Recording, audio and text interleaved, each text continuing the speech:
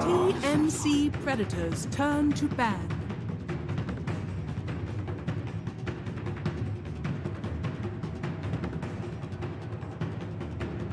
Keen Gaming's turn to ban.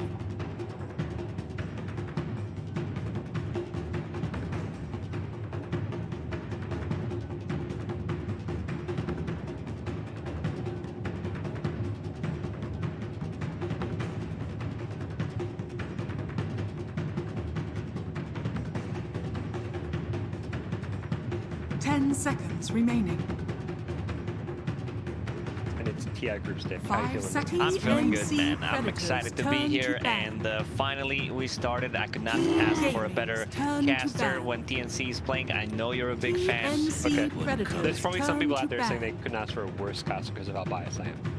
What do you have to say? I'll try to balance it out. Okay. We got Keen Gaming. What do you make of Gaming? Keen Gaming. They barely made it in the top 12, the team that had a good performance, but you know, it feels like there's a difference between tier 1 teams and Keen. I think 10 seconds remaining. they practiced a lot, and I heard they love the play of 5-man Dota, so I'm excited to see what they can do. Yeah, when you play pubs in China, I feel like everyone's just grouping up as 5 and team fighting constantly. It's constant action, but we have a draft, guys. We're gonna hop ourselves into it and see what's happening, because no one really quite knows what to expect when it comes to picks and bans. Everyone has ideas, but there's been no tournaments for TI qualifiers, and even that was not, you know, these top 12 teams who qualified through DPT, they weren't playing TI qualifiers. In theory, the top 12 teams in the world are going to be playing something very different to those. Yeah, well, we had a lot of discussions between some of the players who wanted to reveal things and the talent, Alchemist, Enchantress, and Ogre. I think these 3 heroes are going to be either banned or picked. Same goes for Chen and Mirana. We had discussed it a little bit before it started. It could be still a core Mirana, but I heard a lot of the teams were playing position for Mirana. She's back as... If you have got a good set for her, that arrow is one of... X mark into arrow. Yeah. I feel like Chen's one of those heroes we're going to see. That's just one that's really annoying heroes that not a lot of teams totally figure out how to play again. 5 seconds. And I feel like these teams that are in TI right now, they screamed against each other a lot because almost every single team was in China. Some of them were in SCA still, but you gotta scream against someone, right? Yeah. Oh. Keen Gaming. Go for the Ember here. Ember here at least I can kind of get out of the come to X combo. Probably more an important trait to have. And Mirana fall off the arrow too. It seems they're banning right after the Ember ban. They had the time to think about the bans and picks because of the delay that we had, and the Shadow Demon banned out. No surprise there. This is one of the strongest position for 5s. My opinion, can be still played as core as well. OG ran it as core. Pasha ran it as position role. His second ability feels so good. When the patch came out, I expected the maybe twist the numbers a little bit because it sounded like a bit OP. Predators Just got the extra mana on the spell. That's it. Yep. So as well and see what. So you're thinking support Mirana? They're leaving it open. That's the beauty of those, where you can play heroes at multiple roles. Feel like it could, or maybe even position 10 seconds remaining. I still remember Cuckoo playing position 5 Mirana when he was support. 5 seconds remaining. The other reason with the Shadow Demon ban is that hero that arrow. You're not just playing arrow around your punk. Playing almost certainly in the mid lane. One of those Armel TNC classics. But at the same time, in the past, Keen Gaming's turn to pick. Grimstroke. And here comes Grimstroke. This, for a long time, was the most coveted 5 position, or just support in general. Nerfs here and there, it seems to be lower priority. I still feel like this hero is going to be top tier pick. I saw your predictions. Yeah, it was the most picked hero chosen. Yep. I mean, I would have thought it was either going to be most picked or 10 maybe banned too much, seconds but they got that remaining. small nerf, so now it's hopefully in this tier where it's not going to be banned. 5 seconds TNC remaining. definitely needs some kind of a solo ability that can be paired up with the group. They don't Yes. have any right now besides an X mark, and it's Double X. You torrent one and both the other, you know? is there enough space to actually hit Thorin? On two, you mean? Yeah. When they're reached together? Yes. No. I feel like you could maybe, if you position it perfectly and get them both right on the edge. You get that torrent AoE. Is that still on con? Which one? The extra AoE on torrent? Oh no. Wow, that's gone. TNC Predators turn to pick. Rubik comes up in game, so there's their 4th position. Standard pick. Good. They need to pick off lane here. Doom is still available if they want to go for that. When you pick hero like a Doom, you catch an X mark. I think that's enough. Typically, you're thinking offlane. 10 Offlane is the one seconds remaining. initiating fights or having some team fight potential. Doom, you know, Doom itself is 5 kind of team seconds fight remaining. by being able to delete heroes, but you catch an arrow. Still, I mean, they have the X set up for it, but the problem's going to come like once Team Gaming, carrier's going to have a good early mid game, but once B's come online, it's no cool. If you're smoke ganking, how do you jump and kill someone? Yeah, it's not the best ability to initiate with. I mean, if they have BKBs, if they have Force Staffs, it's easy around it. Long and hard about this. Kind of way you want to choose to do that reserve. You can go for something lower cooldown, something like a Sanking. And that's your. Then you have got Team like another source. Gaming's turn to pick. Bristleback. This is one of the heroes I heard a lot of people talking about. They think this is going to be played and picked a lot. Underrated core. Can be played in the safe lane. Can also be played off lane. I feel like a lot more people actually talk. He comes online so fast. The itemization is tanky enough, and there aren't too many counters for Bristleback. OD is already 10 gone. seconds They could remaining. go for anything that builds into Silver Edge. Slark is good. 5 I think seconds remaining. A good Slark game. Even then, you've got Slark Ember. Kind of normally want to have like with Ember some kind of core that takes objectives, towers, Roshan, etc. And Slark is not. Yet you can still make it work and play for the late. Sure, but it does kind of, you know, talk about drafting. There's a lot of boxes you want to tick to make sure while we're at a draft, and I don't like tick some of those boxes that gaming are missing. Often with the AA, you see these like stunning carries, like the Sven was very popular. The Sven's one of those heroes that can do okay against Bristle, like get damage with the, but it takes a lot longer to come up with Bristle. 1 or 2 items, Vanguard, Hood. Solar Crab. That's the yeah, item to go for on Bristle. That's true. TNC Predators soul. turn. Lifesteal. Lifesteal. It's really good. They don't threaten him. They have nothing that goes through the rage. They need to pick some target ability for a Grimstroke. So I would assume it's gonna be like a Master, 10 maybe, seconds or remaining. Doom. I assume Keen Gaming will ban out. Cleaning.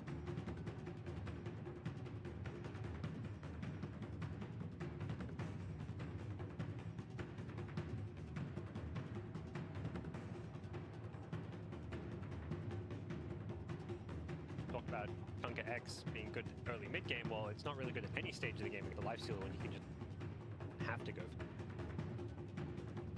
Very annoying pick because of that.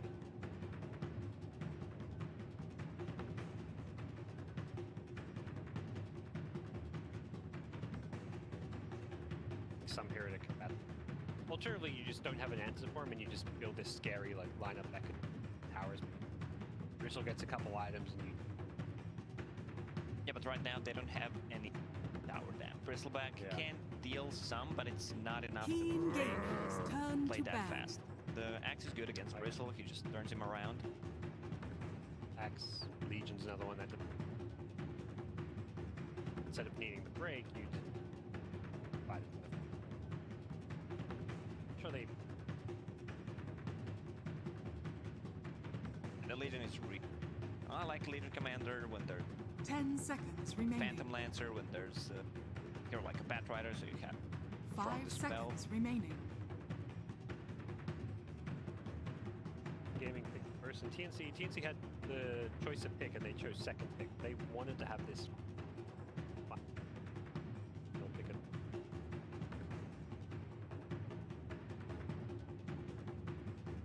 Right now, their draft is kind of open. We don't know quite where this Miranda's going, whether war or support.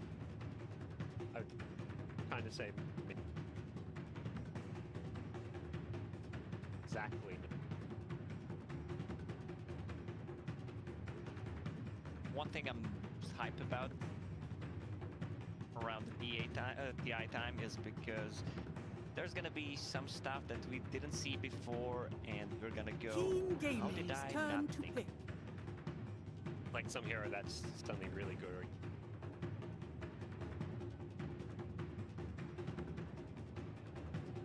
the meta is. It's funny because like every year I think we'll like see the groups or see a few team favorites or think quite goes. Last year everyone thought with Hungary was actually the weaker group that had like every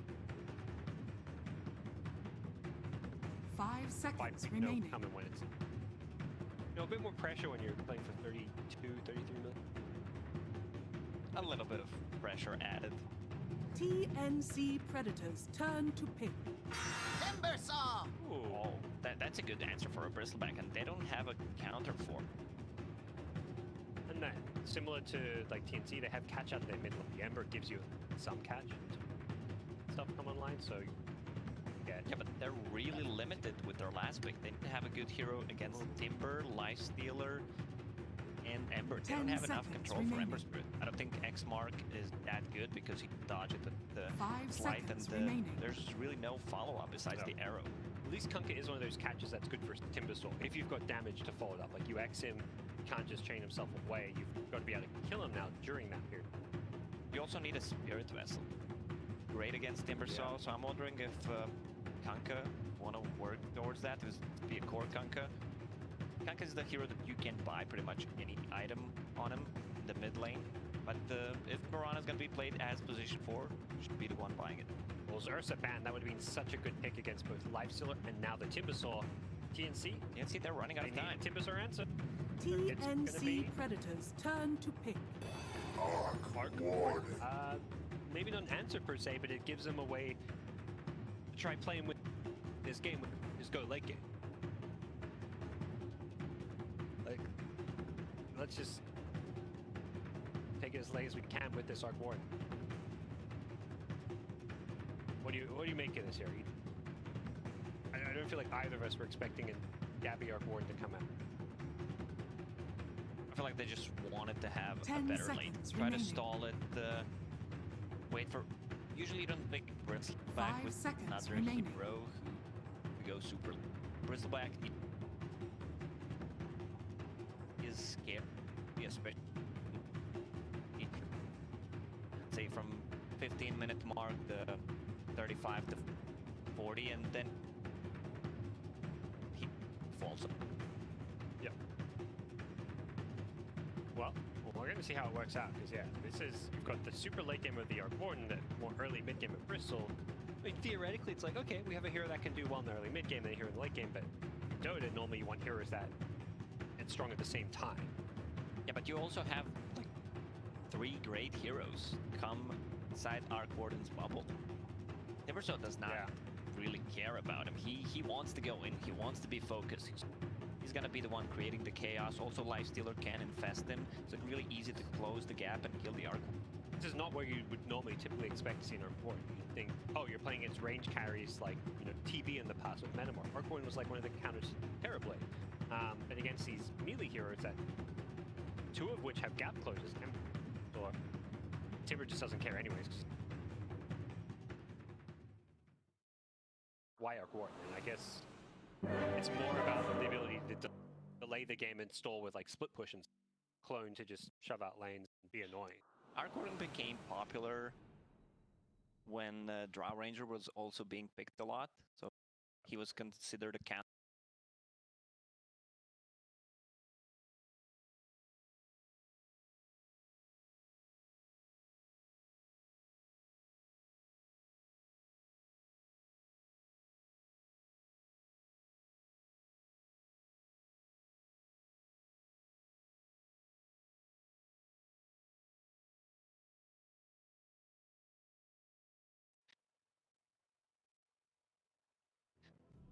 Ranger lineups.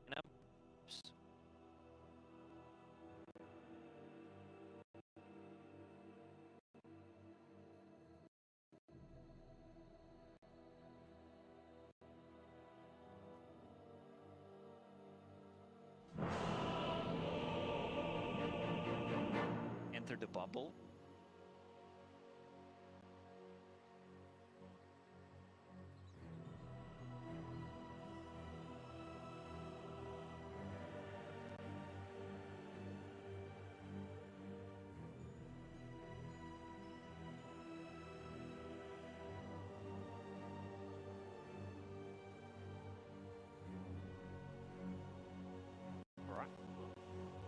Hop ourselves in at our first game here. Prepare for battle. TNC versus Gaming. You've got player names on your. I don't know what's happening, but I have player names. We've got their in-game names. Make things a little.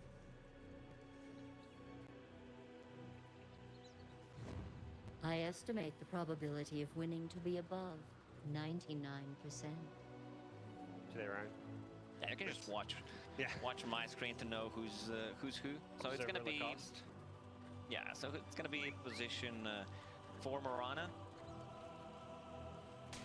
Sobi Mask, 6 Tangos, and the Sentry Ward will buy a Ring of Protection. I see a lot of position 4s, even offlaners doing Missing that. middle. Kind of a build, especially on Enchantress, which I think is gonna be picked a lot. 4 branches, Sobi Mask, Straight to and the bottom set of with you. Tangos. Well, I love that screenshot you just took. It's like TI9 guys. It's like the selfie, you know. It's like, all right, that one's going straight on the social media. I was 30 activating the seconds to battle. little camera control. Also now I've got signal.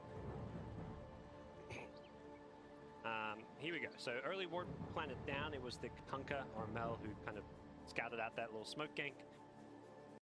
Does look like TNC for the most part, not really looking to contest. You've got most of their heroes. Kunkka was hiding in the trees, Arc Warden's hiding, and Radiant with a super deep.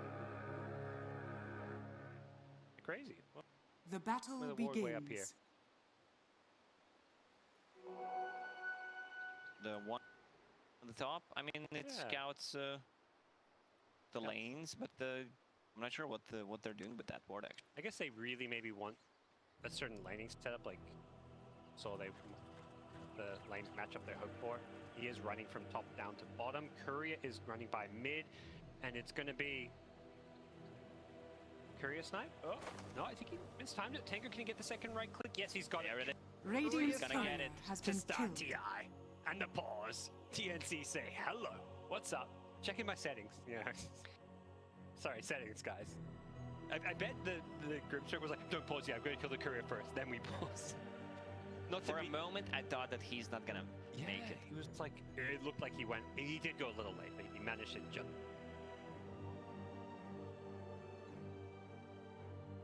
The Grimstroke is what? Cuckoo? Yeah. We got some audio.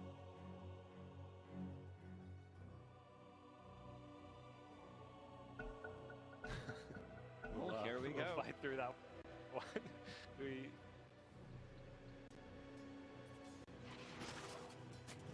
Looks like, okay, now we go. The audio goes. We're good, we're back. Mid lane, let's see what we got. Ember versus Kunkka. I feel like I've seen this matchup quite a bit.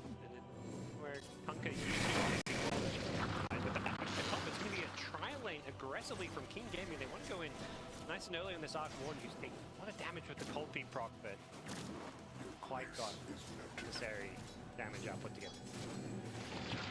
They wish it was an old AA with the chili fingers. Now it's only a single target ability.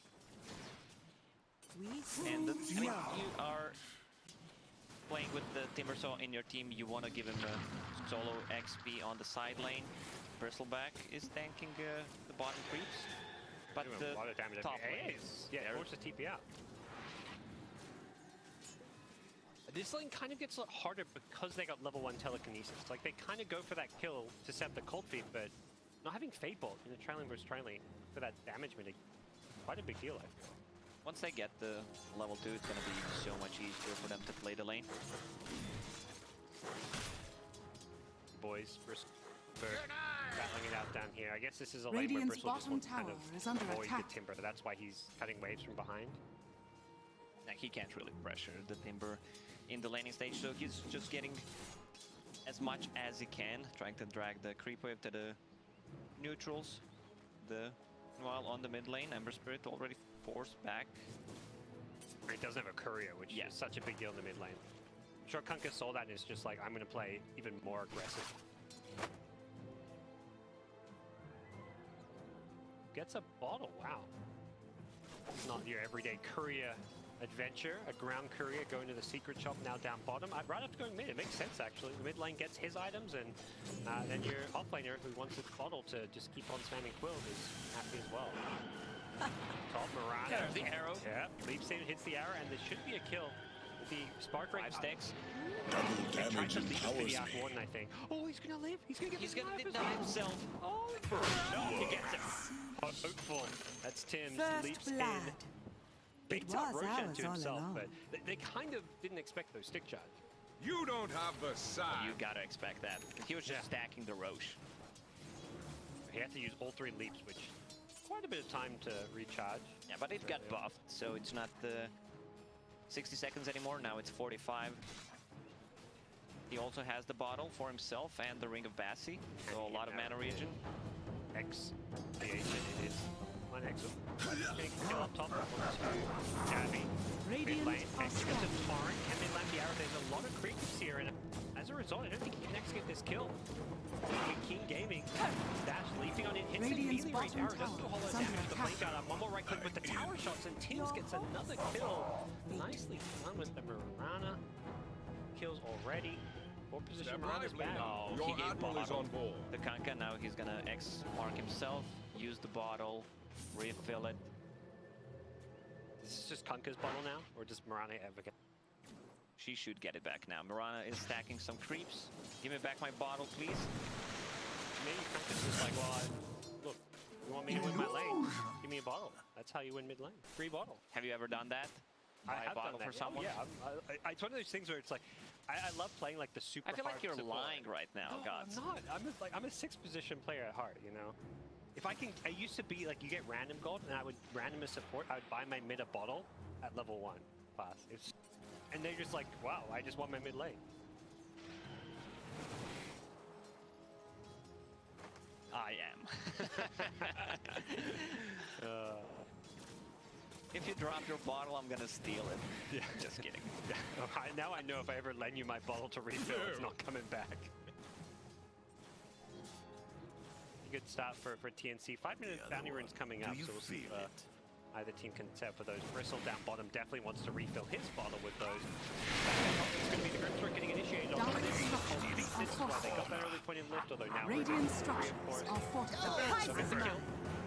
And Ember, solo kill. It was a solo kill from Kunkka, That should and help. he was not even level 6. Straight to the bottom with you. Okay. He's being harassed a lot. Level 3 Tidebringer. Ember needs to go jungled. Looks like it Dire was are scanning. bounty runes for TNC. I'll flip 4. Dire will scan. And on here, it's a rotate top from Grimstroke. Look, they're coming from behind. They want to get some kills here. Probably just for this AA, perhaps? No, he's just trying to get a ward down. Mirana's going to arrow the siege. It gets down the high ground ward, which is why he scanned just to get this ward. This is such a nice ward to have. They are going to go in on Gabby on the arc ward, and they're trying to bring him down. He just wants to take the Mirana with him. It's going to be Tim chasing on after. As he got the leap charges, he leaps forward again. He's looking for one last right click. He's not going to get the kill. Instead, it's going to be half one going down. And he used up 2 of his 3 leap charges and did not kill off Marishan there. Lively now. One Your thing admiral I'm is on worried board. about is they don't have Radiant's any kind of middle save. tower is under attack. So Rune once of the invisibility. Lifestealer goes in, a Timber, so we didn't talk about the Timber at all. Like, he's just sitting on the bottom lane, 20 magic wand charges, 3 points in reactive armor. Feels like he's unkillable at the moment, unless Kanka decides to rotate. He is still Radiant's doing middle tower magical is under damage at this attack. point. Yeah, magical damage. They put a decent amount here for the Kanka, but Kanka just drops the ghost ship. He's going to be A-okay. Mirana rotates in as well, and if anything, that looked like Kanka was maybe going to turn around and get some kills there. And level 6 now. And during the draft, I talked about the Spirit Vessel Carrier. I'm glad that Kanka is buying one. At least has one queued up. So double bracer, it's gonna become so tanky for this guy. In some jungle now that he's being kind of scared out of the lane, at least. Efficient play there, using the Tidebringer to hit multiple camp. Lifesteal only level 4. This is the problem with these aggressive Trilans. He's 3-0. He's farming okay. He hasn't got amazing CS, just the 32, but 13 to 9. Levels really Dyer's bottom hurting. tower If is he's under under attack. leveled, I would not be surprised if he is the one that buys Stone for him. Buys it for himself. No, someone else buys it for him. Sorry. Totally agree. He's just looking to keep getting some kills up here. But with the Bristleback TP rotation, Lifesteal, yeah, he's going to have to rage TP, which is... It's that easy. Yeah. Just TP out. Bristle rotating in, so... What do you feel about the raid bans against the null talismans against Dyer's bottom Racer? tower is Like, under attack. which one is the best? Magic Same. resistant, health and magic resistance. It's like the dream. You embrace her every hero. But this top line looking a bit dicey as Bristleback going diving on in. He's going to play around this Timbersaw though, and he has not got a TP, so we'll see what Cuckoo can do here. It does look like he's going to be behind the enemy tower. Hilarious. Timbersaw down, that's all. Yeah, that was extremely greedy. Dying, even if he got the kill on AA, it's still not worth.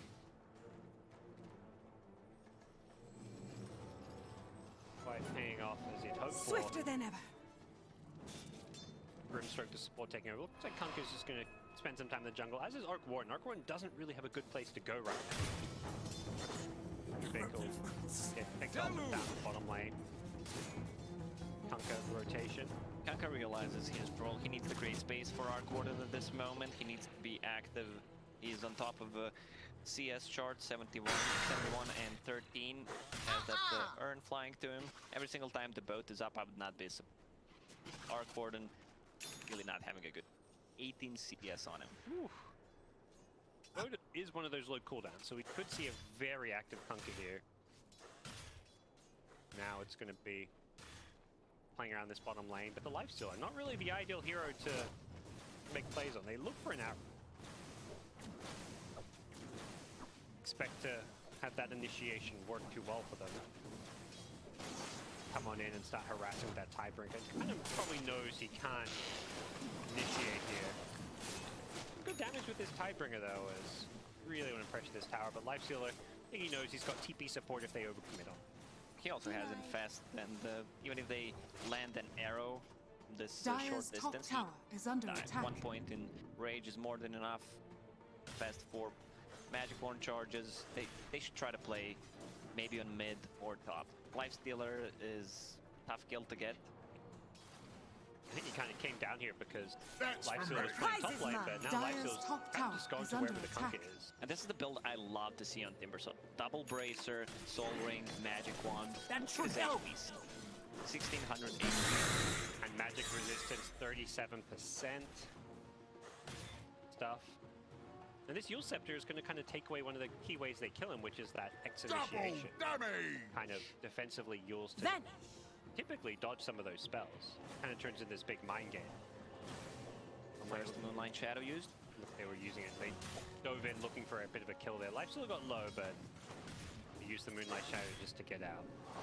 Come in, Guardian looking for the out one. They're going to get it. Going to be King Gaming mid play getting X and pull back. He did have the run. He didn't get to the high ground though. He's still in the low ground. Dyer's He's middle down the tower Bristle. He's is trying under to chase attack. with the Tidebringer damage. It's getting pretty low there. Instead, they're going to go for the AA, the DD. Radiant's middle tower damage is on under attack. Bristle.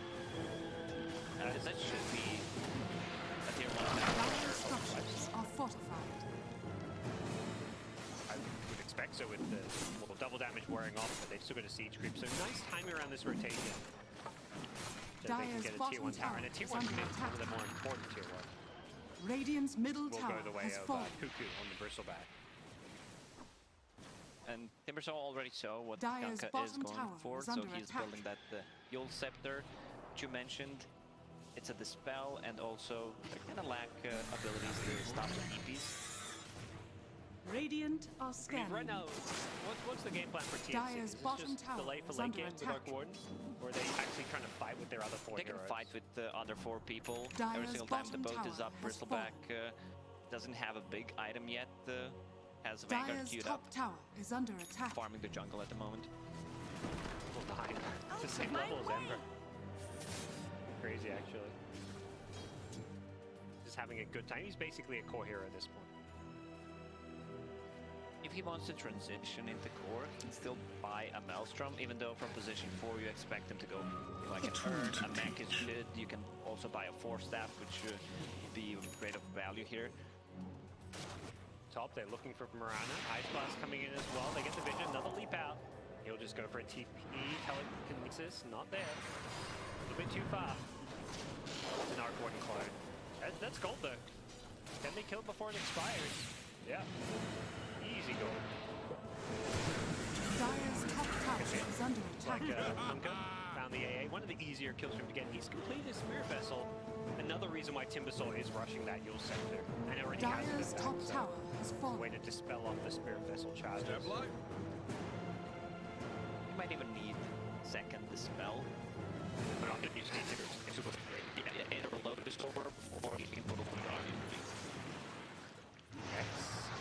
Nice Yule Scepter. Dodges it so there. You can find that long arrow, and it's going to be Mirana instead. Force a leap Step away. lightly now. Your admiral is on Coming, board. flying on in. It's going to hit a couple. Not getting them all too low here as Ember gets X'd up again, but I don't think there's too much fall-off from TNC. Leave the dash alone. Spot the smoke. If they can get Arc Warden once again before he gets his Midas, they're pinging it out. He has no boots. Dire Is he gonna are stay? scanning. Oh, Sentry Ward Radiant's is ready on bottom Kanka if he tower wants to is play under it. attack. He's dropping it. Yep, there you go. This kill they really want, and they should have it. Yeah, he's just going to try to fight. He wants to be on the roof. Did.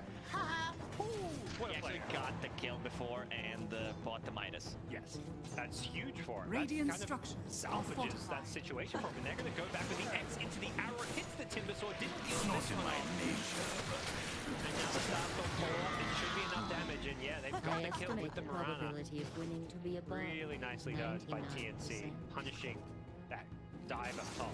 If someone TP's bottom, they might actually get a kill on Ember Spirit here. Here it is. Yep, gets the silence and lead things off. He's going to start to follow up. Can the Ember get out of this one? He's been stunned before he can get rid of the silence. And it looks like Tim's with the follow-up. Is it going to be enough? He didn't have quite the necessary damage. He's not going to go leaping on afterwards as Ember double remnants away. Very close. And they're still hunting. Hits him with a stroke of fate. Remnant away. He's He's out of remnants. got no TP. It's on cooldown for 15 seconds. He's going to look for another stroke of fate Rana soon. arrow.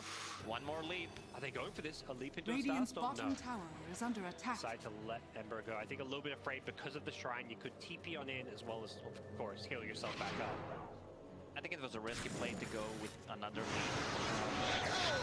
Would still be Tim's in a lot of trouble here. No more leaps left, and we'll get punished for this one. You'll set them making sure they got Dire's the bounty middle rune as well. tower is Timber's under going to get attack. both those bounty runes bottom, while his team will get up to 3 out of 4 bounty runes going. Gaming. Very even game here at 15 minutes. Stolen by the Rover. Mitigate some of this damage coming on in. Bristle, though, with that Tidebringer, is going to get the kill. Now Bristle's found a new target, the AA. The right click damage, one more right click is there. It's just enough. And Bristle now in all sorts of trouble. He's overcommitted. He's running to the Timbersaw. That pure damage coming on in from the Chakram. Bristle will pay right arrow. And they got the damage to their silence. Yeah, they should be able to do this one. The sector is there. There should be another vessel. No, he's out of charges. Can they even kill him here? Maybe I'm out. Someone Is there going to be enough for Starstorm? Comes the second, he gets the kill for Timberstorm, wants the Ember as well, and they'll get both. Really nicely done. The Arc Warden rotating in as well to get a kill. Mel has his Midas up and is a very happy camper. There was no AoE, there was no Rubik because he died before that fight. The TNC playing extremely well at this point, giving Arc Warden chance to come back into the game. He got his hand of Midas. This is the most important item on the hero, even though he didn't get it at the good timing. It was, what, 14-15 minutes? Yeah. But still, they're playing so well with the other 4 heroes. Me and Axe build on the Moran, it looks like now. The right-click transition, but it's transitioning into a different kind of core. More one that maybe like pushes out lanes a bit. Radiant's bottom tower is under A lot of farm attack. tab on your 4 position. I don't say that in a bad way. Yeah, Murano with Ags, it was kind of a beamy build. At one point, it was a bit OP, and then we twisted the numbers. It was way too long of a cooldown. Now it went down from 9 to 8 seconds, so it's pretty viable. A lot of heroes rotating down bottom. It's going to be a TNC scan right on top of this smoke rotation. Bristol still may get caught here. Timbersaw, they are going to lose Cuckoo. Boat comes flying in, but damage has been done. Timbersaw, Step lively Yule now. Scepter is Your kind of admiral is chasing on for more. board. The Yule's comes back up now. Find anything else, doesn't look like it. Just the 1 kill for that smoke rotation.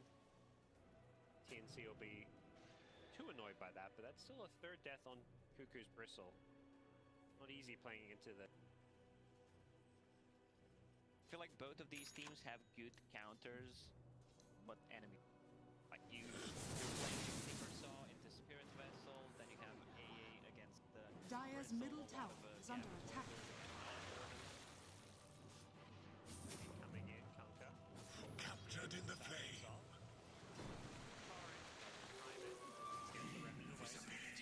Once Kanka gets a BKB, Step lively now. he's not Your done. admiral They is on have board. no damage whatsoever. They also can't lock him down. Not enough stuns. The timing that the Keen Gaming is looking for is the Radiance. Shadow. Yeah, and not too far away from Oh, them. nice arrow. Oh my gosh, they've got the combo with the Grimstroke, binding them two together. The Lifesteal are going to get thrown up in the air as well. He couldn't get the Rage off. And now the Stolen Boat coming on in, but it's too little, too late. The X-Back is going to pull the Rubik back in for a 3rd and a 4th easy kill. That's a big set, and that's a big turnaround from TNC. Another great arrow from Tims to set things up.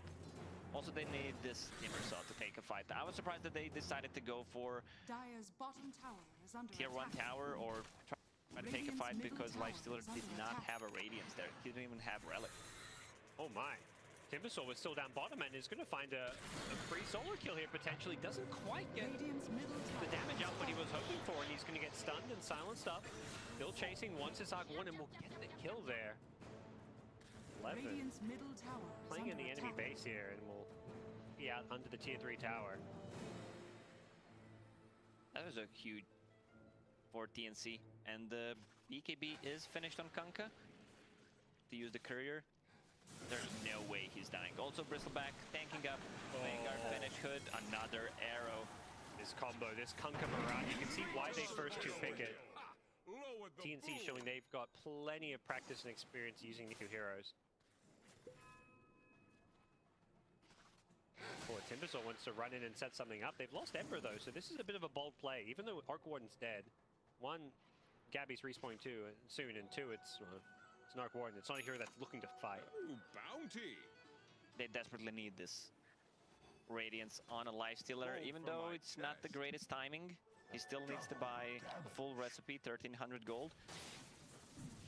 How much is it really going to do? Like, it doesn't feel like it's the item that necessarily changes the game, even though it is their timing. Yeah, 2 cores on side of TNC are not gonna care about that Radiance. That's a Bristol with the almost full pipe and Kanka with the BKB. Radiance is not gonna do that much. I feel like they missed their timings. Do you think he should have maybe gone for that right-click build instead, with how this game's been going on the Lifestealer? Could have been an option. Like if you go for Armlet Deso build, it's great against Kanka, it's great against the Bristle. Top. But has the Ag Scepter, so Radiant's instantly bottom clear and tower push out has waves. fallen. Now Blink Dagger queued up. This is like the old school kind of mid Mirana build, even the 4 position. Go this Ag's Blink build and just double Starstorm out a wave, blink away if you get ganked. Very, very annoying build to play against. Especially for the support. Don't have any escape mechanism, AA and Rubik. You can pretty Radiant's much solo bottom kill them. tower is under attack. Now a Lotus Orb on Timbersaw, so gets that second means of dispel. Important things that he needs to get rid of this game. Things are not looking all too good for Keen Gaming. We talked about TNC, they kind of just want to go late game anyways with Arc Warden, and they're ahead and they're going into the late game right now. We're only 22 minutes in, but by the time his Radiance comes up, it feels like Gaming will be a little bit behind where they want to be. Portland doesn't even have boots.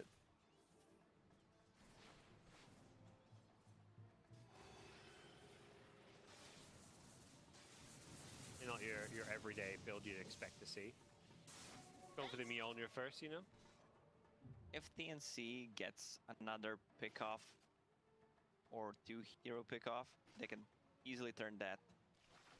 We have Bristleback with the 3 points in goo. More than enough. Double scan. One is gonna connect, the dire one. They may have to go and gank this top lane. Shows up, but he's not the one with any catch, and I imagine Rubik will not be sticking around too long. He's out. They're back in the enemy jungle. They've Moonlight Shadowed in. They're going to catch the Rubik here. Oh, he didn't actually get the X arrow because Kunkka was lifted up in the air, and they should still maybe kill the Rubik. Maybe not. The damage is not quite there initially. Kunkka's still diving for it, but it's being punished. Has the BKB. Will he need to pop this one defensively? Going to Soulbind 2 together here with the double silence. Just run. Yeah, I think TNC realized this is not a fight they want to take, and ooh, couldn't get the Yule Scepter off in time. TP out. Save Grimstroke, so. Nice lift from Rubik, because the arrow, he couldn't pull the X back when he's lifted up in the air there, so kind of saves his life with that little. King Gaming wanted to take that fight because Radiance was just delivered to Lifestealer. I have a feeling that TNC wants the fight right now. Arc Warden has level 15, Mjolnir is ready. Also, we didn't talk about Mirana's talents. She went for HP on level 10 and arrow cooldown, so it's a 10-second cooldown. If somehow this game drags, you're gonna pick up Spell Amp talent on 20 and multi-shot arrows. That So talent good. is so good. That 10-second arrow cooldown is so nice when you're playing this aggressive. And speaking of which, it's going to be a long 5-second arrow mid followed up by a poke. They haven't quite got the damage to kill him off though. Mirana in all sorts of trouble. The lift to follow the cold feet. They lose Mirana. The X back is going to pull in the Timbersaw. They bring him down. Rage wearing off. Can they catch up to this lifesteal? Looks like they're going to change direction. Instead, go for the supporting cast. The Rubik going to be X as well. Stolen arrow coming into play, but doesn't matter too much as they will bring down Rubik as well. Question is, do they want to go for Roche right now? They don't have Mirana. She has a buyback though. Maybe if Kunkka had a BKB, they would have gone for Roche. There's still tier 1 tower on the top, so they're just gonna go and play it safe. And this has been one of the big changes for TNC, is that as a team, they're so much more disciplined than they used. I think people talked about how, like, the last 4 or 5 months, they've, you know, looked a whole lot stronger, and a big part of that is the fact they're just playing things safer. We'll see here the replay of this fight. It started off okay for Keen Gaming as the Mirana got caught, but it's a support kill, whereas they lose their Timbersaw. And the fact is, you kind of have to treat this Mirana like a core, but, you know, there's too many cores on TNC's side to deal with right now. This Timbersaw, even with the Lotus Orb and the Yule Scepter, it's not enough for him to survive. He doesn't have any magic resist. No Holy Locket, no Hood, so there's still shreds through him. Also against Mjolnir, maybe that could have been a pickup.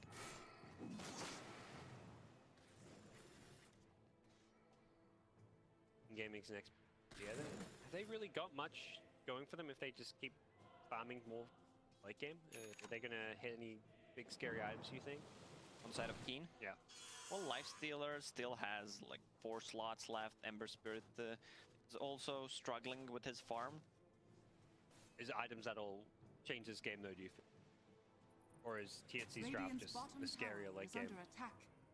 When you're playing against the Arc Warden, it always feels like the enemy. When you have Arc Warden on your team, you don't better late Dire's game. middle tower is under attack. See if they've got the answers. It would definitely put their abilities to test here. Playing down 10k gold into an Arc Warden late game. Not impossible, but definitely difficult. We did talk about though, you know, they've got 3 heroes. They don't really care about the Arc Warden bubble. So they've got ways to actually get on top of Arc Warden and kill him. Which is perhaps what they've got going for them. Normally you see Arc Warden picked in these games where if you get late game, you just instantly win. This feels like one of those games where, you know, they can actually still deal with it. Bristle back by the Ice Blast, but with the hood damage, he's blocking a lot of this damage. All the mitigation is there. The X back on the Timber Saw. He's trying to chain himself away. The Yule Scepter will dodge the X pullback. Looks like TNC will not commit too hard for any kind of a kill there, as they do have some split bottom. Warden. We're charging in. Can he get some extra gold out of this one? Be close. It's got it. Plus 300 gold. 100. Look at HP on Kanka. He's level 20, extra 25 strength, sitting on 3.5k HP. We're gonna round it up, almost 4,000. And with all this armor now, it's got an AC completed, 33 armor. Your admiral is on board. Incredibly tanky. You mentioned you like the double braces on Timber. It's Kunkka going for the same build as well. It's kind of a standard build on Kanka days. There's like a lot of these all shut up, go bots. Never mind, that's only a replicate. That's still gold. It's 300 gold. That's basically a hero kill. That adds up, and they're going to fight this mid lane. The arrow is going to be dodged by the range. Tier 1 tower being focused here by the Lifestealer. They're going to leash 2 together. The Emperor there is going to get infested. With the Lifestealer inside, can he remedy his way out of this? Tornado is being pulled up in the air, and Lifestealer does not have range. This is a disaster for Keen Gaming. Oh, they've lost Ember, who's going to instantly buy back, but this fight's already over and lost. The Ember needs to be careful not to die again. He remnants away. Mirana's going leaping on forward. Another leap. Arrow, it's going to hit. Ooh, there's no follow-up, though. I think Mirana was like, where are we, guys? Are we getting this one? Arrow stolen now. As teams position a bit. That's a dead Lifestealer, and Ember brought back, so TNC. Very strong commanding position now. Killed 2 cores, didn't lose anything. TNC is just building the advantage at the moment. Continuing to kill these Arc Warden Tempest doubles, but it's gold, but it's not really... It's not real gold. Well, it's real gold, but it's not really like any kind of an advantage. It's not 24 karat. Yeah. People are okay and happy with their knockoff stuff.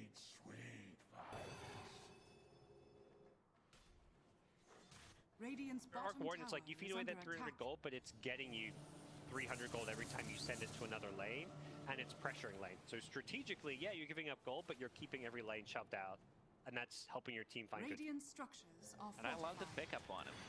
Decided to go for Shadow Blade. Like you have Invis, you have Mirana's ulti, so they need to invest a lot of gold into sentries and are limited. We only have 10 of those. Also means that Tempest double, maybe he's going to be feeding a little bit less when he's double. Yeah, so both of the supports will need to invest a lot of resources into buying sentries and dusts.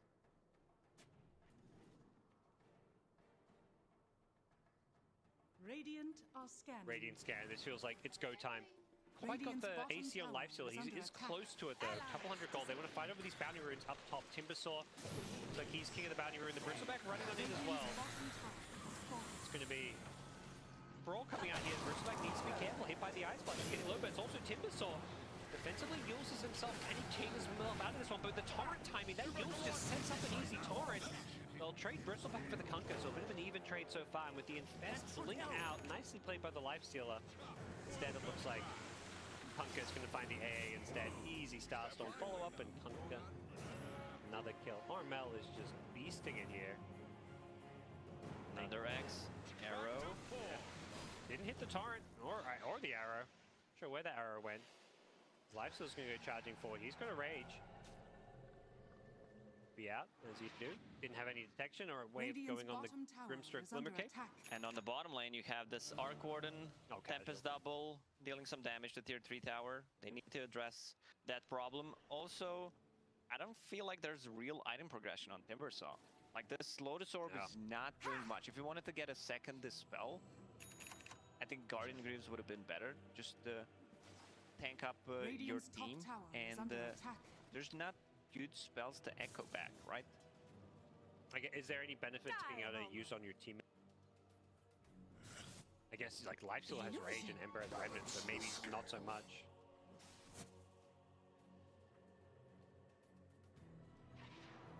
You go, well, Ormel's Kunkka 10-0-9. Put him on their fantasy team, now are rejoicing. Your admiral is on board. You do some fantasy Dota, Lacoste? Nah, I'm not into that stuff. I'm into real. Like, this is me. The X Torrent attempted. This one will latch on. Remnant away afterwards. Mind game, you know. Try and Remnant away too soon, too late. Do you go for that Torrent as a Kunkka, or is he going to dodge it? AC completed on Lifestealer. He's got the boot up, and he is going to be hitting that level 20 talent. You got to imagine the evasion kicking in. Oh, evasion is gonna against Kunkka, Mirana, even Bristol, Arc Warden as well, and the Arc Warden going for solo pickup. Do you like this? Oh, it's the Orchid into the Nullifier. The Doom build. Orchid, someone you nullify them. They can't use their items. They can't use spells. What do you do? Was that a question? Like, you just die? What do you do? There's one solution. There is one solution. That's Lotus Orb. Oh. Well, you can't use it if you nullify. I guess your teammate. Your teammate could use it. They're gonna. Yeah, that's what I meant. Oh yeah. The other solution, Tower is if you under worry about getting solo kill, is the Aeon disc. You can actually out of the nullifier maybe. But you can also nullify the Eon. Like, if you proc it with the, say, from Shadowblade hit, oh, and Eon disc procs, and then you just remove it. And then you the silence nullifier. it afterwards, yeah. Radiant's top I don't tower think we is see. under attack. Kunkka goes charging on in. He's going to be instantly forced to BKB. There was a Lifestealer infested who's going to cause some problems here. And Bristleback trying to commit to this tower here. I think TNC just have to get out. Nice arrow from afar. Catch the Timbersaw. Ember's going to go charging. I think TNC needs to get the hell out of this one. They don't have the Arc Warden with them. The Ice Blast's going to go flying on it as well. Doesn't catch the Bristle. Mirana has Leap Charger still. Needs to maybe get to the high ground here. Another Starstorm leaps away. There's just so much kiting going on here. Bristleback's going to go charging on him with a BKB. He wants this AA, who's going to be forced to his TP on out. Cuckoo, his BKB wearing off. He's in trouble once this expires. Another arrow goes flying. It's going to catch the Timbersaw, but I don't think they've got the damage for this one. It's got a hard Tarask here. They're getting it low, and it's going to be Tins instead on the Mirana. Goes down. Too aggressive coming in from him. The stolen arrows flying back at TNC. But the bottom lane, Parker. Yeah, I was wondering what was happening. Where this Arc Warden is, there's your answer. Range Rex down. Radiant's bottom barracks has fallen. And now they're saying go. They want to take a fight because they have vision of a Lifestealer who just TP'd back to the bottom lane to defend. But these teams are extremely tanky. Timbersaw has a heart right now, 4,000 HP. Kunkka, pretty much the same. So, and you have a Bristle on your team as well. So we're not going to see any straight up kills. No one's going to die straight away. I mean, we see that fight lasted for so long with basically nobody dying. It wasn't until the Mirana overcommitted that she pays the price because she thought she could kill this Timber. I don't blame her, but that's a 4k HP Timber with a lot of magic Radiant's resist. bottom shrine is under attack. Bounty runes. Looked like Cuckoo was going for some up top. Doesn't quite get him, and there is going to be an arrow follow-up. The stolen arrow. The boat's going to help with some damage mitigation. Said they're going to change target. They're going to go find the Grimsburg instead. Get out the Soulbind and Keen Gaming, 15,000 network lead deficit for them, but they are in the driver's seat at the moment, it feels like. I mean, but they're still not a real... We didn't see a real team fight with Arc Warden. It's kind of like a 5v4. It's ever so slightly. I think Arc Warden might be coming into this fight here, but they've caught Tims here. Can he get himself out of this one? He doesn't manage to do so. Has buyback if he wants to use it. We're going to see double buybacks coming into play. Bristleback turns, pops the BKB with the help of the 4-star away. And now maybe it's time for Keen Gaming to get the hell out of this one. The Timbersaw has a package inside. It's the Lifesteal. I think he's just trying to get him the hell out of this one. The boat fall-off is there, and they're getting it very, very low. Can they kill him? Lifesteal's going to pop out. Turn and fight. Hasn't got range for a couple of seconds. Doesn't have mana as well. With the one charge, it should be able to turn and fight this one as Kunkka gets bashed, and Kunkka's in all sorts of trouble. Pops the BKB, goes to the TP. Where's the bash? Where's the dash? He gets it at the end. Keen Gaming get a second kill, down 15k gold. It's now just 10k gold with those buybacks, and they're charging forward. Dire's middle tower is under attack. That AC is doing God's work. The minus armor for the enemy team and extra armor for them. Also Timbersaw with this heart. Man, he's so tanky. They're trying to focus him as the first target. I don't think that's the go-to plan. You got 925 gold from killing Kunkka, who was on a beyond godlike streak. And now onto the high ground we go. There is buybacks, but you really want to use a couple more, and they may have to here. Gabby doing what he can with his double, and Lifesteal just gets deleted. Oh, okay. Down he goes, and Bristle's chasing for more. Once this Rubik should be able to get him one more right click. Okay, arrow not going to be needed. Bristleback gets it, and they need to run straight into Roche Pit. Oh, they couldn't get this one. Get the Aegis. I mean, Bristleback just bought back. Arc Warden does not have... Okay, he does not have enough money for a buyback, and Keen Gaming, they realize they need to contest the Roche, so buybacks are coming. They are holding on to Life Stealers, which definitely not a buyback you want to use, but if it comes down to contesting Roche or not, you may have to. And I think about these 10-second arrows cooldown is you can just constantly throw them out. Nice lift. That's going to save AA's life there, I want to say. Throw those arrows out to just get yourself vision into Scout. Under attack. The Roshan pit they go nonetheless. With Lifesteal not buying back, they feel like they can go for this one. Miranda's going to be arrowing it as well. Roshan's going to go down so quickly. There's the goo and the medallion. AA still has ulti. Scouted out. Are they going to go for some kind of a steal here? What's the play? They don't want to buy back the Lifesteal. It's still 18 seconds without him, and Roshan looks like he's just going to go down. And Rubik blinks in, doesn't time it right. The Aegis is picked up by Dr. Stone. That's the Bristleback of Cuckoo, and Rubik. Costly play. He did not have buyback as well. Going for that without buyback. It's a risky play, but I think it's worth it. If he gets it there, because Bristleback already used the buyback, it's a lot of BB using a BB. Do people get triggered if you call Bristleback a BB? No. It's okay being referred to as a BB. Radiant's top shrine has fallen. That's one of his many pronouns, BB. The old bristle. Meo's brilliance from Keen Gaming there in the mid game, but haven't quite managed to pull ahead of it. Instead, it's TNC who kind of restabilized, get an Aegis. Radiant's top I'm playing without a couple of their buybacks, so do need to be a little bit careful here. Can he do it? Can who do it? Radiant's Can he kill the tower? Through the backdoor protection. No, he can't answer your question, but he can kill it with his creep. Radiant's top tower has fallen. See some 25s coming out soon. That's kind of the next thing I'm looking at. Arc one hits his, and oh yeah, everyone's favorite Spark Wraith damage. Always a big scary one. AoE, I mean, it's not AoE, but it's you place a finger of death basically. I don't know if he had it for that last fight when they deleted the Lifesteal, or if that was just the right. It looked more like the right clicks with the Soulbind from Grimstroke silencing people up too. Mirana's 25, also scary one. The more arrows you typically imagine, but I mean both are really good. Both are extremely good, but I would go for multi-shot arrows there. Talent, arrow cooldown, 10-second 3 arrows. It also gives vision. That's the big part of it. Those arrows will eventually hit. There's 3 of them flying around. You can't dodge them all the time. This arrow, when you see it coming, is one of those spells that's pretty easy to sidestep. They're inevitably going to hit somebody. I love what TNC is doing. They don't have too many single targeted spells to combine with Soulbind, so they are building items.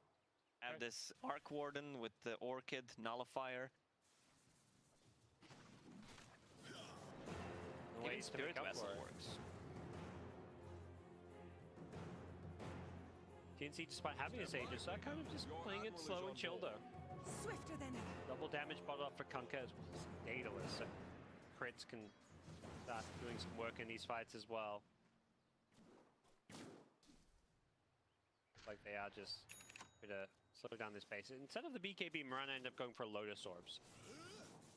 Have a bit of extra dispel and save. Dyer's bottom Great tower against is under Lifestealer, attack. removing the chains from Ember Spirit. Also has a Force Staff, as we talked about. It's a really good item.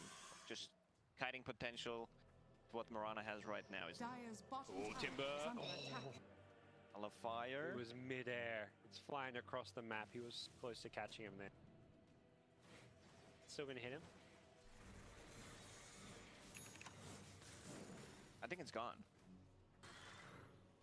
It was still flying in the air, but yeah, maybe he disjoints it. Allies disappear. Fire is just alternative reality right now. Dyer are scanning. So Timbersaw needs 1 CS to get himself the level 25. I assume he's gonna go for Whirling that, since he's playing against the 2 strength heroes, but the Timber Chain is also good against the Arc Warden to close the gap. You just get on top of him. He decides to go for level 25. Radiant's There it bottom is. shrine has fallen. Healed up yet? There we go. Whirling Death Attribute and Ghost Ship Fleet. Go. Dyer's Multi-ships. structures are fortified. Gunning for this Timbersaw. Catch him again. Dyer's bottom Alright. tower is under attack.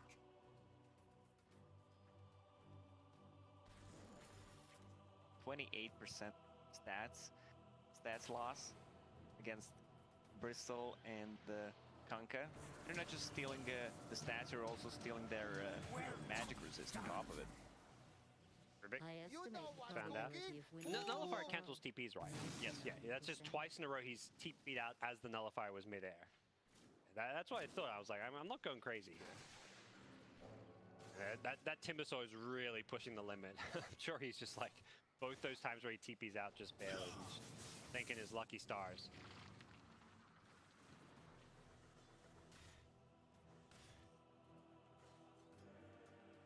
Who else is Lifestealer, Ember, Mirana, 5's coming up. Lifestealer, what, rage duration you got to imagine? Ember. Sleight of fist charges or? I think he's gonna go for the left, Alan. Okay. Sleight of Fist seems way better when you're playing EL Illusion. Step lively now. Your admiral is on board. The Aegis expires without too much high ground attempt, and it's very much a case of TNC may have had Aegis, but their buybacks were down, and their lineup doesn't exactly push high ground easily. Whereas Radiance defends high grounds incredibly well. You have Rubik, Timbersaw, Slight. I I'm estimate around. the Part probability- one's there waiting. The trap was laid, and he gets pummeled. You might be tanky, but against 2 Arc Wardens and the whole enemy team, Bloodthorn, Nullifier, Yeah, the crit. And they finally catch him out there. They actually go like the Bristle with the Ice Blast here. He doesn't go for the BKB and says he's going to get full stuffed away. BKB now. They're trying to get some extra damage on this tower with the Ghost Ship Fleet and the Stolen Torrent. The spell he was hoping for. Bit of damage dealt to the tower there, but significant by any means. Timber dead. It looks like Keen Gaming have no issues defending high ground without Bristle. I feel like TNC does not want to fully commit. The scale. New Roche may respawn in a minute. Wait for that, because Arc Warden can pressure the side lanes, give them the info where the enemy heroes are, and Roche just dies so quickly with the Bloodthorn and Goop. Rubik, no. Has Ghost Scepter.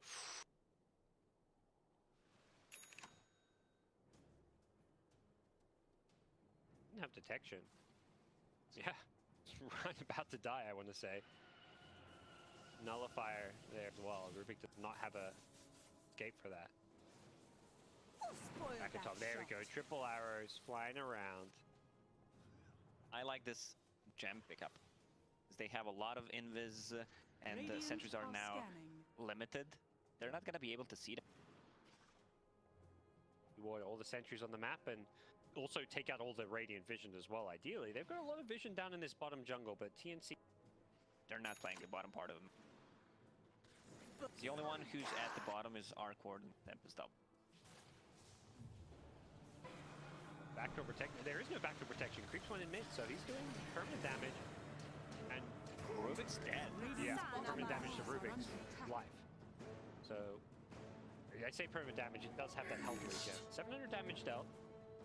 Not instantly healed by the backdoor protection, but will be healed over time.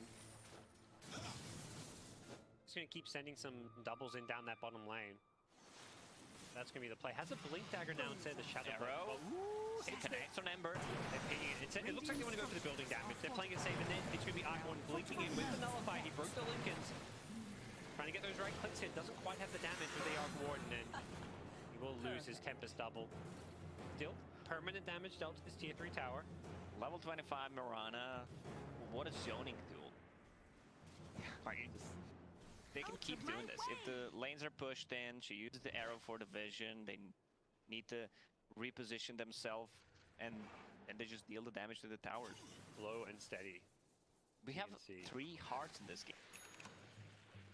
For Lux being tanky, I guess. Hunker with a Hex queued up. I mean, you talk about getting items to combo with the Grimstroke. That's that is the best. Grimstroke also has one queued up. Radiant's top TNC's tower lineup under is attack. scaling in all roles, and once again, Bottom lane yeah, pushed in. doesn't look like Arc Warden to it is double did, An where has easy another one shot. if he wants to send it down there. It is a melee Rax, and I think right now King Gaming very focused on Roshan, so this bottom melee Rax. That's a lot of Radiant's spark bottom rates in the barracks Roche are pit. under attack. Oh yeah. I know what that We've is. seen that before when Yeah. Miracle played it, but he had Arcane Rune, right? Yes. Quite the same outcome. Goes in, looking again. The lift is there. Save the Ember's life. These doubles, so obnoxious to play into. You get gold for them at least, but I don't know. It doesn't feel good to get 300 gold at this stage of the game Regeneration. because you're just constantly on the back foot. It doesn't matter. It's not about the gold here. It's just about where you're forced to play in the map. And as a result, TNC, this is a free Roshan. Cheese and the Aegis. Roshan Arc has Warden fallen to the dire. is running out of slots. I mean, he can still buy Moon Shard, Aghanim Scepter. Grants Spawns a a new rune. ability, Rune Forge. Yeah. Oh yeah. Potentially pretty good. Oh, it's not, If you get the double damage or if you get the Arcane Arcane Rune? Rune, it's so good. yeah. On certain heroes, Illusion can be extremely good as well. Shabby, but you're not going to buy an Rax. Well, he's gonna buy it eventually if this game drags. that's true. You get gold. And they're just going in. They're looking to hit some buildings here. They're zoning with the arrows as well as the Ghost Ship. It's literally just zone King Gaming away by throwing these spells, hitting arrows. They're going to hit these arrows. Mirana falls up. They're not really looking to commit on this one. I think they know it's much more important to take the objectives, and they are taking the racks here, but Ken needs to be careful. That's got the Aegis. The Force Staff's keeping him alive. The Bash is going to hit on the Bristleback, but we don't really want to leave their base here. And it's a tier 3 tower plus range racks. And it looks like Arc Warden is sending himself or his double down bottom here. He's sending his double in to go for the backdoor play down bottom. So while all this distraction happens Radiant's up top, bottom barracks are it does under look like attack. bottom melee racks. Can they kill it off? He's got BKB now. I love this pickup just to make sure they can take some of these objectives. It's going to be close. I think they've got the damage for it. He's got Melee more than racks. enough, and on the top lane, Radiant's another top one's going down. barracks has Yeah. fallen. Death by 1,000 cuts. TNC don't care about taking the kills. They'll take them if they came to them, but Team Gaming so annoyed with their high ground defense, and TNC are just finding ways to bit by bit break their base. Another arrow on Ember Spirit. They're so disciplined. Like, they hit these arrows, but they're never following it up and over-committing for kills. Balance. They can just play this slowly. They don't have to risk anything at this point. You can always go in. There's no burst damage inside of Team Gaming. There's not enough stuns to keep the play, so they can go in. BKBs are down to 6 and 5 seconds. Bristleback and Kanka can just go in, hit the tower. Arc Warden as well. Repeat every single tower up. So has an Octarine core. Accept it queued up as well, so there will be more damage coming out, but still feels like there's going to be constant problems, not having quite enough damage, and also just not being able to deal with every single lane being pushed in. I guess the good news is once you're down to your tier 4s, they can't split push you anymore. You just stand at your tier 4s. There's a relic destroyed. Is that a rapier? Oh no, it's a nullifier. Go ahead, queue it up. Well, at least you know from which side they're gonna enter. It's gonna be mid, so you can prepare for defending the mid lane. Well, you say that. Watch some like Spark Rates, Tempest Doubles go in bottom or top for the tier 4 towers. They have a sentry coming, but at this point, Arc Warden just seems keen on using this BKB to take objectives. Plan or not. Arrows and Torrents, they are just looking to force these towers here. Arrows continue to go flying out here, and it's going to be Mirana leaping on forward. Didn't quite have the damage to kill off the Rubik, who did get kept alive with the Grimstroke at the Glimmer Cave. And the arrows just continue to go flying, and it's going to be tier 3 tower looking to be claimed here. Timbersaw getting so incredibly low. The Ember forced to buy back. The Ice Blast is going to land on 2, but the damage just isn't really there. They're cutting them with these 4-stars, and there's just nothing King Gaming can do. They just can't keep these heroes in place. They're falling one by one, forcing out these buybacks. 3 buybacks used already. TNC may just say, let's just you know, re-engage, reset a little bit, but they're being chased after here. I think King Gaming feel now it's now or never here. The arrows going flying up, forcing them to kind of disperse. It's so hard to chase when these arrows are just flying at you. Warden will throw in one last Tempest Double. This one maybe just going to feed away some gold. The arrows again going flying. Doesn't latch on anyone. The leash though is there. Soul Binding 2 together. Mirana's got leaping in with the double Starstorm. Doesn't quite kill the Rubik here. Life Sealer still leash. Will get the rage away. And with Rubik dead for 100 no buyback on Rubik. Not looking good. Timbersaw pulled back in. He's got no buyback as well. And this is looking like the Ember. King Gaming a cleave from the Kafka. Slices through the Life Stealer's life, and it's GG. 53 minutes. King Gaming, they fought hard and long. They were so resilient, but it's TNC. Victory. Arc Warden. Yeah, I love the patience from TNC. Arc Warden did not have a good time early on, but the other 4 played so well, created the space for Arc Warden to come back into the game, and the itemization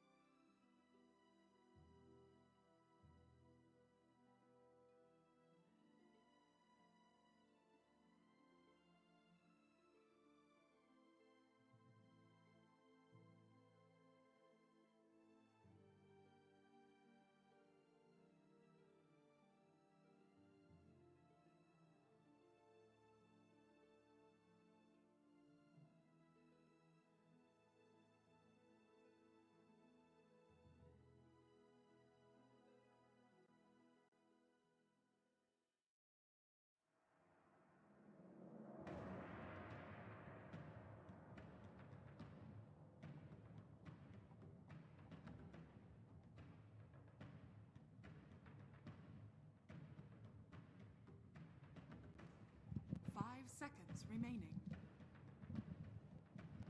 Keen Gaming's turn to ban. TNC Predators turn to ban.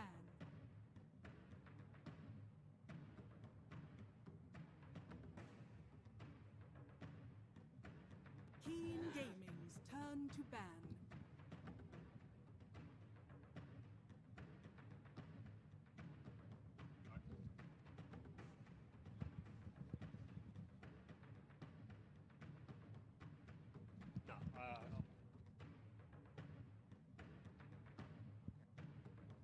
No, I don't need the browser. It's okay without.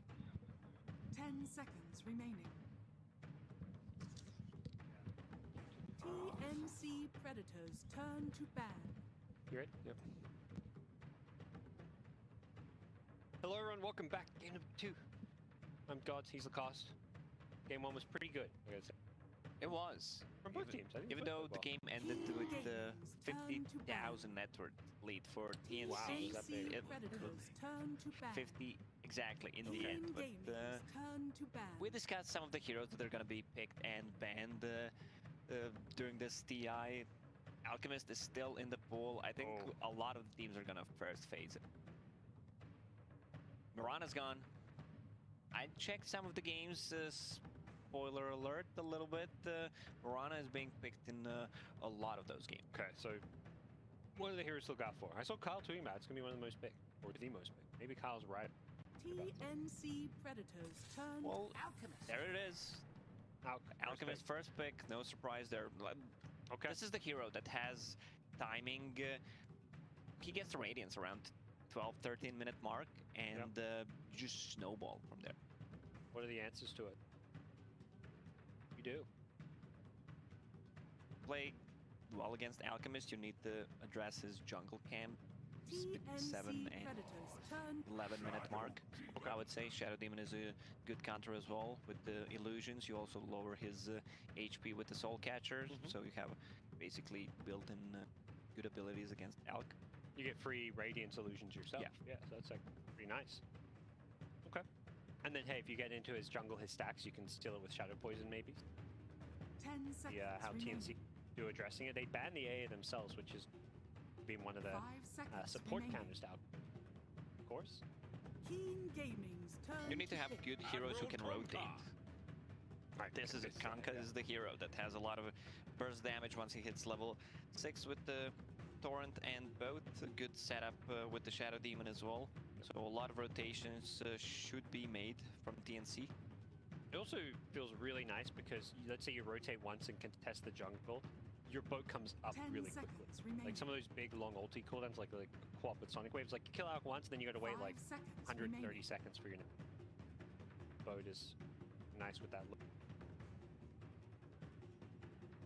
Gaming getting out of their Alchemist. Saves? I mean, the Oracle and Shadow Demon are kind of two big saves for something. One's banned, the other's picked. More limited as far as save goes. What do you think about Alch's 6-pack? 6-pack, that's what we're calling it? It looks like a 1-pack, to be honest. Say, I'm familiar with what Alch's got going on there. You know, let me tell you, he's rocking that beer belly. Big fan. The look I like to sport myself from time to time. So Lina being picked up for Keen Gaming, it could be a mid laner. I mean, this matchup can go both ways.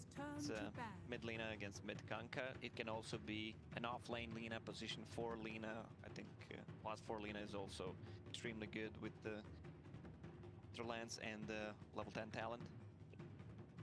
It's that kind of flexible opening. Kind of similar to Shadow Demon, even though you expect Shadow Demon support, does theoretically play as like a 10 seconds remaining. 3, 4, or 5. And Lina, you know, 2, 3, 4, 5 as well. Remaining. Hero. Generally, though, you're not looking to pick up your carry in your mid. Kind of at least one of the soft rules. Yeah. You want to save carries for late. At least one of your 2 carry or mid. Also, it doesn't that Alch is mid. He can play it on the side lane as well. Keen Gaming's turn to ban. Depends on the matchup. TNC Predators turn And that's to something ban. apparently a lot of these alchemists have been in a safe lane. And there's also been, instead of rushing Radiance, there's been Midas Alch. If it's mid alch, I think the best build you can go for is you get 2 bracers, you just tank up, you get some magic resistance on top of it, and 10 seconds Radiance after. remaining. Either phase boots or power treads. 5 seconds remaining. It's like, what's this number? If it was a 4-digit number, 9 was out, I would say your MMR.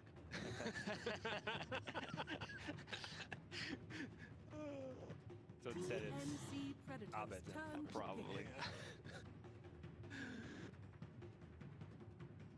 That's where my MMR production guys were coming over trying to fix some things. They're like, "Engine forecaster, what happened when you were immortal?" I'm like, Nah, I just It's didn't rough, yeah. calibrate. like you get old, you get a bit washed up, and here I am. 10 seconds So I don't even get to remaining. be an analytical caster anymore. They're like, "Oh, you're bad at Dota. You're play by play 5 now." seconds that's remaining. that's why they put me with you, Lacoste. You got to say some smart stuff to carry me. Alright. Wait, why did they pair us up then? Keen Someone needs to say Gaming's smart turn stuff. to pick. Shaker. Oh dear. Don't worry, that's why they put us on the D stream. They're like, all right, people will be on the A, B, and C. D, okay. Earthshaker picked up TNC. Whenever there's a TI, Earthshaker always finds a way to get in. 10 seconds remaining. I was watching TrueSight the day before leaving while I was packing stuff. 5 seconds And remaining. half of it, they were just talking about Earthshaker. TI8 Grand Final. Important of a hero he was, and the panel was like undefeated in the Grand Finals until Game 5. Where very key hero last year, and yeah. They need some heroes on side of Keen to create space for Alec. The position 4 who can be active, 5 maybe who can stack, some kind of a save, be good.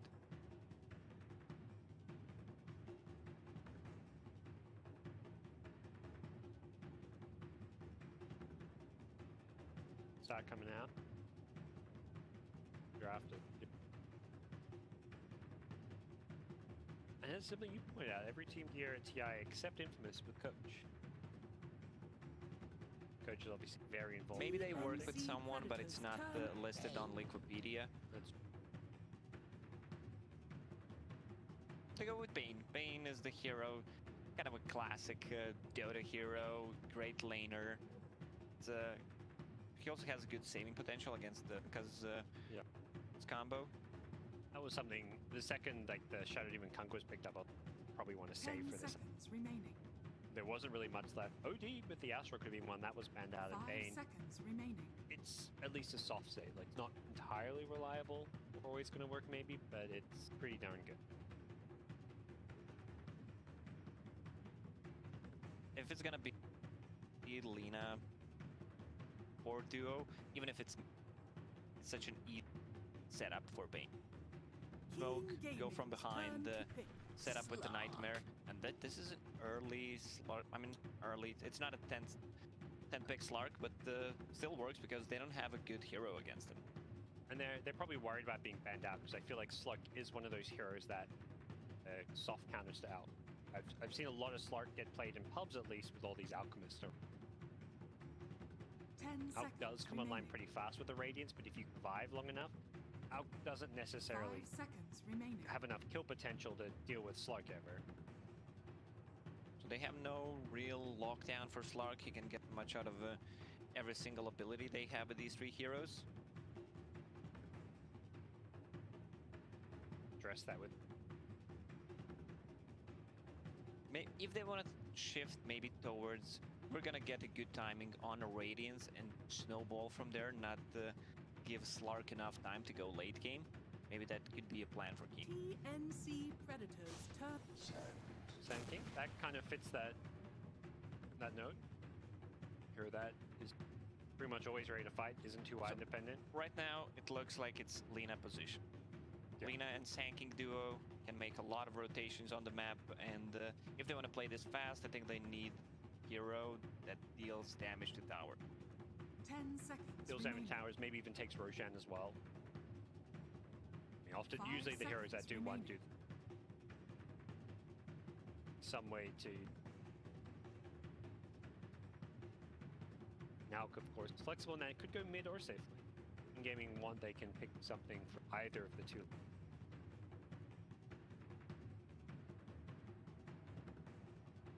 A lot of gaming has, but with Slark, you can get out of pretty much anything. There's the boat to mitigate some of the damage, also Shadow Demon, Disruption.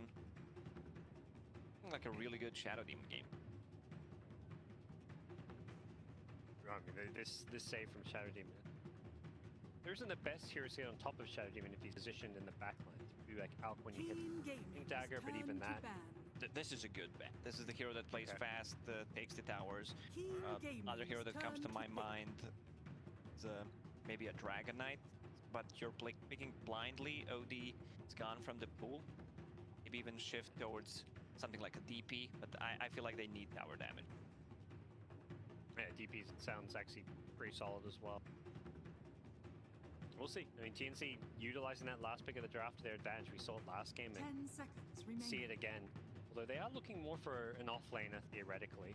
5 seconds Earthshaker remaining. could be played as an offlaner, but Teams' hands. 20 seconds left for King Gaming to make a decision. Figure out what their last hero is going to be. We're probably looking for a mid or a carry. Lina, of course, could go mid lane. I don't love it though, because the catch from Kunkka is just one of those that you're going to probably die quite a bit throughout the mid game. Seconds left TNC Gaming Predators to turn go for. cool. Queen of Pain it is. A lot of burst damage. Gives you a way to blow up the Slark. How do you feel about this? Do you like it? Do you think it pan out for them? It's not an easy co-op game playing into Kunkka X. Kunkka X Mark, that's what I'm thinking. It feels like 10 a really seconds old school. remaining. I'm getting the Dota 1. 648B seconds vibes here. A lot of stuns. The only hero who's missing is pretty much. Yeah, that's what the number 749 patch.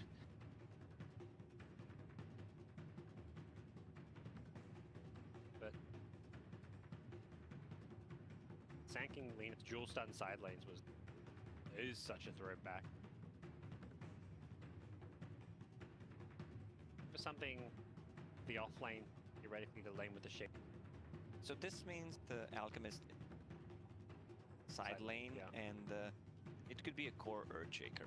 Playing against the melee hero, it's close. Enchant Totem with the TNC Aftershock. Predators turn to pick. And it will be. Yeah. Alright. Rubik paired up for that lane. That's a pretty strong lane, this Rubik Shaker, that can cause some problems. I'm looking at the both lineups. Rubik 10th pick. Not what we. There's a lot of great games. a lot of 10 great spells to seconds steal. remaining. Whenever there's a Sanking, Rubik always. 5 seconds remaining. Tim's on that one. He is quite the playmaker. When you talk about TNC, and if there's one player you want to watch with them, I'd almost always be saying Tim. Flashy four. We saw last game, 4-position Miranda. He was getting a lot of farm, but not just from hitting creeps. He was actively throwing arrows, making kills happen. Be a good game to keep an eye on him. Gabby on the Slack. Armel again on Kunk. He is probably the most well-known Kunk guy, pushing his hero back into like a noise, and has been. I feel like he will go for that spirit. Kunk is the hero that can pretty much build anything. Lately, we've been seeing more of a double bracer into raid build because he's so tanky because of the boat, stays in a fight for a very long time, and the Radiance deals a ton of the damage, but against the Alchemist, it could be really valuable. Makes you, Spirit Vessel itself makes you We saw last game how much health he had with the Spirit Vessel into BKB, and then as well. Very hard to deal with. He needs a BKB. This is his go-to item, probably the second one. There's a lot of spells, a lot of magical damage. Rubik can also go for Spirit. You don't ever really want to go Spirit Vessel as Rubik. You want to get that Aether Lens, Blink Dagger. You want to get the items that allow you to do flashy stuff. Like, if you get told by your team you're getting Spirit Vessel, it's like, okay, I'll get it. You don't want to.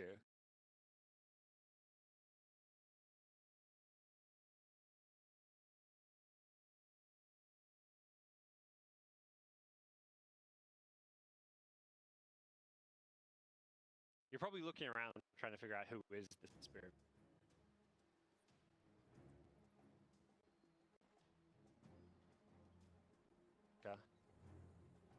Go. Prepare Number for 2, battle. King Gaming defeat in game 1. It was a 15-minute affair. Fairly close game. I mean, it went for a long time, but it was, of course, Arc Warden. So part of that is always going to be Arc Warden games, if you're winning, aren't going to end.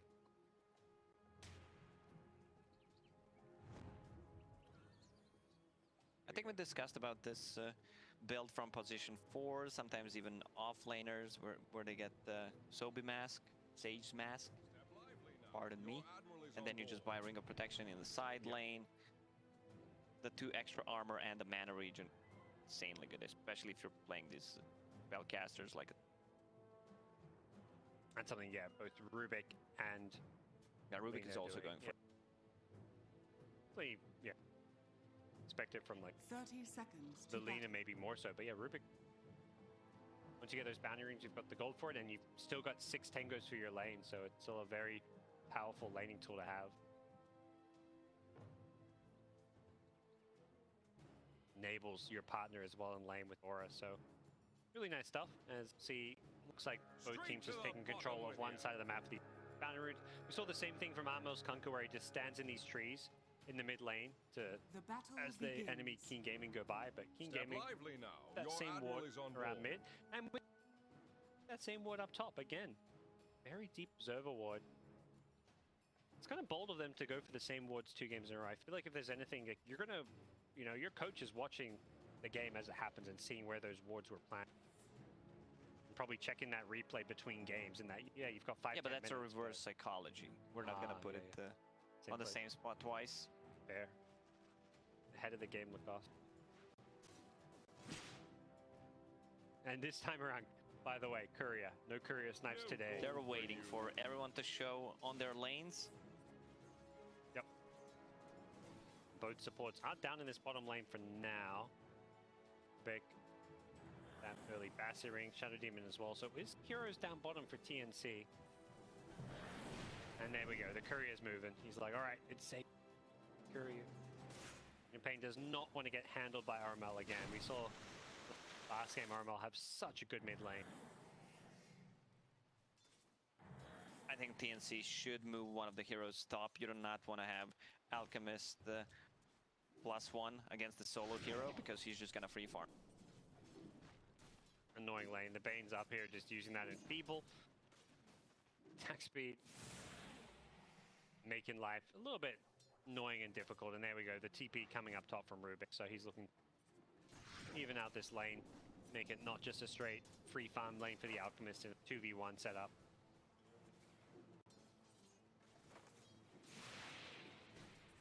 Bane just trading blows with the Rubik here. Has another Enfeeble. Gets the Fissure block off, but with this Enfeeble, Bane may be able to win this right-click battle. He's still just level 1, but he's going to fall away.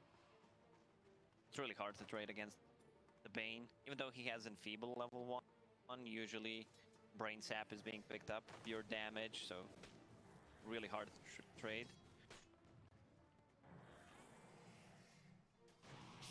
Happily spamming these poisons out. They are going to go in looking for a kill. They've got the pounce. Lena, LSA is there, but not going to save his life, as it is going to be Shadow Demon picking up the first blood. AU. Start.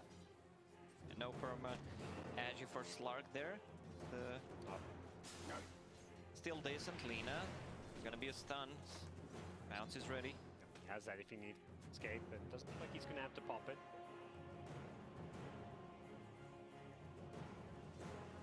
Mid.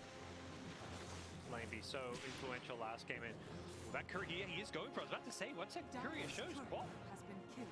Free Courier, not 3 minutes. Yeah, I was thinking about something against this particular matchup. If you get Blink level 1, you usually expect the Queen of Pain to get Shadow Strike, right? So he's gonna use Career aggressively, and then you just blink in and kill it. Yeah. Oh, for sure. I mean, this is not even The level first 1. though. Career usage. Yeah. I mean, that would be a really kind of fun way to play the matchup. Yeah, level 3, you've got to know and expect there's going to be 1 point in Blink there. Just a straight up misplay and miss micro from Armel on the Kunkka. Now he's really running low on region, but there's this ability called X Mark, so he's just gonna TP back, pick up all the region, come with pretty much full mana and HP. One of the strengths of Kunkka as a mid laner, and why we get to see him played there. Back at bottom of the Sand King lane doing some work, but it's top lane where the real fight's going down.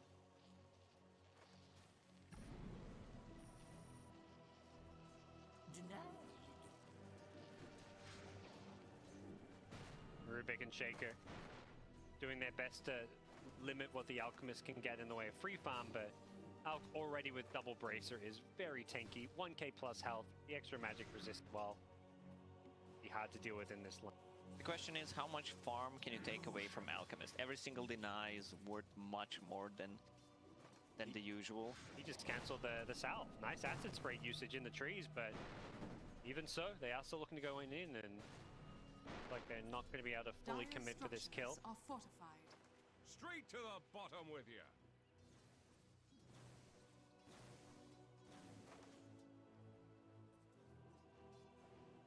Bounty runes coming in 30 seconds. Cuckoo will buy a bottle as well on the secret shop. Dark, really low on HP. Has Mango if he wants to use the brain sap. Doesn't have Nightmare to secure this room with though, and oh, this time around it's Queen of Pain getting the solo kill mid. Straight to The help of that bottom Courier with you. snipe, suddenly he had an edge in this lane and he used all his health and mana, but gonna be very happy getting some revenge for last game where it was Armel solo killing him. Oh, they got 4 bounty runes against Alk. This is actually Ooh. huge. This is how you cripple the hero. Well, really good rune control knowing they're playing against the Alchemist. Back at top, Sparks rotated the Sand King, but doesn't look got anything in the way of detection here. So even though they got that Fissure block off, there's just not a kill they're going to get. And the Slugs TP done up here, so... They're just following the Alk with the Earthshaker. Every single time he gets close, he's gonna use Enchant Totem, get a creep, get a deny if possible. Just slow down the Radiance as Yes. much as possible. That's the plan. Okay. Kunkka is about to hit level 6. With the boat, there's a lot of kill potential. Queen of Pain sitting on 600 HP. I love the build. All Talisman, and he goes for Bracer. Casual Bracer to tank things up, get some extra magical resistance. You kind of know this Kunkka's going to hit level 6 and be looking to kill you, so doing whatever you can to stay alive is... Braces help more than the null there.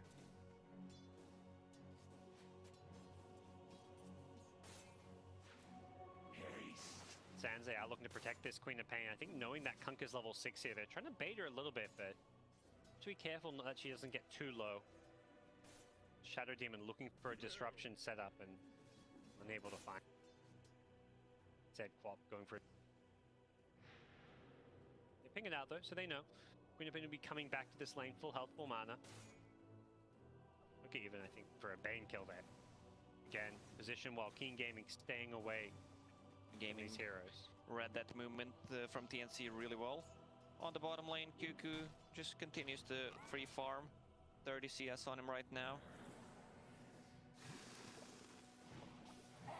Trying to kick the jungle, but he's being found wherever he goes, and some of these stacks he was hoping for are being messed with, and he may even pay the price for this one. They've got the Fissure there to mess with him as well with the Soul Catcher poisons. They've got the kill, Tims. That's a big kill. This is where Alchemist farms a lot, even though there's no stacks in the jungle because they are making a lot of rotations, and lanes were played 2-1-2. They're slowing down this out. The Slug's having a rough time, only level 4, struggling to farm, but worth it to stop this out from free farming. He's the hero that his timings matter more than the Slugs right now. Yeah, Slug can recover. Combo. Yeah. Oh, didn't get the Torrent. He's going to turn with the Sonic Wave. They were not expecting it to go so horribly. They were expecting to see that Torrent hit following up the disruption, but Mel slightly mistiming it. Well, Adam didn't say which combo it was. It was a failed combo. It was just a corpse like that was a successful combo from me. Scream Sonic Wave and a lot of damage up there. And they deal with the Sand King. They've got the Sentry here. Gabby would love to get a kill off of this one. Hits the pounce as well. This is going to be Essence Shift. Gets his kill, and he sure as hell should. Nah, he didn't get it. Rough one. He almost died there. Like, yeah. His Sand King was hitting him instead. Radiant's bottom tower is under attack. Find the kill, so no Essence Shift for you. And oh, hey, speaking of stacks, it's AU. Shadow Demon, 18 CS. This guy is a 5-position player, by the way. And he's level 5. And he has a bottle, so he's spamming a lot of those Shadow Poison. This is the hero that can theoretically make the Alch's life very difficult. Levels and farm, not a bad idea. Very annoying for Sir Alchemist, who's trying to just farm in his jungle here. Having a bit of a rough time, but Bane doing what he can to de-ward, protect this jungle, setting up even observer wards around his jungle. This is the timing when Alch is the... You want to buy a smoke, invade his jungle, play some deep wards, and try to play as aggressive as possible. You don't necessarily need to kill him, but if you have a vision on him and you see that he's not farming, it's still okay. You rotate either both supports or, let's say, a mid laner because Slark's not going to rotate and try to grab a kill on him. Yep. All right, gone in here, Sand King. He got dusted up in his Sandstorm here, and he's going to be X back in. And they give the kill to the Slark. There it is. Gets it. There's one. Can he get another? He would love to keep getting these Essence Shifts. He's gotten 2 now. Off to a really nice start. Back at top though, Tim's will get found up by this Queen of Pain, so there is a little bit of a turnaround here. 2 Essence Shift steals, permanent Agi stolen by the Slark. Back at bottom, Bounty Rune spawning, and it's going to be the Bane trying to contest it, but perhaps paying the price for doing so. Got plenty of damage to bring him down. Say that, yeah, need to make sure they get that last right click off and do so. And also make sure they contest as many of these bounty runes as possible playing against an Alch. It looks like 3 out of 4 picked up by TNC. TNCs play so well around the rune timings, especially since there's Alchemist on the enemy team. I'm wondering what Cuckoo's gonna buy this game. Usually when he was playing Earthshaker, I remember him skipping the Blink Dagger and just going straight for Aghanim Scepter. I think that's gonna be the play once again, because you're not gonna be blinking in against the Radiance, against... Look at all this spell damage. Star Strike, going on the Rubik with the Epicenter. They're going to take him out. Hunka managed to avoid that gank by hiding in the trees, so a lot of Keen Gaming heroes up in this top lane. I talked about the Blink Dagger on Earthshaker. If he wants to go for it as the first item, it's still okay, but getting Aghanim Scepter after is still good. Hype it up, gods. It's a Sonic Wave. Radiant's middle tower. Followed up by a Dragon Slayer. I don't listen to you, Lacoste. I hype up what I want to hype up. You're not my... I'm not your dad, huh? Yeah. You know, I was just about to, and then you told me to hype up. I was like, no, I'm not going to do it. I'm going to pass on that one. Kunku goes down, and things kind of settling here. Bottom tier on tower about to get down to deny range. TNC want to make sure they get this last hit. At the same time, King Gaming are like, I know what you're up to. No way that's going to happen. Dire Tower does go down to Siege Creep, though. They don't get the deny, but they are going to get the Earthshaker kill here with the Fiend's Grip. And it's going to be Joe getting the kill with the Sonic Wave. That's what? Yi? The dash? The mid laner? Double dash. How is Steam? Good rotation, but if they denied the tower there, it would have been extremely valuable. Otherwise, it's not that much. But they're making rotation. Alchemist is farming, getting closer to his relic. Dire's top tower is under Definitely attack. not quite the Radiant's timing you Radiant's middle typically tower is see. The under 12-13 minute mark is, like, I would say the standard timing. The fast timing is like 10-11. Easiest game for Mr. Alchemist, but Bounty Runes and his jungle farm has not gone as well as you'd hope. Initiation, they want to get this Bane kill. Low follow-up is there, has stick charges, but doesn't get a chance to get them off as stolen Fiend's Grip. Tim's is looking for a chance to use this one. He gets Burrow Strike immediately as soon as he casts a two-man LSA as well. Good play from the leader here. They've gotten one kill, they want to get a second here. They already threw the Laguna Blade nice and early. Hunka, he's being bailed up, he's taking so much magic damage, and Yi gets a double kill. Actually, the first one not going his way, but he's dominating. Agony. Pain. Fantastic here. Yeah, Sanking just picked up his Blink Dagger. He even showed it on the top Dire's lane middle tower and is under attack. TP'd mid because TNC wasted so much time on mid trying to grab those kills. I think Tim's was just a little bit too eager to use the Fiend's Grip there, diving past enemy towers to go for that kill, and Gaming more than ready for it. Here is his smoke. They want to make a play. At least with this Blink Dagger, they are looking for kills right now. Speaking of blinks, it is going to be, it looks like a blink pickup from the Shaker. He has it queued up. He's 30 gold away. Perhaps looking to come online a little bit earlier. Like, he sees Sanking's blink and he's like, oh, if I go Acceptor, that's good. I can't farm 2k gold right now. He needs an item right now. Alchemist almost has the Radiance and the Earthshaker. They're gonna buy a smoke and a blink.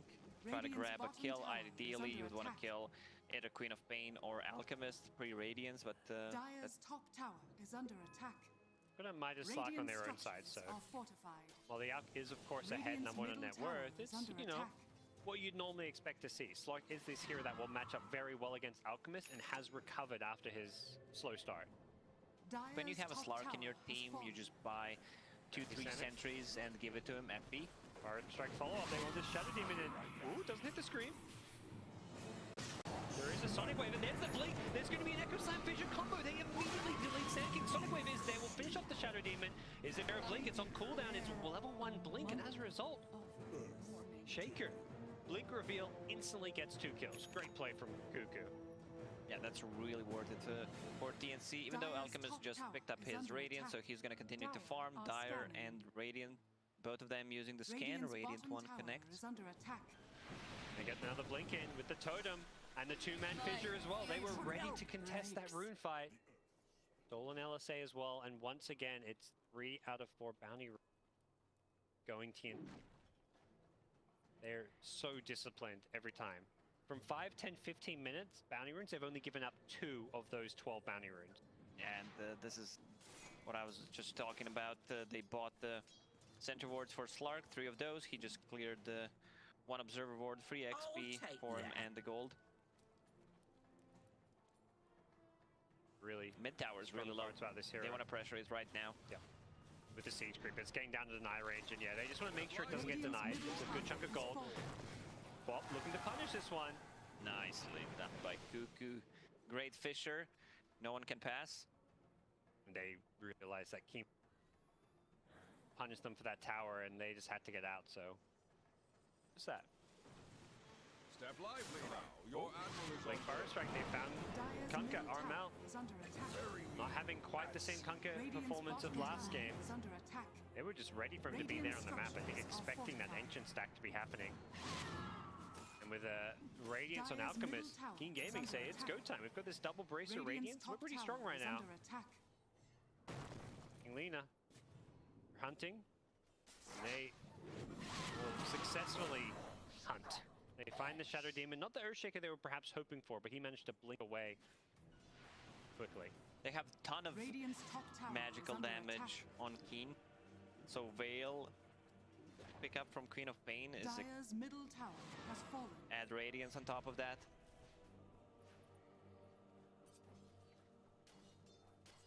TNC, I think you're just kind of not looking to fight here. The Fusel on Slack may give them a bit of a better timing fight around, but they also need Armel to hit his first item.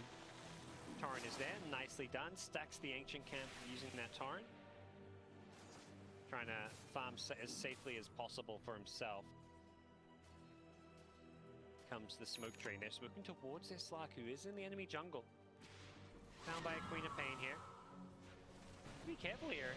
He's going to turn and look to fight here. Pop the ultimate before the first strike came in. But the epicenter's there. The Slark getting very low. There's the Echo Slam as well. The Queen of Pain being kept alive with the defensive sleep. The Fiend's Grip there as well. Can they kill off this one? The Sonic Wave stolen! Oh, TNC turns it around, kills the Queen of Pain with that one. They're still going to get Burrow struck up, and Armel showing up with a boat. That's going to mitigate some damage while killing the Sand King. 2 for 2 so far. As Bane, Nightmare is perhaps looking to set things up for an Alchemist stun. They've got the Conquer with the Radiance damage as well. Slark in all sorts of trouble if he doesn't find a leap out. He's going to get himself down to the low ground. He needs to run away. Oh, Lina almost gets him. She's level 11. With that cast range talent and the Interlance, you can stun from downtown. You're going to actually stun from fog. They're not going to even fight in the end. Queen of Pain was greedy there. I think if we see the replay, she's going to be able to blink out. Also had the Regen Rune the bottle, so she could reset, but nicely done by Rubik. The stolen Sonic Wave. A lot of great plays there. Bane also saved Queen of Pain with the good Nightmare. If you check the Bane's skill build, 4 points in Nightmare, he realizes he lowered the cooldown on it and use it more. Brain Sap is not that valuable, so I expect him to max Enfeeble. You know, down bottom, hit by a Totem, the Fissure follow. They don't quite hit guns though. Follow-up Totem wasn't there, and see Shaker now queuing up the Aghanim Scepter. Cuckoo's been really big on this Earthshaker though. Some of these Echo Slams and he's had 2 since getting this Blink Dagger, and they've both been fantastic. It's like Slark, he's trying to figure out where this Observer Ward is. He has a very good idea where it's been planted. It's a fresh one, and he doesn't want to go dewarding it right now. Doesn't feel safe there. I think TNC realized that their jungle's being invaded and will just play keep away. Drawing on a minimap. The classic switcher through. We also have 2 observer wards enemy side of the map, so they just play the bottom part of it. Dire's top tower is under attack. They're the ones who are is under attack. Really avoid these fights, slow things down a little bit. Alchemist is very scary right now, hitting level 14. He's got Radiance BKB. We've seen a lot more of this like damage build from Alchemist, where he goes for the attack speed, the damage, cleave. All about the Radiance and stun build as much. Dire's top tower has fallen. Blink Dagger, I think Slark realized he'd been spotted there, and Sand King did not want to initiate on a Slark who can just dark pact it off. Gone in, they want to get these bounty runes. They are going to pick up a couple, and this time around it's going to be much more Keen Gaming with a team that's stronger, but they've lost Bane in the backlines here, and unfortunately for them, that does not look good for them, as the boat is going to go flying in, catch the lean as well. Slark wants another kill, he's going to get it. That's 2 kills for the Slark. Can't really have the damage to kill off the Alchemist in the backlines. Queen of Pain still being chain stunned here. Can they actually bring down the Queen of Pain? There's a torrent follow-up, and they've got the kill. The Fiend's Grip on the side. They've taken out Slark though. A lot of damage under the Slark. The epicenter is there. Stolen Sandstorm, not the spell he was perhaps hoping for. It looks like the Alch stun is going to stun himself. Has a Shadow Blade, but there's plenty of detection for this. Fire Strike to start. Acid Spray follow-up. There's an unstable concoction in a couple of seconds, but it doesn't look like they can go chasing for this kill right now. Bane considers going for the high ground, but a defensive fissure will block the chase. TNC losing their Slark, but getting a couple kills in the process. Old 11 did a good job. Sandstorm to zone out the Earthshaker so he can get a good Echo Slam off in that team fight. I'm not a big fan of Money to burn. attack speed talent on level 10 on Alchemist, because you could see that he could have stunned multiple times in the previous fight. Even if you go for this kind of a damage cleave build, cleave is really situational. If you're playing against some illusion heroes like a Phantom Lancer, I assume it's better, but cleave in this particular match, it's not gonna get there. Called the Sand King. X-Torrent is there. He blinks away though. Got to be so precise with that X pullback to hit the turret as you pull it back, and he gave Sand King a window to double blink damage away. out. Whoa. This is a new era of Alchemist builds. No longer about this Manta split pushing off the Marine Core and whatnot. Alch's a carry. He's a true carry now. Just give Moonshard to Bane. He also had attack speed, talent. Yeah, I think we now understand why you haven't played a TI since TI2 Lacoste. Well, here comes TNC. They've got charging in. They picked up the Sankey, got too aggressive, and Bane is also big time. Nice load though is going to help mitigate any of the follow-up damage here, and they may be able to get the Queen of Pain. There's a stun follow-up to the disruption, and Queen of Pain dies once. Can they kill her a second time? I don't think they realize there's an Aegis. They've got an Echo Slam if they need to use it. They don't. There's a Torrent, there's a Totem, and they burst down the quad. Bye-bye Aegis. That did not last long at all, and TNC immediately punish King Game. That was a fight without Earthshaker even using Echo Slam. So even with the Aegis, I love what TNC is doing. Even in the first game, when they were kind of playing from behind, our Corden needed to recover. They're still taking the initiative and playing with other 4 heroes. Radiant's middle tower. You know, there's a few dead. They want to take a fight here. Oh, they're just trapped in these trees. They're both just stuck on top of each other. There's a Yule's on Sanking, but I don't think he can do a whole lot with that. He's completely strapped with a stolen Burrow Strike. Yule Scepter will dodge the boat here. He's going to burrow to the south, but he's dead anyways. He's getting picked apart one by one. TNC is just... These guys are like the kings of brawling. They love to fight. They just killed 5 heroes, counting Aegis. And they're going to take a tier 2 tower. They're... Still have a tier 1 tower on the bottom lane. They killed 6, including the Aegis, because they killed everyone. Top tower has fallen. Or they killed some of them twice, because they killed Sanking mid and then they killed him top again. Oh, Alchemist, he turned off the Radiance before he used the disruption, but he's still gonna go down. Yeah. I remember seeing something with the Radiance disruption. If you spam click it like while you're disrupted, you can actually turn it off as you come out. There was like I just remember seeing a clip about it on Reddit or something. Illusion. It seemed like a little bit broken that you could... I don't know if you still can or even if these players are aware of it. It's safer to turn it off before. Yeah. Just in case. You don't always get a chance to that. They're gonna go. They're looking to kill off this Shaker. He is a tanky boy though, but not tanky enough as they will be able to burst him down. And well, Sark with the BKB is being Fiend Script up here. Does solve the ultimate when this Fiend Script wears off, so I think Gabby is going to be okay. Bounces away, doesn't get the ultimate off. Defensive disruption will help keep him alive a bit longer here, and they're going to blow him up with the Sonic Wave. Even through the ultimate, they had the AoE damages. Sankin gets fairly low. Will die to the Shadow Poisons. AU is just having such a great game with the Shadow Demon. And TNC, despite getting those... Couldn't even get a BKB off. They had 6 kills in a row and then immediately overcommit and give away a bit themselves. This is what we want to see. We want to see chaos. We want to see a lot of kills, and they're giving it to us. Worthy tribute. High octane. You think this kind of play favors either of these two teams? Right now, it's just a bloodbath, and no one's come out on top yet. Lately, I'm kind of used to seeing TNC being disciplined. I don't want to go back where they were in the middle of the season. Yeah. So, take it slowly. It's only 2,000 network lead for King Gaming at this point, and Alchemist is on the enemy team. There's a saying, if you're not at least 10,000 ahead with the Alch on your team, you're not ahead. Just made it up. It sounds like you're just quoting yourself. Yeah. Refer to quotes of yourself in the past, and suddenly they'll... It's like, see, after that little flub, they're just slowing things down a bit. I mean, they lost Slark Shaker, they lost all their key pieces, and I think they know that was a bit of a mistake of theirs. And their lineup, to me, scales a little bit better.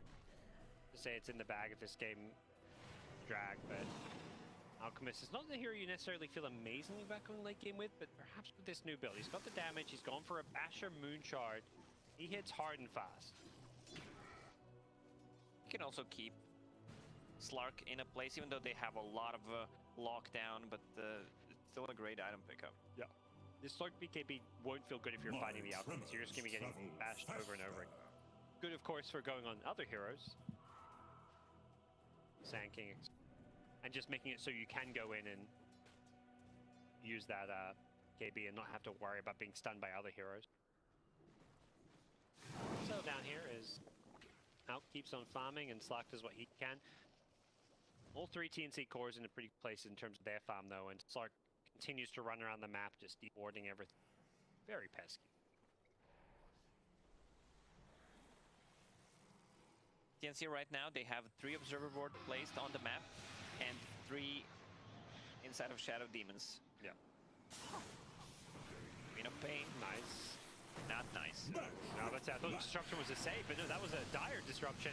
Out goes charging in. He's got this Basher, he's got BKB, he's destroying them. He takes out the Rubik first, wants this Kunkka. Shadow Blade away, where's the detection?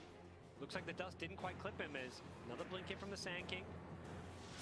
Sand King gonna go looking for this one. He hits the Burrow Strike, but he doesn't catch the Slack here. Slack's on charging himself with a BKB. There's gonna be a stolen Burrow Strike from Tim's. That helps take down the Sand King, and the Lina LSA does land on the Rubik with the cast rate. The Dragon Slave fall for the Queen of Pain. They're gonna get a 3rd kill. TNC crumbling 1 by 1. King Gaming are just so strong at this stage of the game with this Alchemist. All of that because they try to use stun and the disruption at the same time. So this kind of backfired to them. It's gonna be a free tier 2 tower. Next Roche may respawn in a minute and 30 seconds.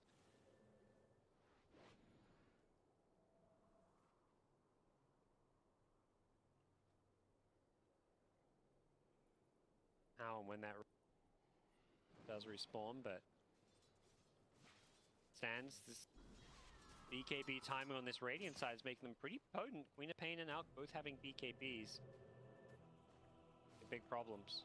Shadow Demon needs to be careful about his positioning because the amount of damage he deals in a team fight with the Soul Catcher is, I mean, it's not a, I'm not sure if it's counted as a damage.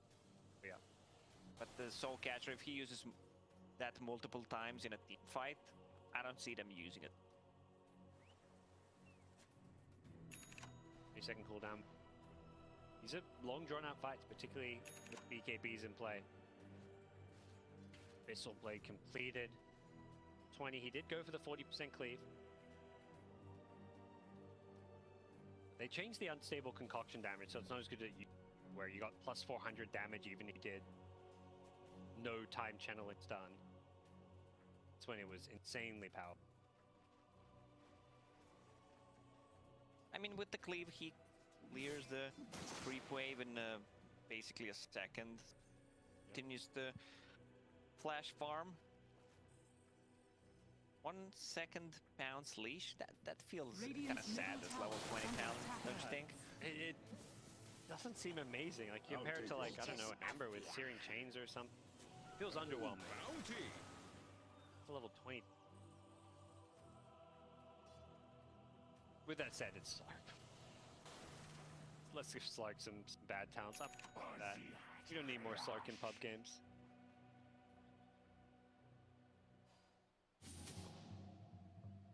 I feel like the big difference from game 1 to game 2 has been Armel's Kunkka. Like game 1, he completely crushed it. He was 10-0 and 9 at one point. Time around, he's been punished a lot more and just hasn't been able to make the same kind of plays that we saw him. Yeah, he's kind of struggling at this game, even though he's 3rd on network chart, has more network than Queen of Pain. I still feel that Queen of Pain is doing so much more. Hoping someone might show up. That smoke.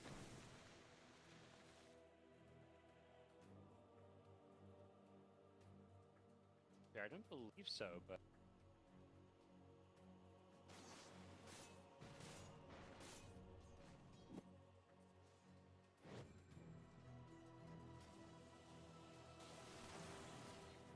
short range blink just to tuck herself trees, and looks like Bia now shows herself in the mid lane with that TP where her team are smoked up to charge forward. Queen of Pain very mobile, can join up at a moment's notice as Roshan has respawned. Both teams will be prioritizing their game plan around Roshan now. Oh, climbing the high ground, sinking, but quick fingers from Rubik, blinks out. Plays blinking. Just takes the Sandstorm for now, making sure he has a spell. Rubik before that didn't have anything. And X-Torrent is there. Are they going to look to take this kill? It looks like that's the plan. The Nightmare save is there. And with the BKB on Slark, he's being fiend scripted up in the trees. The boat takes too long to really cancel, but they still killed the leader. Go for the Bane. On the backlines, it's Alchemist taking out the Rubik immediately. This Alk is such a beefy boy. Pops the BKB, turns to fight the Slark. He forces him to pop the Shadow Dance just to keep himself alive, and instead Alk's going to find a new target. It's the Kunkka. These bashes just coming in one after the other. There's no escape from poor Armel. Echo back in, and what an echo it was with the BKB wearing off. The Sonic Wave's there from Joe, but it's too little too late. It's Cuckoo's Earthshaker winning TNC the fight. And Cuckoo's positioning, they try to focus him down, so he had to go back and re-engage. Also, nice save from Bane to start that fight with. And then a good Fiend's grip, but the team was on a different side of the map, so both of the supports got picked off early on. Well, they're going to go for Roshan. While they do that, we're going to take another look at that fight and exactly what happened. We'll see it again here. You don't really... It's a nice save from Bane, but you don't necessarily want to be using the Nightmare save on a support as well. And the problem is the rest of the team were elsewhere. Like Sand King, his initiation didn't really set kills. Yeah, you can see Earthshaker, he was forced to TP back after getting to half HP by Sand King and Queen of Pain. Also, you're playing against Shadow Strike. I think he popped that Shrine, right? And then he just jumps in with the axe. And there it is. Liker Slam. Cuckoo, he's been a standout player so far as we have ourselves back in the game. TNC smoked up, hunting for blood. They have got themselves an Aegis now. And there's going to be another totem jump in, but there's going to be a turner of the Laguna Blade. They want this Rubik. Rubik pulled back last fight, and Shaku got silenced up. No escape for Cuckoo. The Rubik, that's a dieback. Pop goes blinking with the BKB, and TNC may have overextended the slot. Oh, the Shadow Strike's got to hit both of them. TNC just need to get the hell out of this one, and Slark has Shadow Dance, but need to be careful here. Good, silences him up. He'll be wearing off fairly soon. There is a boat to help him out. It's used defensively as he does pop the Shadow Dance in the end. He's being chain stunned up during it, though. He's in trouble. I think he's just dead here. Does he have a pounce out? Can't get to the low ground. There's going to be a Fiend script mid-pounce. Catches him in place, dead for 90 seconds without buyback. Sand King with a sick blink in front of him just to stop the pounce. And Radiant's top tower is under attack. suddenly 5,000 net worth lead for Keen Gaming. It's such a back and forth roller coaster game. We saw it earlier and we're seeing it again now. TNC get a couple kills in a row, win a fight, and then go charging down the enemy side of the map and get punished for it. This time had an Aegis and everything, but it just... Dire's middle tower is under attack.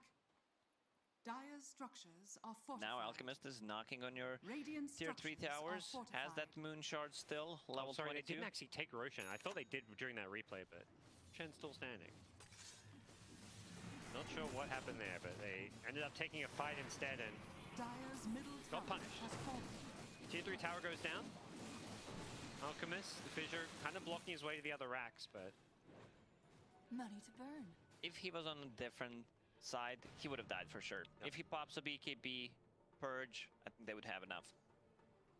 I guess that's one of the downsides for TNC with their draft is they just don't have damage to kill Roshan. Unless Slark has a lot of Essence Shift built up. When they killed 3-4 heroes, they didn't have the ability to go for Roche. Radiant on the other hand, the Alchemist, they're going for this one, but they may be punished if they're not careful. Seeing on Invis. Here comes Shadow, but Burrow Strike completely whiffs.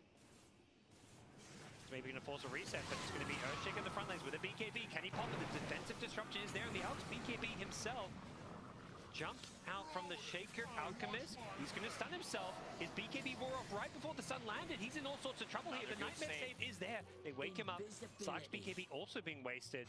Both sides, like, a lot of panic, it feels like. Inefficient BKB use coming out from both Slark and Alchemist. And both teams using their saves so effectively. It's played from Shadow Demon. Glimmer keeps forward with the X just to get a D-ward off. I like how they try to bait the enemy team with the Earthshaker. They know he has a BKB. He jumps in aggressively. There's a Shadow Demon behind you with the Ether Lance, and the disruption, so you don't have to worry.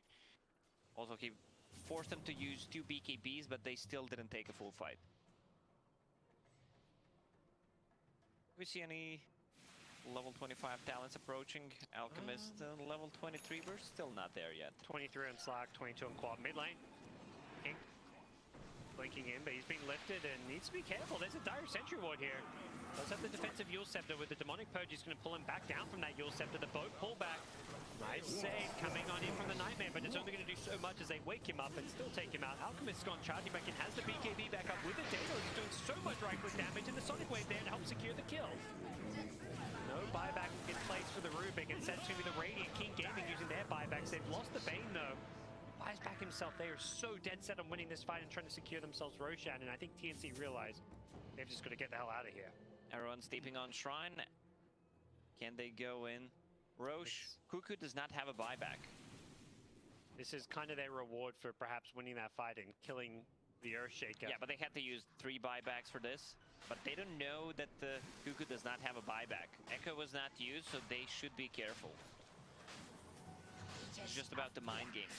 Shadow Demon going in. By the Pyro Strike, Alchemist channeling a stun as well. Offensive disruption is there, making those Alchemist illusions with the... He has the Radiance turned off. Radiant's middle tower. Very is under nicely attack. done.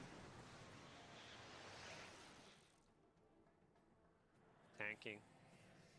Trying to make sure that his team can secure this Roshan. 15 seconds, the Earthshaker respawning soon. TNC, they've almost bought enough time. They're going to get hit by Fire Strike into a 2-man LSA. Laguna Blade there as well, forcing out a BKB from Armel's Conquer, but they've already lost Slack. He just gets chain bash, and there's another bash coming out on the Armel. Dies the BKB. This Alchemist just shredding them with this item build of his. All eyes on Cuckoo. Oh my gosh. Cuckoo, what can he do? His teammates are just falling. They're dropping like flies. They just lost multiple heroes back to back, but this Roshan is so incredibly low. Cuckoo goes flying with the BKB. Doesn't have a good Echo Slam initially. Is he going to go for it? Waiting for the hero to come out of the disruption. Maybe it's the Slack. He needs to back up. Slack just so incredibly low with the BKB. He's just running from the epicenter, and they're just not latching on. He blocks the pounce away. Sand King blinks in. Not sure that's what he was hoping for. Echo Slam was used, but did absolutely nothing. Just did a bit of damage to the Sand King, who's still barely alive. They're going to lose the Shaker again. Boat goes flying. Doesn't catch anyone except Roshan. Oh man, this Roche fight. He's still not dying. Roche is getting, because of all the sandstorms, acid sprays thrown into the Roche pit, Roche is getting out and they can't hit it, so they can't finish him off. Roche is getting in on the action. He's like, what's going on out here, boys? Is this where all the fun's at? Alcazim once again, it's a 5v3, and I think TNC just have to give this one up now. They've already thrown away too much. Several buybacks used. King Gaming, who find themselves better postured because of it all. Yeah, because Sand King used the buyback, and they are relying on his stuns to actually win a team fight. They gave him the Aegis. They're just hiding these BKBs so well. I mean, both teams really, but we're seeing King Gaming just do a slightly better job of it. Ooh, Slack to go for a bounty rune, but thought better of it. Illusion. Coming close to that level 25 on Slack. Who else is almost there? 3 heroes at 24. Bane. Bane has 40% XP talent and a 15. Okay, casual. Getting what, Fiend's Crypt duration, you think, or? Sounds good. He's not gonna get the brain sap damage. It's really hard to position yourself with the position 5 Bane. Scream, Pain, Fear. Basically adding an extra disable to this Pain. This is one of the strongest level 25 talents in the game. So incredibly powerful. An Alchemist, getting the right-click build, goes for the base attack time, of course. No surprises there, so 5's coming online. Slack end up getting Essence Shift duration, so he wants to make sure he has those stacks and gets to keep them. Yeah, it's kind of a no-brainer. Level 25. Here we go. Acceptor. Who's getting the first one? Bottom tower has fallen. A lot of damage output from this Lena now. Bottom tower Cannot underestimate what she brings to the table. If you're someone like a Slack and a BKB, you can get zapped. Now they have a lot of spells that go through BKBs. You have Lena's Laguna, you have Fiend's Grip, you have Sonic Wave.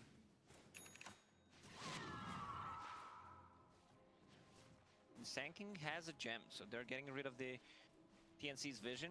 21,000 network lead. They're kind of stuck in the base right now. Yeah, they do not want to leave whatsoever. Largely because of this Aegis, but It's an Aegis on Sanking, which is here you'd maybe expect it to be on, but Dire's top all shrine that is chaos, under it just attack. ended up where it ended up. Yeah, because he bought back in the pre-fight, they gave it to him. Alchemist has enough Haste. To to buy back. Item The slot Queen of limited. Pain is also... Yeah, she also has a buyback at this point. Dire's top shrine. Another has Acceptor coming fallen. out soon. This Alch just continues to farm and continues to redistribute that wealth. It's getting one next. Pain, maybe this. Several fairly decent Acceptors this game. Well, if he's gonna throw in some Aghanim Scepters, maybe Bane will pick up the Brain Sap. Oh, yeah. Lowers the cooldown, cast point, also pierces spell immunity. 1.5 cooldown. That's not a bad idea, maybe, actually. With the Acceptor actually kind of changes that equation, where Brain Sap suddenly does look a whole lot better. We got that one.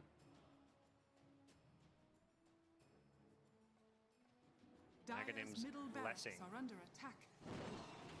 Guy, Alchemist, and all his teammates. 2 Acceptors already delivered as he's going to go charging forward, looking for this melee racks. Go has that Radiance turned on, but so he's toggling it. Yeah, he's doing the trick. This is, you know, this is deserving of some OS frogs in the chat. You disrupt a guy with Radiance on, and his illusions don't have Radiance on. Dire's structures are Doing it fortified. again. Radiance is on, but illusions will have And it off. it's off. Working as intended.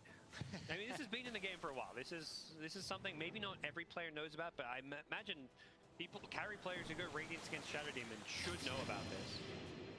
Sanking, not the target you want to overcommit on with the Aegis.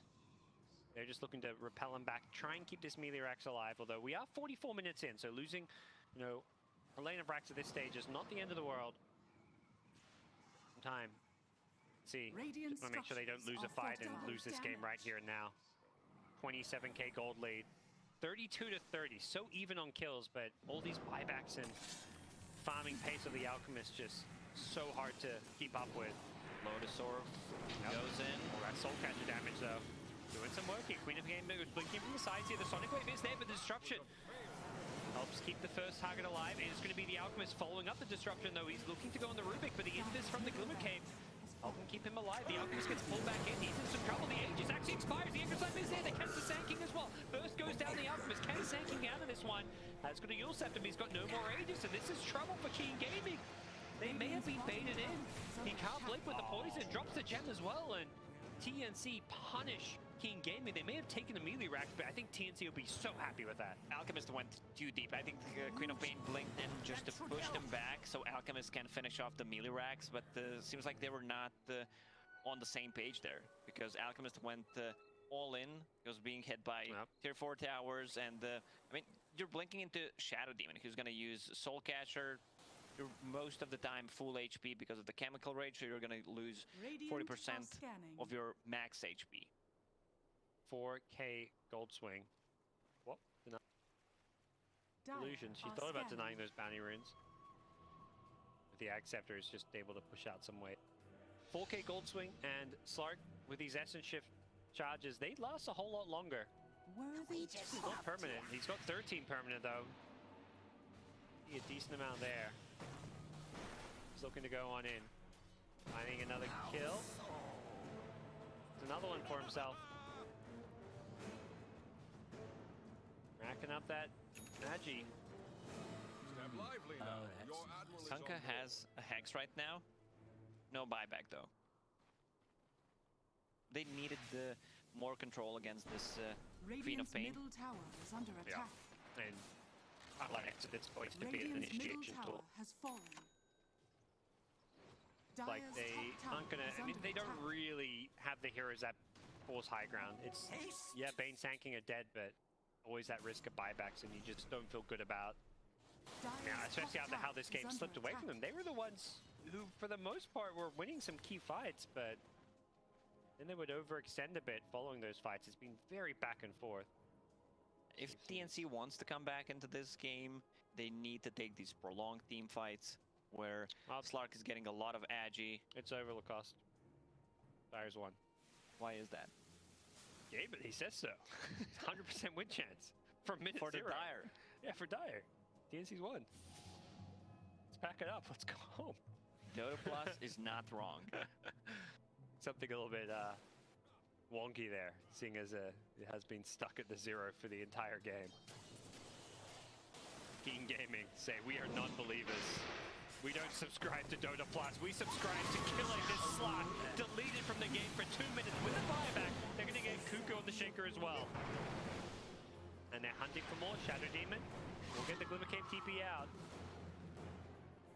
2 big kills. Slark, he has a buyback, but he's gone for almost 2 minutes, so they're just going to rush and try to force it out. A lot of pure damage coming from the heroes. Lina's Laguna Blade, Sonic Wave. Everything's on pretty much low cooldown. 50 seconds on that Laguna. Queen of Pain with the Aghanim Scepter Blessing. 40 seconds. Instead of getting more Ags, he did go for Mjolnir now. More Ags come soon. Did we get any more level 25s recently? Ooh, Shadow Demon is level 25. Charges of Disruption. Although, it seems like using them offensively on Alka is kind of just like close to being a waste at this. Illusion still deal a ton of damage, but right now you can use it offensively and still have one charge to use it defensively. We'll see it here. There's no more Radiance on Alchemist anyways, he actually replaced it.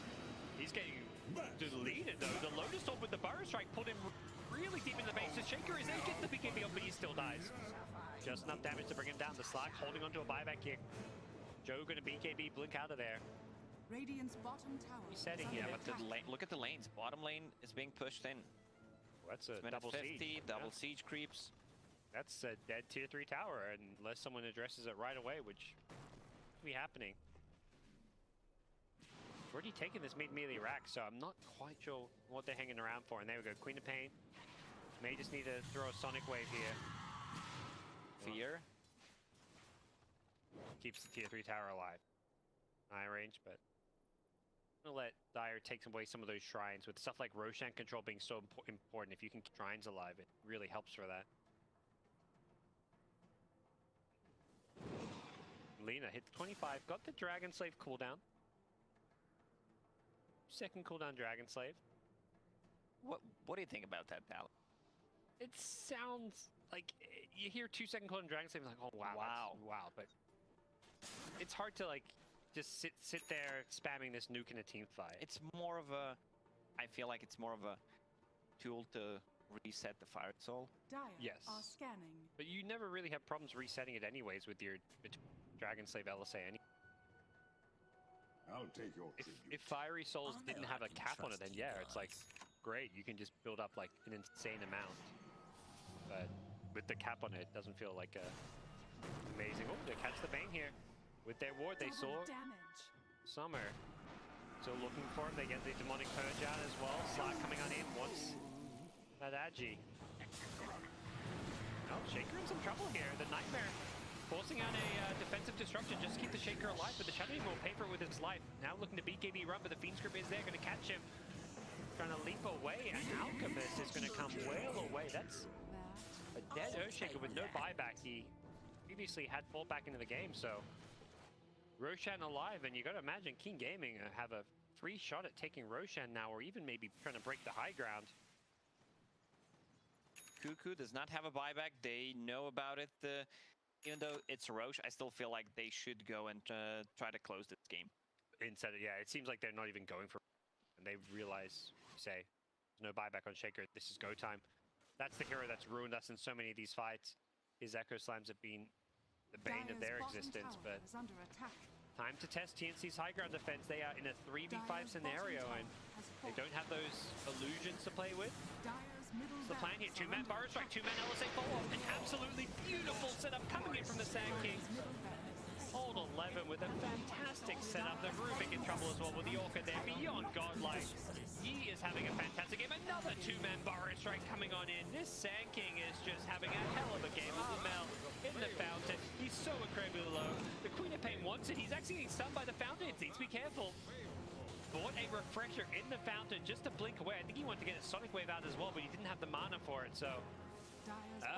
getting a bit ahead of yourselves. Keen Gaming, they need to get out. Sarko's charging forward. Takes out the Alchemist, who does have buyback. How are they going to use this one? The Shadow Dams has been popped. Does need to be a little bit careful, and it does look like Rubik's trying to see what he can do with the Solar Burrow Strike. He's doing some work here. The Epicenter comes on in. They want to take out Tims. He's getting low. The Glimmer Cape is there, though. The Slark starting to build up some agi here. You'll be so careful as this fight drags on. The Slark is getting scarier and scarier. But it's a Fiend's Grip. It's on the Kunkka, not the Slark. It's still a big kill nonetheless. 2 minutes on the sidelines. And Alchemist, Sand King, they're buying back. They smell blood. They smell GG. They want to end this one. They realize that Kunkka nor Rubik have a buyback at this point. They want to end Shaker. it. Slark bought back. Bought a refresher. He may pop this just for the Shadow Dance. He's waiting to see if he needs to use it now. 18 seconds before he is Shadow Dance. Will he need to pop it? 12 seconds here. With the Shadow Demon, they're buying some time here. He's going to have double ultimate soon. The Fear is in, the Blink Echo Slam. They want this Alchemist, the Nightmare Sid is there. The lean under the tower, the Fissure there as well, blinking in with the Totem. He got taken out the X, that's a dive back. And Slark's on charging as well, has the bash, goes on the bait. This is looking so good for TNC for now. They've kept their drone alive. They're still causing problems here. The Refresher is there. Slark has another ultimate if he needs it. Can he get it off? He's being stunned up. He's chain stunned. He can't get off. The defensive disruption is there. Is there a refresher? Pop the ultimate. He gets it off. He's still alive. The LSA. He BKBs as well. They killed the Dark. Oh my They're God, still so big, chasing so Cuckoo. there. He's in. Sanking, snatching the gem right in front of him. They've held Lacoste. What is going on? I think this one's on Keen Gaming trying to dive the fountain. Yeah, diving the fountain and then buying a refresher just in the enemy fountain. Style points. If you told me one team was going to do that out of these two teams, you'd say I would have guessed right? TNC for sure, yeah. Of course. It's King Gaming. They're the ones with some swag. But you gotta be careful. That swag doesn't lose you Dota games. Can TNC punish it? Doesn't look like they're going to go down the other side of the map. There's still 60 seconds without Alchemist and Bane. At this point, only Shadow Demon has a buyback. Queen of Pain still needs 1,000. Slark's in Roshan. He's been scanned though. They actually know someone was here. Oh, the casual late game solo crest as well for the Slark. I like it. Roshan. Claim slowly. Is there going to be a steal? Sand King. Doesn't have item slots for it. It looks like they may just be giving this one up. Roshan has fallen to the Aegis for battle. Slark. Covering for his lack of buyback, and he's just going to go charging in. He's still got a DD route. He's still got so much agi as well. Looking on forward, the Fissure is there, going to catch up too. Pops the BKB as well. Lena looks like she's in all sorts of trouble. Has Neon this. Blocks all the Echo Slam damage. Slark, though, still doing all sorts of work here on the backlines. Gets the kill in the end. Hunting for more. That's a dieback on the Lena. Does not have a buyback. That's Aegis. Cheese. Who has Cheese? I didn't check. Sell his refresher? He did. He did. I was like, where'd it go? Now he has a full butterfly. Doesn't have boots at this point. That was such a clutch call to buy that refresher. That's like one of those. Just to refresh the BKB and then. Yeah. He was the so close ulti, to dying. So close to dying, exactly. And then refreshed, used the ulti, which pretty much got to full HP. He was dead till Shadow Demon Disruption saved him as well. So many clutch plays. I mean, the Slark with his decision to buy the item, and the Shadow Demon with that play as well. All this extra agi stolen now. Slark is such a beast on the front lines here. Evil causing some problems. They get the Hex out on the Quab. Doesn't look like they're going to commit to this one, and Gapping needs to be careful. He's very low. Another defensive disruption is there. Just helping this Kunkka out. He's going to have to get forced away, and I think TNC may just have to back off and reset. Sanking with level 25 talent. Sandstorm slows and 50% blind. He can't enter. He also has a gem. They are getting rid of any vision, any sentries that they have. That blind is so good against the Slark. He's only got a 5-second BKB. Radiant's top shrine It makes life incredibly difficult.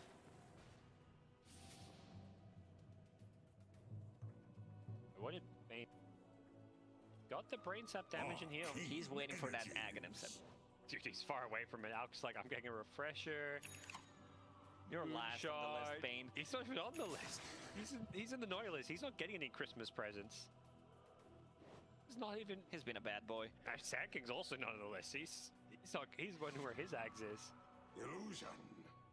But I mean, I don't blame Alchemist wanting to have this. It's kind of that point in the game where refresher to refresher BKB or even your ultimate could make a difference, even if it's just sitting in your backpack. Charging down bottom, they had this ward, they see everything. Oh, this is so good for them, they blink with the totem, but the Alchemist blinks to the high ground first, he saw them as well, he takes out the Shadow Demon. Instantly buying back in, a grip with the Laguna Blade, trying to take out this Shaker in the BKB. Can they kill up Cuckoo? This would be such a big kill for them. Cuckoo is being feared up as well, and it looks like he's going to get the totem out of there as he dies, and Queen of Pain gets the kill. Alchemist, then once again with that buyback. Under the Sand King and chases on. Gabby wants these supports. He's got the Diffusal Blade. You got him. Spain. Yeah, Scepter ready. Not even using it. Alchemist got destroyed by Slark in that team fight. He was so close to using a Shrine. I don't think that would have helped at all, but it was a disaster. Earthshaker still has Echo Slam and Refresher Shard is ready for him. My tremors. Haste Rune on top of it. Yep. The new runes just spawned. There was a different rune on top, Arcane one. Stolen Agi on this Slack. 20 of it permanent and another 60 from Essence Shift. You don't have the size. And he seems having some crazy late games. I don't know if this is going to be a trend for TI or if it's just like this series, but I'm a fan if we're going to get a lot of late game. I'm a fan of late game, yeah, especially since the Aghanim Scepter upgrade was introduced. Roshan giving away free Ags too. It's pretty nice. You run with extra item slots. Here, vision on the high ground. They do spot this ward out. We'll see initiation coming on in.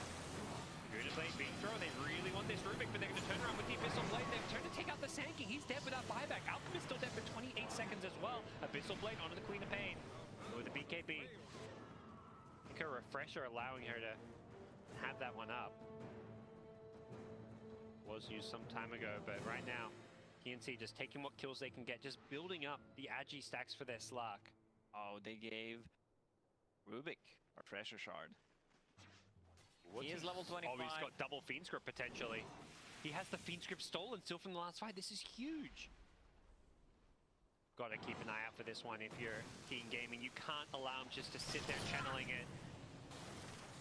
With an Echo Slam as well. That's not the Echo Slam you were hoping for.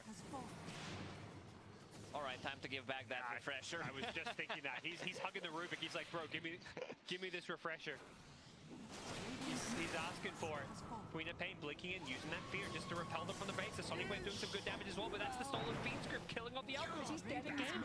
He's just spending the entire late game waiting to respawn. Death after death. Poor Alchemist is just having it rough, and they caught out the Bane as well. May just be a support, but that's a big kill considering all the saves that this Bane brings to the table. Leading the backline for this ball, they're just melting one by one. Keen Gaming have fallen apart here in the late game. That's it, GG's called. Whoa.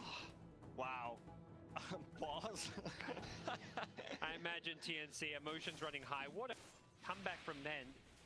I mean, Dota Plus doesn't lie. Told you.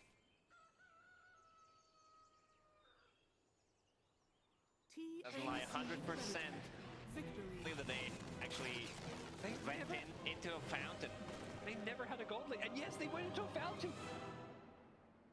They had enough time to actually get the throne, even maybe either the throne or the Mega Creeps. Bit of a throw, maybe you could say. Keen Gaming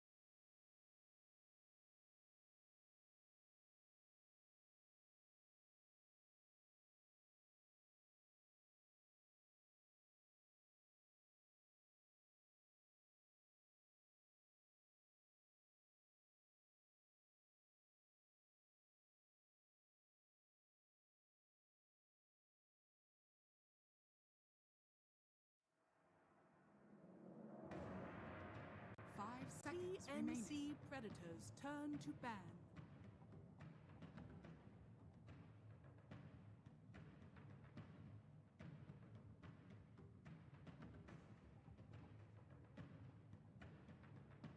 Mineskis turn to ban.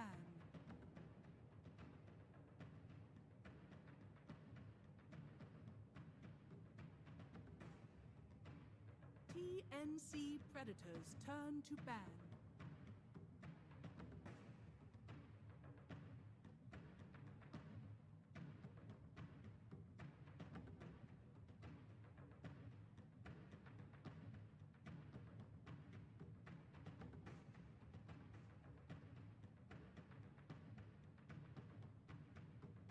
Ten seconds remaining. Mineskis turn to ban. TNC predators turn to ban.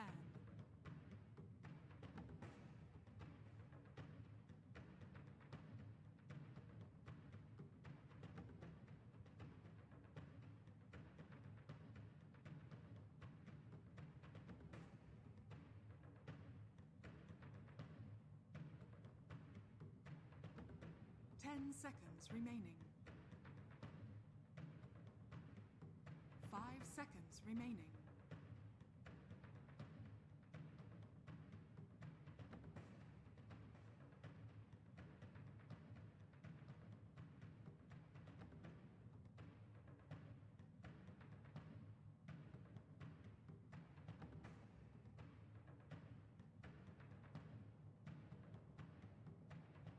Mineskis turn to ban.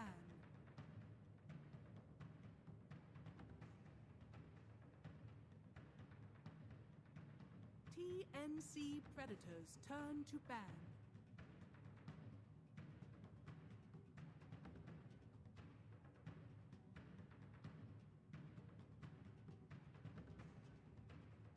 Mineskis turn to ban.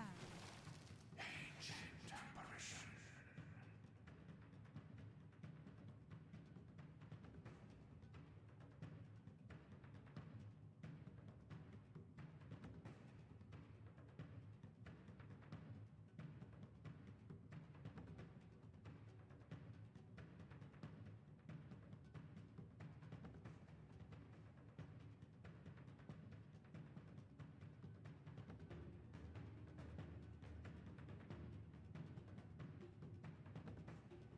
Mineskis turn to pink. Beastmaster. Crystal Maiden.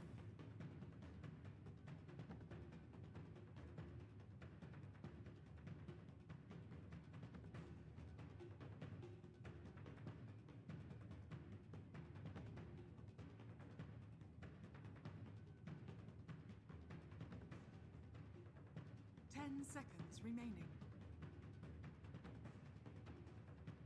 5 seconds remaining.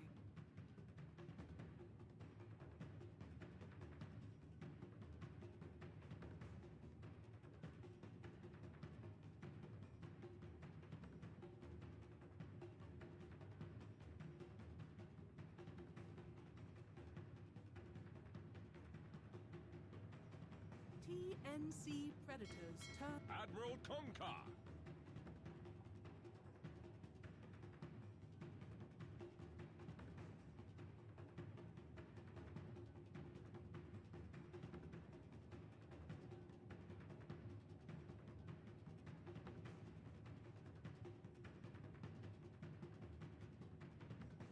Ten seconds remaining. Mineskis turn to ban.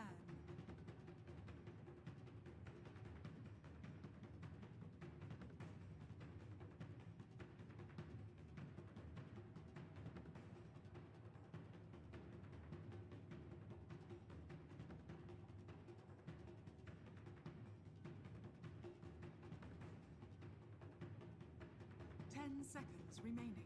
TNC predators turn to ban.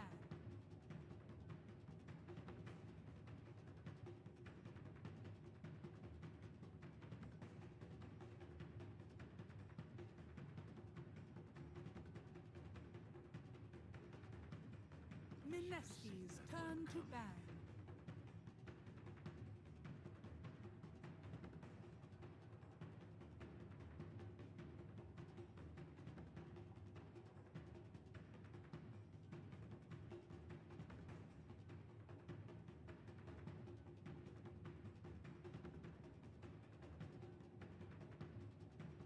10 seconds remaining.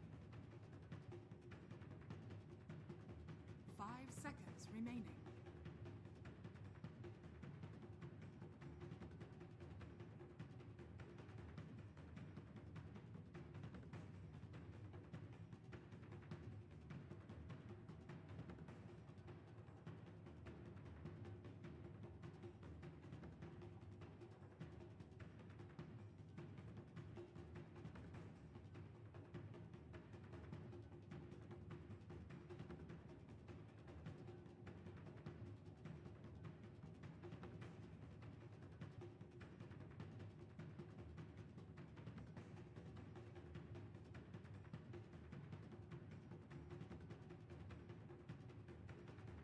Mineski's turn to pick.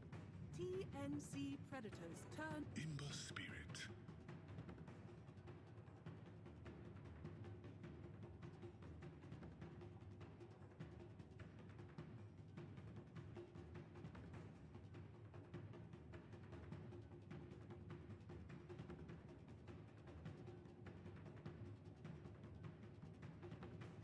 Ten seconds remaining. 5 seconds remaining.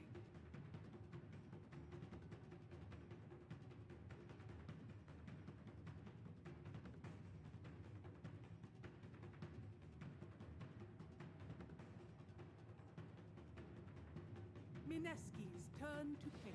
Grimstroke.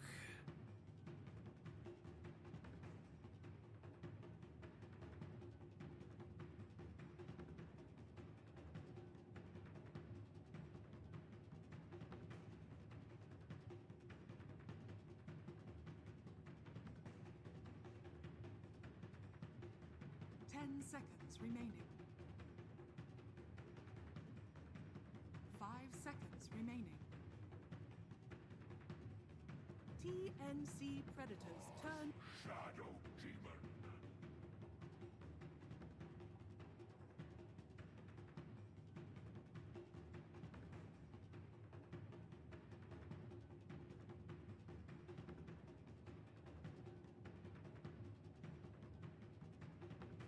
Mineski's turn to ban. Alchemist.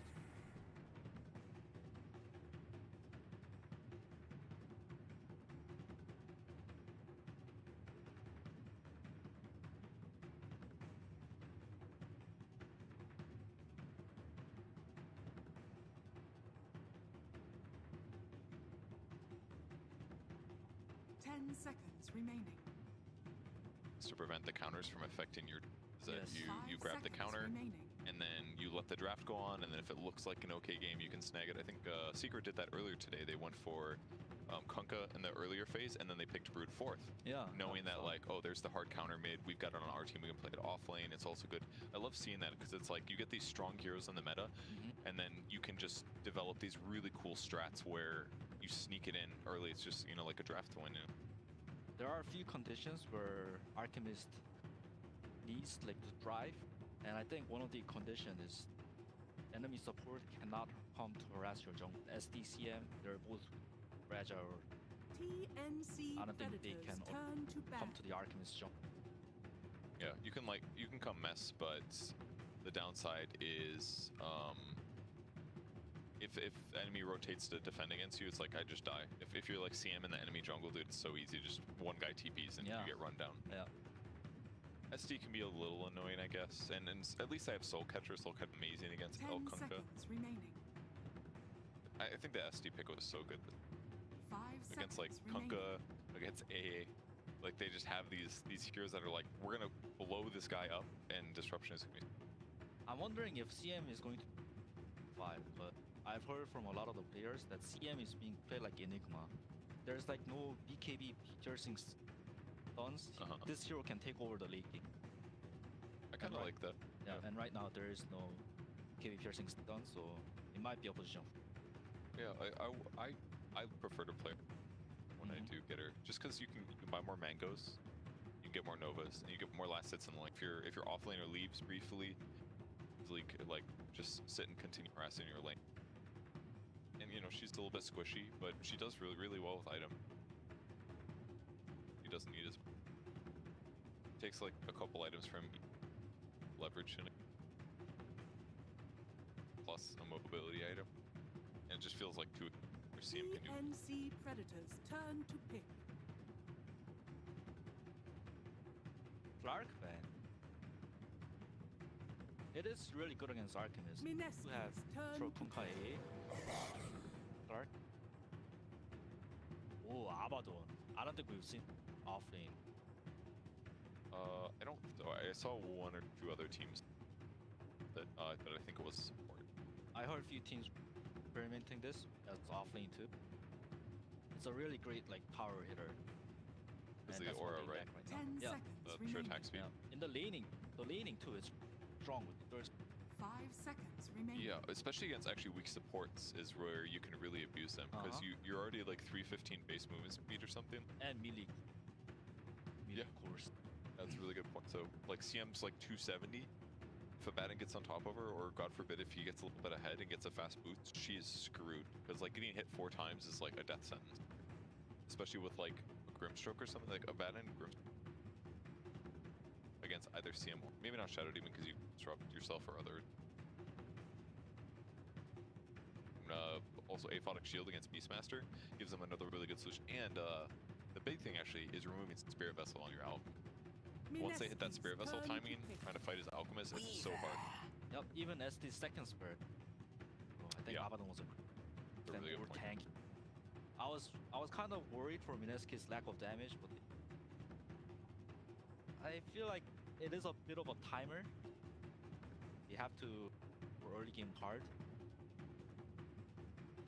I think I like the Weaver a lot though because the disables on TNC are all pretty bursty. He's a anti-burst carry essentially. Time-lapse offsets all that, even 3AA Blast. Mentioned that Cold Feet is going to be avoidable by Sukun Wei. He's also a ranged carry that's highly mobile against melee carries. So once he gets like Diffusal Blade, he can just basically hit the back line, go for the AA, or he can mess with the Kunkka, or he can mess with the Grimstroke. It was actually a fantastic pick. I really liked the last one. But I think both drafted quite well. Yeah. They both have their win condition, but I think Team love how tanky they are and how What do you think what is their win condition? TNCs. What is, like, fine with that? I mean, it's obviously like what they need to do to, but what are they aiming for? Farm an Alchemist and get pickoffs with their ganking heroes? And I have to see their. They're right there, dude. No, Mineski is here. I mean, you said they both have great win conditions. Like, because I was kind of thinking Mineski lacked damage. They picked.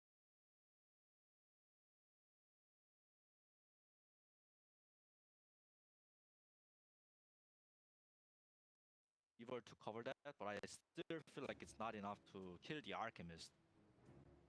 They don't have an Archimist, so I'm kind of. Mineski has to snowball. Prepare You wanna for like battle. 3k up at 10 minutes and snowball all the towers with beast. I think they need a fat beast man. Otherwise, they're not gonna take. Get into their jungle to pressure the Archimist. gotcha. So Beastmaster is. And for TNC, it's like how easy the Archimist time is. 10 minutes. Well, let's see. So if we need Beastmaster to have a good lane, looks like he's gonna be laning against Alk AA. I'd say that's pretty easy, right? Because Alk's not gonna get any damaging skill stuff early. He's just gonna be farming. The other guy's AA, who's gonna harass you a little bit, but probably not. It probably won't be that big of a deal. So KP will be okay here. Yep, I think it's gonna be like a 5-5 lane. 30 seconds. What does that to mean? battle. 5-5. Like flies are happy. Stab lively. At 5 minutes, Beastmaster can pressure this tower heavily. Because should be. It's all about the rune con. Mid matchup covers his them. Like bottle, get runes, stay in the lane longer. Whoever gets runes can help each other like either protect The or battle take out the begins. tower. Save the Archimist tower especially. Because then you can invade his jungle Yes. and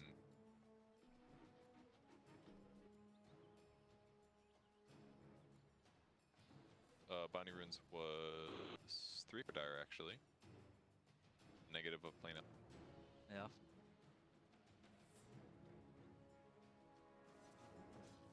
Side there.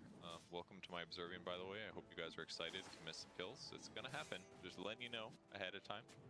But if it does, I will blame Febby because he should be, as a professional player, he should have his eyes on the minimap the whole time. All right, I heard the outfit. So I will blame you. Don't think I won't. Potato starting up. Goes, got a clarity in the backpack. One of the other reasons why this Weaver is range, like Abaddon's not gonna use third spread to. It's against CM and He'll basically never be able to get a four hit of curse on. Just not gonna happen. Both not only Nova but also G to get secure last hits is actually so good. It's almost impossible for a Batten to get those range. Ember off to a good start. 8 last hits here. Per usual, playing very well in the mid lane. very that's great. Very. Slight dodge the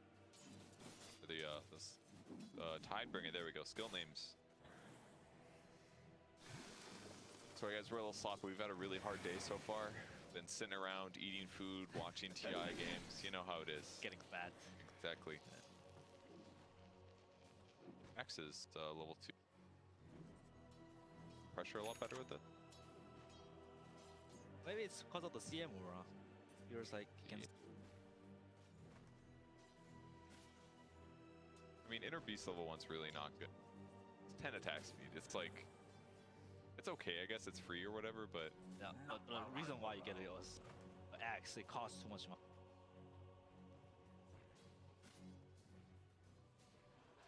Most mid laners know that and there it is. First blood caught it. There's we caught the body. Yeah. Exactly. I told you, man. Body. Why weren't you paying attention? I know you're busy talking. I was but... talking about. Oh, okay. Okay. I'm sorry. Yeah, I'm sure you talk in your Dota games too, but somehow you don't miss. Lots of pulling going on here. Yo, how hard is it to connect pulls these days? It's tough, right? It's tough because of the position 4, right? Position 4 is the 5s. That's power really far away from the. By that, like they're gonna like mess up your pull through or like. And like position 4 versus position 5s, they're usually more stronger. Like in terms of like health and regen and all that stuff. Yes. Caught another one. There he is. 2 out of 2, baby. We caught everything. Level 2 on him. Yeah, that's the issue. So anyways, like that. CM moves.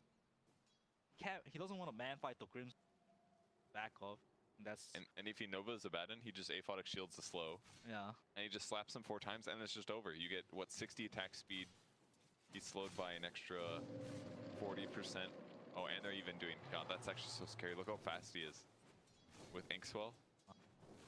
Good luck, man. Well, on the bright side, Raging Potatoes to walk back to lane. Can't die for a while. That is true. We gotta always think right side. Yep. The other bright side is that Ember's last hitting quite well. 24 last hits. See who gets the rune. It's all 50-50 here, and he gets it. Congratulations. This semester, the bottom lane from Mineski is doing very good, I think. The CM aura. Axe level 1, level. And Ninja Boogie getting a bunch of stuff. Or just. Yeah, he's about so far. That's all Alex do. The worst part is he's to be very farmed. Ninja Boogie did a very good job at blocking those Radiant structures are fortified. skirmish fight with Indeed, he worded it. He put a sentry down, he put a new sentry down, now they've counter-worded it again. and now Ninja Boogie can body block it. 5-minute bounty runes are gloves. Where is it? Oh no. And Cuckoo died. Oh, I was there. Yep, I got there. Yep. That was Nico Baby getting killed. Nico Baby go here. Get on here now. Potato just... That's how he gets started. So that is going to be 3 bounty runes once again going. Very good against Elf. Oh, mid. Thank you. Oh, nice. How did that fight develop since we caught most of it? I feel like Armor was a bit cocky there. Felt like he was losing, and then kind of like chance. Oh, once again. I mean, I feel like it's raging potatoes for guy like now. He's dying too easy. But can't you just say it's because he's against the Abaddon though? No excuses. Yeah, it is. It is a hard lane for. If you were in this game playing Crystal Maiden, how many times would you beat this Wait, range? that's raging potato. Yeah. He's 0 and 3. Yeah. I mean, The lane is so hard. Alright, I've actually missed so many kills. I'm just having too much fun talking to you. That's the problem, dude. I'm not bored enough. Oh, is he gonna get a double here? He does get the double. wow, Armor. He's probably gonna die this time though. Oh, another kill. Missed that. It's been good. It's been good. We've missed I caught that SD dying though. So yeah. Welcome. I think you've missed all these kills too though, except for that one in the mid lane. Armel about to die to And neutrals. these games, it's like C versus C, they're too bloody, you know? They're like, let's try for a kill every time they have the option. Oh, they have Arcanist, so why aren't they just stacking and just like farming? You know? Stuff to do, man. He knows that if he doesn't do crazy stuff mid, that the sports will gank. Happen.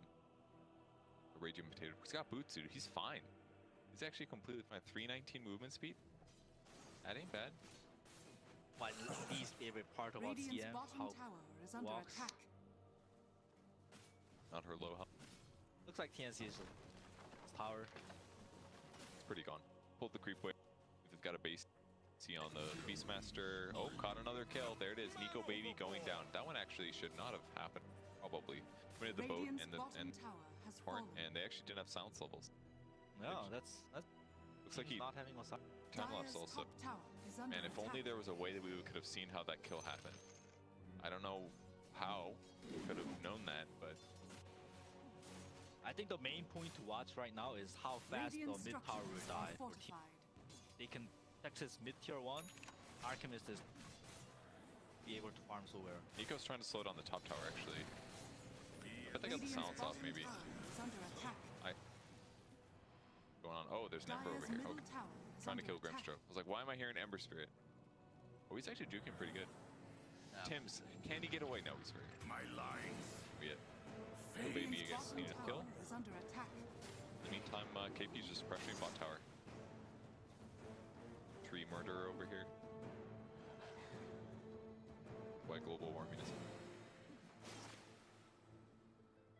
It looks like Mineski is having a good time, but there shouldn't like, too happy. I feel Weaver is too big. A tool So? to teach. Press the Y button for net worth. Yes, he's not doing great. You It's know, all about the mid tier 1. The mid tier 1's down. The Alchemist farm like heavily. so it basically like limit these two camps in the Yeah. in the junk because then it's less safe, right? Already lost his safe lane, so So what Mineski wants to shot bottom and you want to chip it at least. it looks like they're being a little careful. They're waiting for Moon to They need more numbers. get a new. Yeah. I was still playing top lane. FaZe Boots with a Bracer who's got 3 kills under his belts. Great time. Weaver going for a Maelstrom next. Magic damage, some push. Teams is insanely high level. Oh, top lane. It actually feels really good on Number 6, Grimstroke when yes. you're a part of this many kills, because it's like every skill point you get is just a flat damage increase, you know.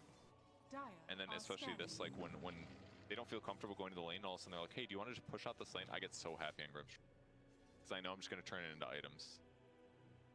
How TNC bounties. Dire's middle tower is under attack. So right now they're grouping up mid. They do have 2 smokes on A.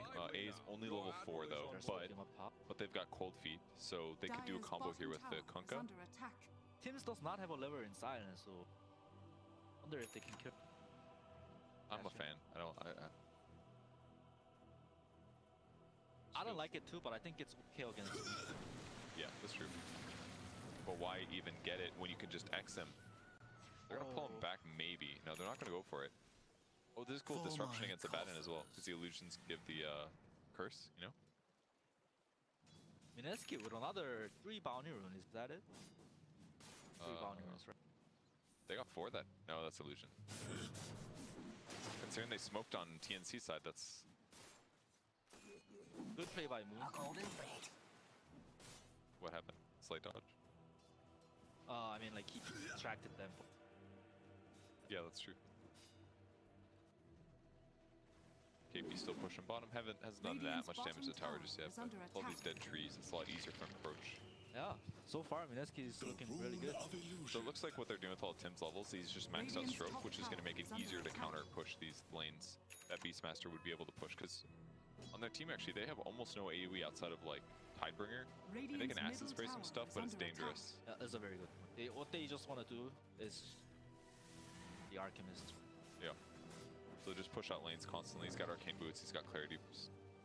He'll be quite farmed. Elk's got 3k in the bank too. It's a tiny bit disappointing how like Mineski doesn't group up to take the mid tower though. I think they could have done it, but they decided to let the 10-minute wait on timing pass. Is it worth it when you have strong laners like Weaver, very good solo laner, Beastmaster, very good solo laner? They could basically just keep these 2 heroes on opposite sides of the map. That opens up pretty much everything in the middle for Ember to take if you want. And then their supports can farm. When they're not on a timer, but I feel like they have to kind of be aware that the Alchemist is... They have to pressure the Alchemist. I think that's how you pressure the Alchemist on the mid. Because Alchemist is, as you can see, is just happily farming. Stacking everything on the tri-camp. The other thing I would counterpoint with is like, how do they even gank him very well? Like, I don't even feel like their heroes are very strong at gank. Gank who, the Alchemist? Yeah, like, because you're saying, okay, pressure the Alchemist in the jungle, but like, you're gonna have to run at least 2 heroes on him. You gank Alchemist by getting the tower Radiant's down. bottom tower has fallen. You have to use the fact that you're playing 5v4. 10 to 15 minutes until he gets Radiance, he's just farm, right? Yeah. So I think that's how you gank him. Put him in the uncomfortable zone. Why is there so many mid? What happened? I don't know. What move a is lot of happy? farm from Nana.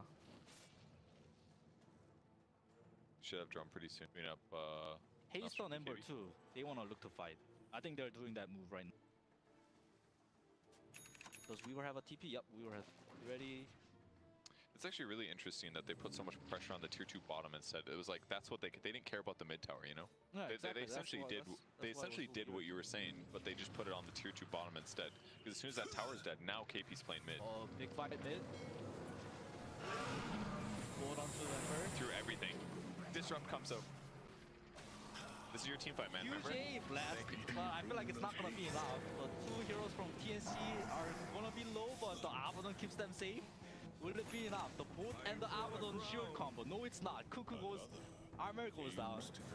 Cuckoo soon to follow with no ulti up. Huge win from Mineski. Wow, that was pretty good. Pretty good for your first play by play. Yeah, not bad, man. We'll let you keep going. You're having fun. They're gonna take this tower down too. Yeah, that was huge. They basically threw everything on Ember Spirit. And then he got disrupted. Yep. And then it was like, okay. And then they kind of stacked their stuns pretty heavy. They threw the roar.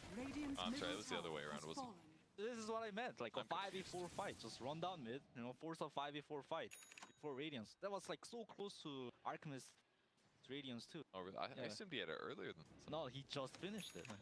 So that's why he wasn't fighting at all. It was perfect for Mineski. They killed 2 cores too. And they got the bot tier 2 tower as well. And in some ways, like killing that bot tier 2, it's kind of easier. The Beastmaster made it easy, right? He cut down all the trees, so they couldn't support DB, they couldn't surprise him. He kept his bird, his hawk on the shrine, so like it was really difficult for them to even contest KP. And then after killing that tower, now all the camps became really difficult to farm down there. In some ways, like just killing the tier 2 so early was also really stabilizing for the Alchemist. Now, like, if he gets a gank down here, they can only TP to Shrine, basically. Or the mid tier 1, which is probably out of position. So it's like, this is actually a really big advantage, too. They are ganking him, but I feel like they have no damage. That's just SD and Weaver.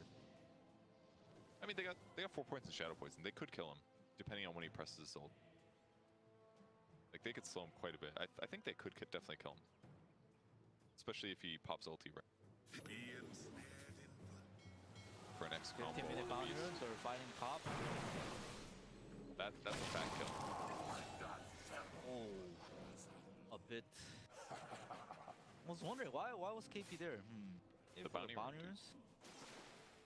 Wanted the gold. He's like, is it better for me to die or for Elk to Did get he at one least less get it? bounty? Yes, he did actually. This'll come in handy. Alright, so worth. Definitely worth. That's when you shout Radiant worth are and scanning. space. Were you all chatting? You're like, it only took 4 of you to kill me, dumbasses. Can we say that word on TI? Yes. Oh, okay. Ding, Fights ding, happening ding. on Raging Potatoes. Wanna be down? Oh, a good disrupt save from Ninja. Ninja Boogie. Is it gonna matter though? Oh no. Moon's coming in. He has a lot of damage. Same bet. Ping, ping, ping, ping, ping. Archivist wants to fight this. It's coming from the rear. Oh, did he just dodge that with... Oh my god, he just ran and dodged Roar, I think. No, wait, no. The Roar was on his team on somebody else. Okay. This is why you should be doing play-by-play. Alright, so now that the team fight happened, what went down there? They basically hard committed for a Crystal Maiden. They delayed her death, and then they turned around and killed a safe lane Kunkka. No, that was their mid. The mid hero. Just a huge win for Mineski. That was weird. What TNC needs to do right now is they need to wait for Archimist hard committing on the first item BKB. Burn is so good, He's dude. getting Spirit Vessel. That's a good way to make your 4, get some value here.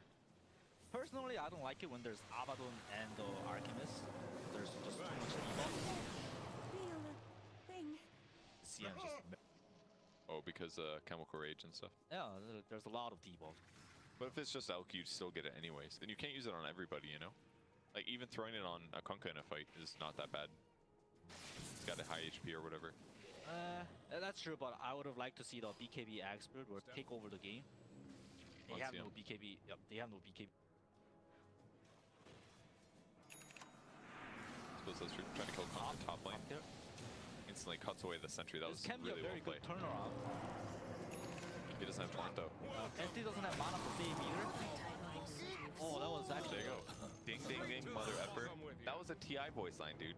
Oh, so the F word is allowed. Yes. I mean, you don't want to be tasteless about it and just like throw it around. Yes. Oh, look at mid. Gab is making plays here. KP's about to feed. Good roar there. You got so much movement speed from that. Holy crap, dude.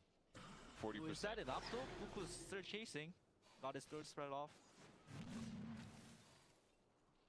He got so slowed by the board. Not the haste. Dire's Okay, middle good. tower is under attack. Oh, at least it's not on Ember. Gabby wants to go big with his 10-second BK. Kind of right-clicking mid tower and then kind of pulled out. Step lively. You got a roar out of it. That's a nice surprise your team. Beastmaster can for sure get a kill. What do you think about Armel's item build this game? Just the fast Shadowblade rush. It's like a old school. Oh, he's in trouble. Sentry catching him. He's got Pope off. Oh, Avalon's coming in. Save too. Still being locked down. Nothing's gonna happen, I think. Just a little bit disengaged here. Just spares. Mineski didn't want a hard commit because we were TP top. They just space. They're probably more happier. Oh, nice. He turned off Radiance before he disrupted too.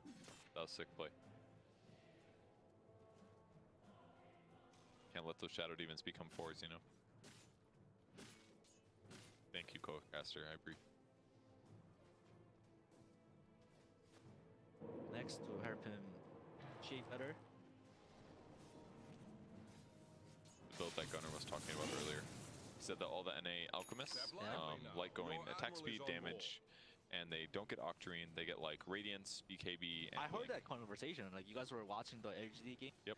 That's weird because like even the Chinese alchemists, they don't go that turn Shiva build. 'Cause They don't it has go. it has an expiration date. They are aware of it.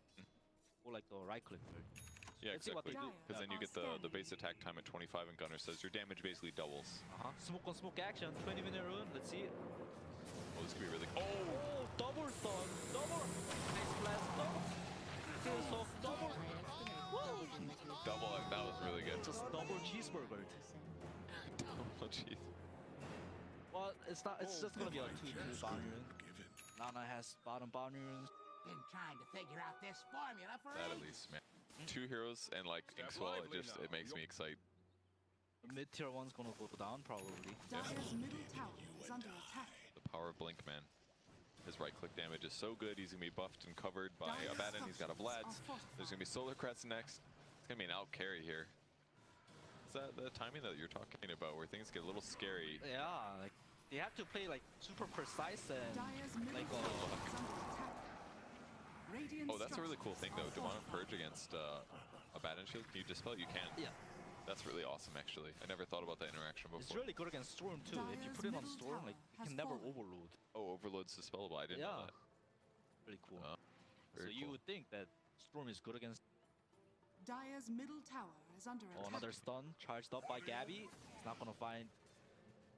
Ooh, that's good.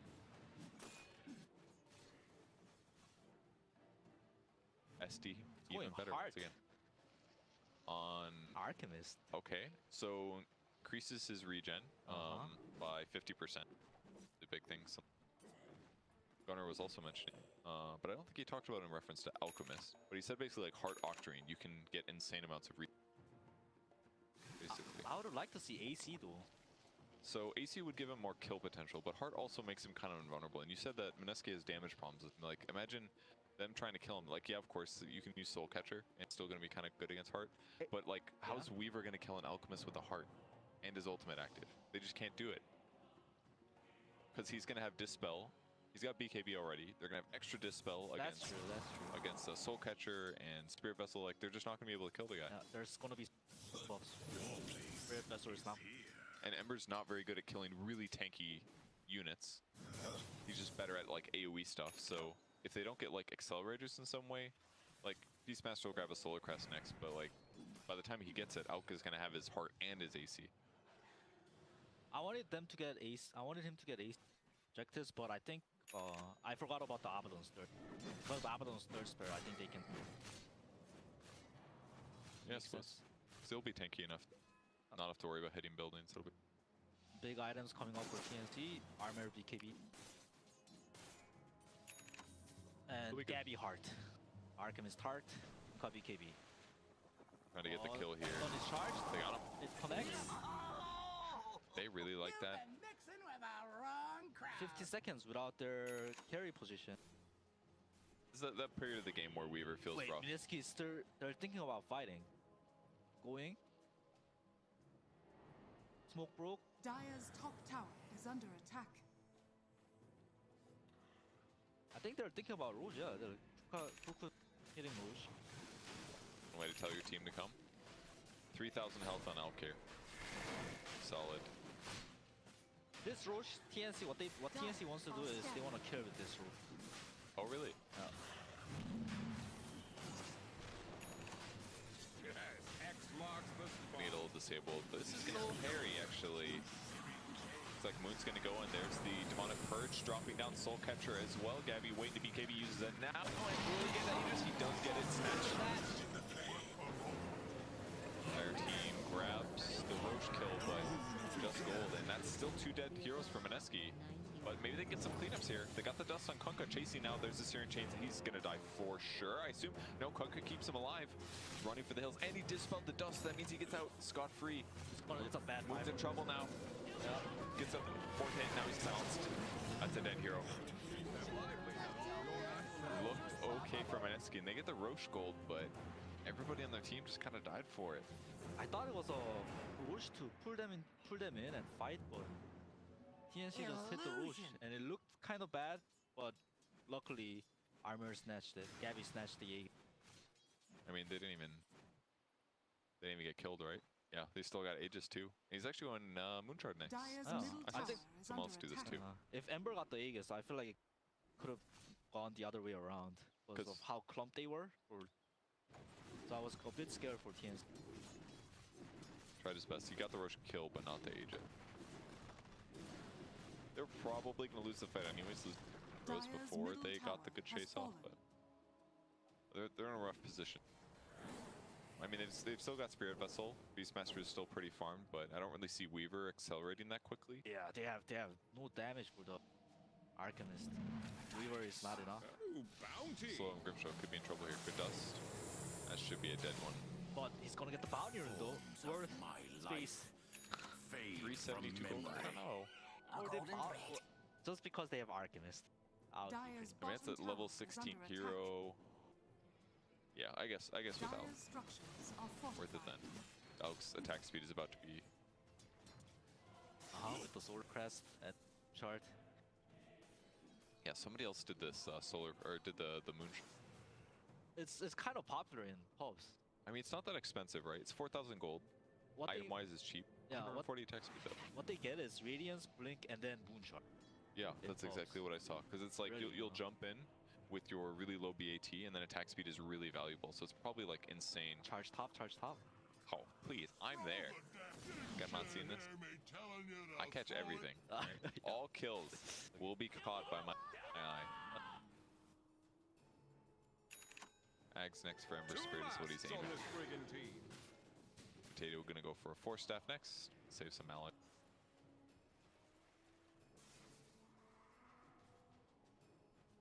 Nico just continues to farm the area of the map. That's a little dangerous. It's kind of one of the nice things about Mineski's draft is both of their cores are a little bit tough to kill. That is true. They are very evasive, but I feel like they're just don't actually kill. Dyer's top tower is under attack. Now there's clapping towers. It looks like TNC is gonna force high ground. I'm stealing last hits from his alchemist. Dyer's That's top actually a tower huge pet has peeve of mine. fallen. You're like about to clear a wave as a core, Yeah. and then like your support's like, meh. KP is in a very good position. Radiant structures are fortified. Armor, flags, everything's fine. Once again, just wants his gold, dude. Soul Catcher being used as disruption as well. It's not really going to do much though. Yeah, the Apothec shield is. They got to kill the illusion, so they're just going to pull the creep wave. Yep. Does kill it. That does buy a couple seconds though. That was a really nice nice move by Ninja Boogie. Delays things. Radiant's Still going to play the bottom jungle, but tower I mean, is they're still under getting so much attack. farm. Oh, I thought they should power. Tries open up. Oh, the tier 3. Yeah, like we have Aegis. Little scary, I guess. Maybe they're afraid to commit pieces down they've been here. winning fights for the past 5 minutes. Pick up the Cleave Town on Alk here. Is the purpose just to farm faster or something? The other talent used to good because from like first second you get that plus. Now it doesn't. A lot of people have Radiant's bottom tower is under attack. to transition into an Alchemist. Oh yeah, and I think something else Gunnar said was that it allows you to not, you can sell Radiance late game if you want a better item. Oh 'cause yes. The Radiance is great and all, but if you're going right click, like there's just better items. You want to scare better with the 40%. So you could still push creep waves and farm fast without needing to keep that item. Yeah, and there's Abyssal is what he's going to pick up. So we did give up on the Moonshark. Mineski has been doing very good split. His axe. You can kind of like see the axe when Ember's 25 though. Before that, like you kind of don't see power, the true power. Go use the BKB here to avoid his own death. I liked how he did. Why? Just stalling TNC time because there's more. He has more time. And he also got to like confirm that there were more there, you know. He spots Alk as a Dyer's result. bottom tower is under I mean, he attack. knows there's no way to kill him, right? Yeah. They'd have to like Ice Blast and right click like Dyer's crazy. bottom tower has fallen. Now he can't necessarily fight, but it kind of looks like Mineski wants to. They've got smoke on Shadow Demon, the troll, and probably smoke up. Yep. They have to fight with good vision and like good terrain though. Vision-wise, it's not terrible. The Hawk's in a pretty good place. They've got bounties in about 30 seconds as they're gearing up for here. See if they can engage. They've got the BKB disadvantage. They're definitely going to be looking for Nico Baby if possible. Raging Potatoes leading with wards. Okay. Wards down and into the Weaver. They also showed a Shadow Poison at the same time. Radiant are scanning. Both teams knows what. Probably knows where they are too. So basically they just moved through the jungle, they put wards down, they were looking for some easy kills, but because they didn't find it, they said, okay, we'll just take the other half, right? Yeah. Right now, TNC is the one that wants to fight. Radiant's middle tower is under attack. Or get ganks. Because ganks are obviously always good if you're behind. Yep. Boss sharing. Oh, you went Blink Shadow. Is under attack. I like Blink on him. Helps you react faster. Ember Spirit was jumping bottom. Yep, just to clear out the creep waves, but he missed two, so now they might go high ground with these. Bottom tower has You fallen. know, Radiant's top tower is under attack. Well, once again, going back to defend. Slap a hero. AC is his. Is that another take Mineski's running at them. This is a very good fight for Mineski. They split him up. Armor is stuck at top. This is the best fight that they'll win. He's running. He'll be there in a while. 10-second BKB. He stunned himself too. BKB's got so much health here. Can TNC get to their shrines? Can. And now they know Armal's about in the area. They're still kind of looking though. I mean, if Moon wants to catch somebody, he's got the option. He's got Dust ready. Does get him. It looks like TNC is just... I'll thread the needle through your eyes. It was very good awareness by Mineski. When they saw Armor top, he just ran straight to the ward that they placed when they were smoked. They just took a fight there. The benefit of split pushing makes you back. I mean, they reacted pretty fast, right? Like, they basically hid in the trees just in case Armal went. As soon as he slapped that creep wave, they... Raging Potato's getting beat. Their team fight's gonna be real. Dire are scanning. Bird.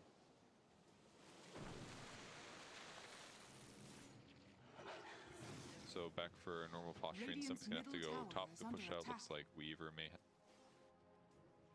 got really good control of the enemy jungle now. On board. So he does have the tri-camp area controlled. Both teams are just waiting for the next rule. 2 minutes for that.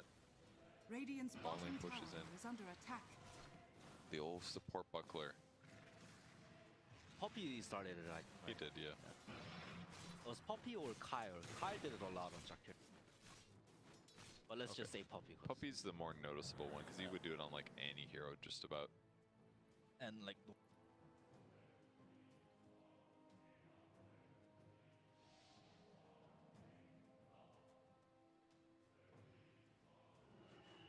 Remember when you used to play Weaver? And basically any hero, you'd only get 1 point in your ultimate.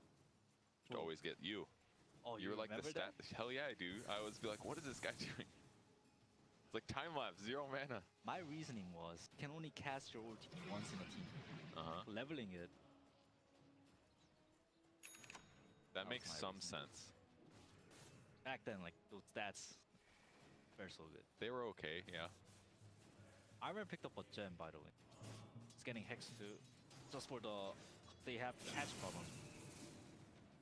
How does the gem help? Oh, it doesn't correlate. Oh, okay, gotcha. I mean, it'll help him at least, like, knowing that as he moves in to catch a hero, that he'll spot sentries. Yeah. Which has happened so far in effect. It hurts him catch Weaver. Oh, they get a catch. Oh, Weaver's not here. Yeah, but he's gone on. He's got BKB. He's not that worried just yet. Just walking back. But he might get a Abyssal stun. God, he's actually healing so much, dude. He's getting 100 bonus health regen from Chemical Rage, and that's increased by 50% because he has a heart. He's taking damage there, and he's still regenning 100 HP per second. It's crazy. Step lively now. I'll say like that was a win for TNC. Ember's BKB. The rune of It's like long duration BKB. And they didn't even use BKB themselves. Yeah, they didn't. They smoked when the Ember's BKB was down. So. Kunkka spots it. This is so good what he's doing. He's literally just using his body to break smokes there. Axes himself, runs Shadow Blade. Middle tower is Spots under enemies. attack. They should be able to see the X on the The ground, Alchemist is stunning. right? Gets him. He has an Abyssal Ice too. Blast. Oh, the disrupt. It's gonna be really close. Yeah. He needs to dodge a lot of damage. Keep throwing remnants. Yep. Keep throwing remnants. Oh, Okay, Alchemist. He's fine. He's fine. 10%. Alchemist. Oh no, he doesn't fight. Dire's courier. That was a really good moment to have an axe, I'm about to say. Look at what KP and Nico's in. Every time there's a fight, they're just like going for the side lanes. We'll take that. Makes sense. That's the name of the game for me. Prevent TNC from getting. A tribute to my house. And the Lotus Orb in case there weren't enough dispels. They're going for Rosh now. That smoke by Mineski was to get an area for the next Rosh. Good play from Armor, they just broke it, so now they don't have any wards down, so it's pretty hard to contest. Makes sense. So why did they rush in for the Roshan? Probably because they saw the enemy's bottoms TP out or something like that? Yeah. So they knew they were in base, therefore if they could Exactly. sprint right in. Okay. Fast learner. Alright, look at this. KP. Is he gonna feed? Oh, he's gonna feed. Gabby's feet, dude. I don't know. Is that one really KP's fault that much? I don't know. I think so. Like, he knew that they rose. Stuck around. I think it was he didn't expect their ward on the. I love this ward spot. This clip one, cut the trees down. That's what spotted him going back. So I don't think he expected them to beeline straight for him. It cost more buyback as a result, which is pretty rough. Dire's structures are fortified. Goodbye tower. My God, he attacks so fast with this moon chart and the solar crest. And the solar crest. Dancing on him. Dire's middle tower is under attack. Tato thinking about finding a plane from the south here. There's a Spirit Vessel, gets debuffed almost instantly. Shadow Demon wants to go in, but it's looking hard. Weaver going for backline. They're looking for support to Ace. Playing so safe back here. Look at AU's position. Perfect. Just for the buff, I think. Gabby still has cheese. Is he going to get it off? It looks like he's going to get it off. So confident, dude. Oh, he died? He didn't get it off. He didn't click it. What happened? He didn't click the cheese. He's saving it for the next game. I mean, I thought he was fine, right? I was like, oh, he's saving his BKB. He's so confident. Yeah, and then he pops like BKB at like 40%, and then he just died. It was like he just instantly dead. Yeah, it looked like a good turnaround fight for TNC too, because Mineski just used all his spurs on the Archimist. He had cheese off. Rune of It was going to look regeneration. good, and then he just... I don't know why he died so quick.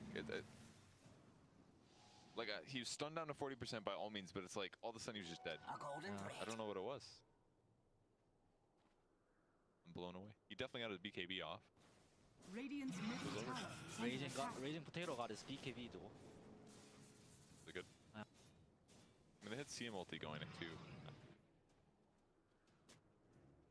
Got blown up. These are like big item timings and talent timings. Nana's gonna have Octarine, he's gonna hit 25 with Axe, he's gonna... CM's gonna have BKB, so he's... That mistake could be quite costly for... Back so Yeah. soon. I mean, they got the top racks at least, but I mean, at this point in the game, Radiant's Yeah, the middle racks tower mean is nothing. under attack. All the like team Radiant's fights. middle tower Oh, he's has going in? fallen. He got the Glimmer off. messed up his Siren Chains there. Torrent, nope. Mid. Queuing up Hex next on Konko should make Elk's life a little bit easier. Huh? And he didn't have to buy back at least. I mean, it was kind of crazy to watch that top fight. It was smart of A to hide all the way in the trees up top. But then it's just like A's by himself, or Elk is just by himself. Like that's one downside to their lineup. They can't. He was in Abaddon though. I just think it was his fault. He didn't. Should have BKB'd earlier. No, he didn't click cheese. Yeah, but it was like he popped BKB. He probably was gonna click cheese, but then he died like instantly. Is what happened, I think. It's like the time between him popping BKB and dying was really short. Like it was like faster than I expected. Maybe it was the same for him. All right, maybe. That was kind of my interpretation. I think too harsh. Like why they're there. All right. Yeah, shit caster, don't you know? Yeah. It's you know, but it's very different playing than watching top down. You know, Yeah, like when you're in the moment, It's very hard. You think you pressed your hotkeys, you didn't. But it feels like you did, and vision and information comes so much faster. You're thinking about pressing hotkeys, so your brain isn't working 100%. When you're sitting back in your chair, eating your chips, all you gotta think about is putting chip to mouth and it's very easy to criticize. Yeah, exactly. With Armor and Tim's Hex pickup, I think it's gonna be a battle of like who initiates on who. Like all these BK. You either have to start first and chain hex them, or they have to like wait out their BKBs. But one good thing for Mineski though is even if they do get Hex, they've still got Force Staff and the Disrupt, yeah. Yes, but it's only one save, and I feel like these heroes are so Radiant's mobile. middle tower was Until under SD attack. hits 25 Oh, that is true. That is true. Yes, in yes. 30 minutes. Yes. He is a This'll position come in 5 SD. So He's got gonna be experience very though. fast. That's true. And you got the move speed talent too. Have you ever tried the +1 Geminate attack on Weaver? Dire's middle tower Gets that. is under I've attack. never seen it. It's really good actually. It does so much Really? damage. It does so much more damage. So would you get it over the movement speed? Sometimes. Oh, Not often, but sometimes. Okay. Because I've never seen you pop up from invis, and you just attack somebody four times. It's crazy. it. Yeah. 4 times, dude. If you get like a Daedalus or something, you just blow up support sometimes. Oh, look at this. Smoke action, armor. Radiant Ninja are Boogie, scanning. great position. Wow. What You see happened? this Ninja Boogie position? I didn't. Oh, on the tree, Breaking yeah, up. yeah. Broke smoke, I yeah. estimate Sentry's down. They go in though. Oh, Weaver's in trouble. Force that back though. He's gonna be able to get time lapse. He does. BKB as well. Fights normal now. Very good for Mineski. But the SDs got caught. They have vision on SD. He just himself. He's fine. Armel being slowed now by the Scotty. Dire's middle Gabby's Oh. watching. Gabby's watching. Oh, the Shrine as well. It's really good. BKB's running out. Now can they stun? No. Very close though. They catch Alchemist now. He's got cheese. We'll see if he uses it. Being chased. Inkswell on him though to protect him. And here comes the ultimate. Gabby in trouble. Cheese gets used. Now being slowed. Spirit Vessel as well. The heal stops for Gabby and he's still alive somehow. Okay, he goes down. A bad end to follow. He's also going to finish up. So Mineski winning a team Oh, fight. wow. They got really unlucky. I saw that whole fight, and the Alchemist blink got cancelled by the Maelstrom prop. Like he was charging it up. He was gonna go for like that double stun because of the Grimstroke ulti, and then bam, he got Maelstrom prop. So he couldn't blink and get the double stun on the high ground. It looked like a really good fight for TNC. Even if he does though, his team's still kind of the left. I feel like I maybe it would have been hard to follow up. But Weaver's ulti was down, and SD, as long as they kill the SD first, they can just roll over them. that's true. So, And it was a pain in the butt to kill SD. They didn't even get him. Yeah. Radiant's Here comes the Hex. Lynx throws the Hex out, but doesn't latch. Hex follow-up. Yep, second Hex now on Weaver. Do they disrupt? It's on cooldown for 2 seconds, but he's fine. Forced after low ground due to the CM, and now they can turn. Going on Armel now. He's got Shadow Blade. He's got BKB. He could just end this here. Roar Black. Alchemist pop back. Mineski's time to back. Did he charge? He did actually. His TB took too long. His allies also teleported here. Raging Potato hiding in trees. Doesn't have ulti for 20 seconds. They find him. No, oh god. No, CM. No. They're happy with this Mineski though. Alright, that was a weird. Oh, he would force himself up to the cliff, I think, and push back. Now Mineski game is pretty easy. So kill the cores who bought back. Alchemist, Abaddon, any of them will do. Not bad. Pretty good for Mineski. Fight recap here. Just gold lost 900 for Alk. How's he ever gonna get 900 gold back? I don't know, man. He's got an Ags. So who's the first Ags this game? Oh, it's easily Abaddon. Yeah. Have you tried it before? No. It's insane, dude. Who they put it on? It looks insane. They didn't put it on Abaddon. They put it on AA. AA's one is very good too. What? AA? I mean, it's only 5 more seconds actually of Scepter. Right. It's actually not as good. It used to be like 7 more seconds. So 5 more seconds. Scanning. Is that it? I thought Grimstroke would be more. Why? So you can get an illusion? Yeah. There's not any good illusions. Weaver hits really hard. He doesn't? He does it? He's got a Mjolnir. Your illusion won't proc that. He's got an MKB. Your illusion won't proc. MKB literally only gives his illusions 10 attack speed. That's it. I don't know. I think it's really good against the staves. Just make a copy of the carry and just put.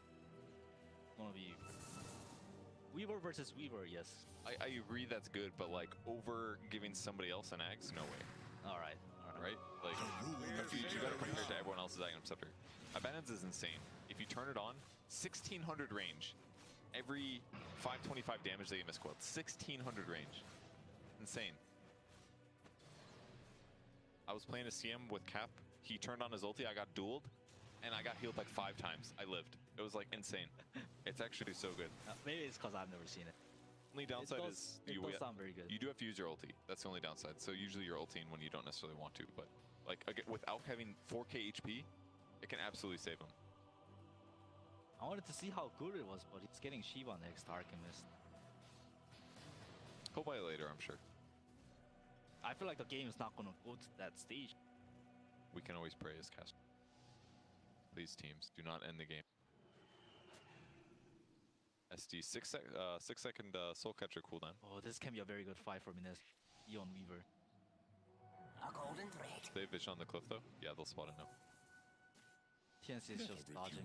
They'll lose the smoke. The quelling it, yeah. The power of the quelling blade, dude. What an OP item. I bet a lot of the teams were sleeping on Mineski, but I've heard ever since they got Mushi as coach, they were telling me how fast they improved. That's awesome.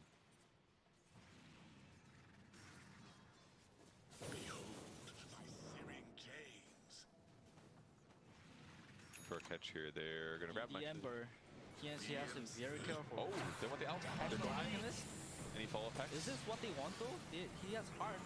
He got ulti. He's pretty slow actually. They could maybe kill him here. Oh, he's quite low.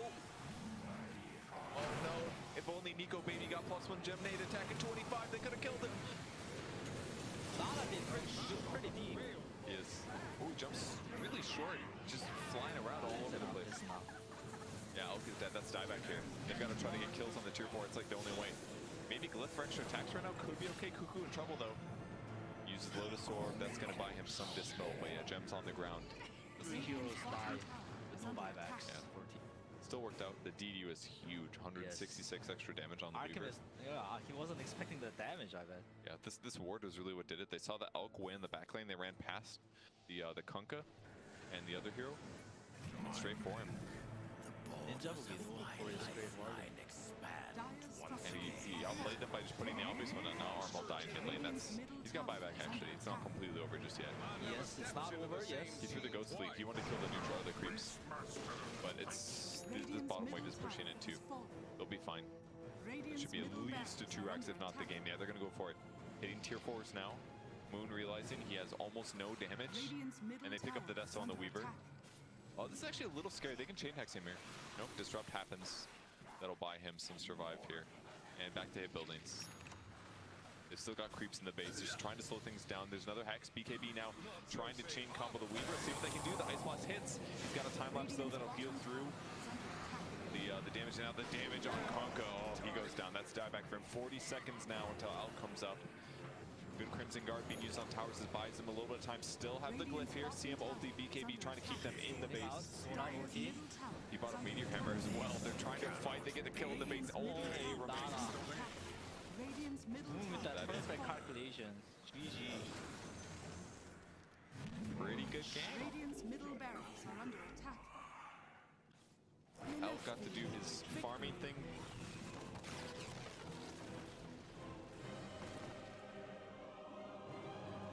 Just kind of outmaneuvering in the mid lane game. Really good match. It's good. Is that what you expected to happen? I mean, you're worried about the Alchemist. I expected the Alchemist to win. I don't. The Mineski did play very good. They split pushed very well with Beastman. But in the end, I felt like they should have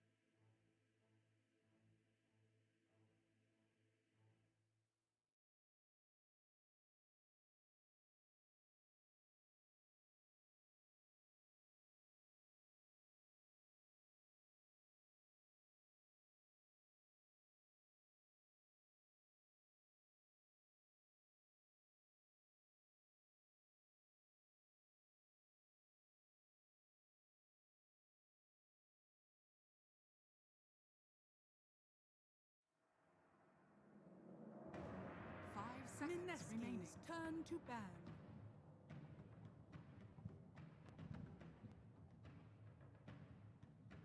TNC Predators turn to ban.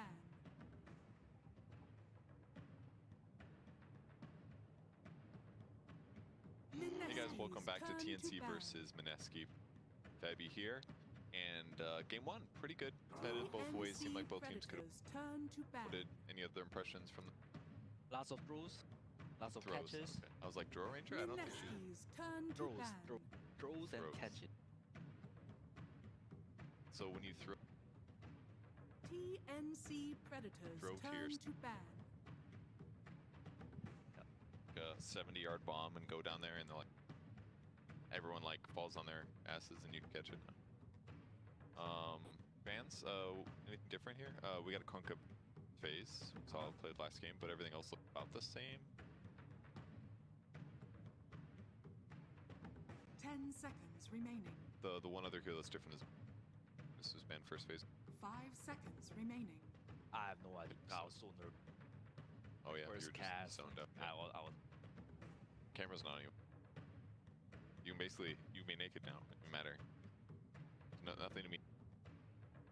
It would hurt me. Yeah. Less nervous. I don't think I want to know why. Mineski's turn to ban. Beastmaster banned in the first. Yeah, TNC KPV Predators respected. turn he's good, man. He's a good player. Oh, Mineski. She was banned first phase. So we also have side switch. Radiant side. They Dire last game. They got pick priority. This game they chose Radiant. Radiant does have a higher win rate. Typically over pro games it's the 5% of. Do you have any idea why? Like what are some of the Radiant advantages that stick out to you in Dota right now? Offlane. Is it like where the neutrals are? Is it like vision based thing? It's better about Radiant.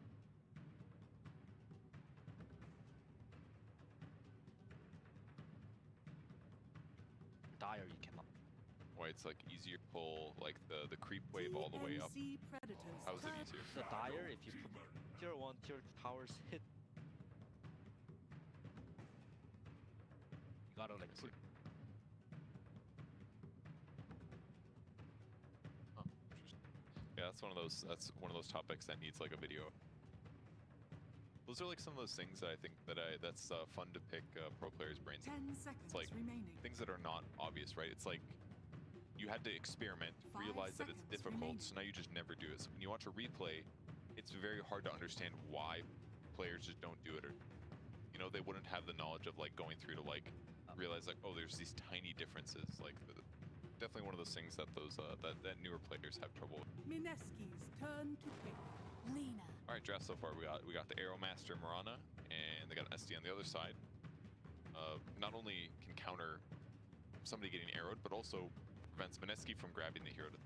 Because I think I saw Nip earlier, I believe. They grabbed Mirana, and then they grabbed an OD later. Then if Mirana just shows up mid, you can each be banished into arrows, for example. 10 You know, seconds like remaining. it is a flex pick mid and put slightly 5 seconds remaining. popular.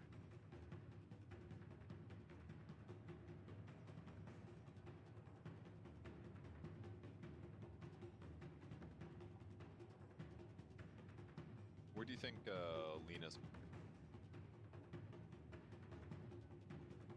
It's squish. Have a chance to pop over, Mineski's turn but it's to very ban. hard because Wraith King. you buy boots your side. You have such a huge cast animation. It is hard to get on. I played with the other day, and I laned against an anti-dazzle, and it actually was because they'd poison touch me, and the aim would blink, and I would just take so much. 10 seconds remaining. Because you're in the off lane, like you're really far away from your 5 seconds remaining. probably Yeah. dead. TNC Predators turn Wraith to King pick. ban. Slightly Mineski's surprised turn about to this. ban. I guess it's a potential. I feel like Wraith King's okay, but not amazing. My perspective, what do you? This hero is very got nerfed a lot. but I think it's TNC still okay. Predators turn to ban. His third skill is there lets him farm super without him being Towers, damage, and okay, but it's not the. so what do you think that why would they pick it? I think it's, 10 seconds remaining. I think it leans very with the Mirror. Setup stun. 5 Kind of doesn't seconds remaining. very good at like Race King has a built-in aid.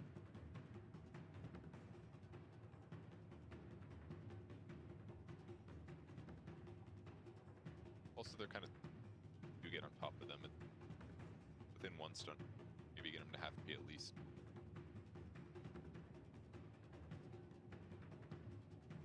It's like a all-rounder. TNC Very Predators easy. turn to Mineski's That's a good turn point. to pick. Make it easy. But that's the hero that counters it the best. Yes. And this is what we saw consistently in the Chinese qualifier.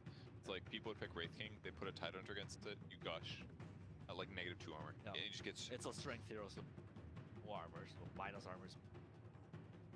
shredded. Not to mention you the anchor smash the skeletons. It's like that's like really 10 seconds they're remaining. his farming pool. 5 seconds remaining. You know, Tidehunter lane really strong. yeah, like tied with any like high damage in a squishy like fourth.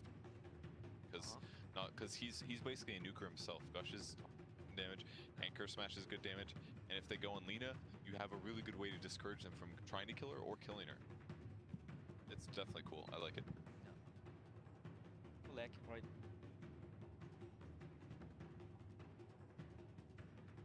TNC That's true. Predators turn It's a little they're a little bit weak.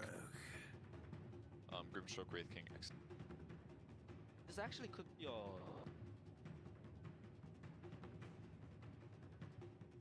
there was that time period where literally nobody played Mirana except for Moon. Yeah. And he would play core and he'd do really good. Like, not incredible, because the hero wasn't amazing, but it was like he would just play it all the time 10 seconds and make the hero look remaining. okay. But outside of that, nobody else. 5 gonna seconds see a lot of- remaining.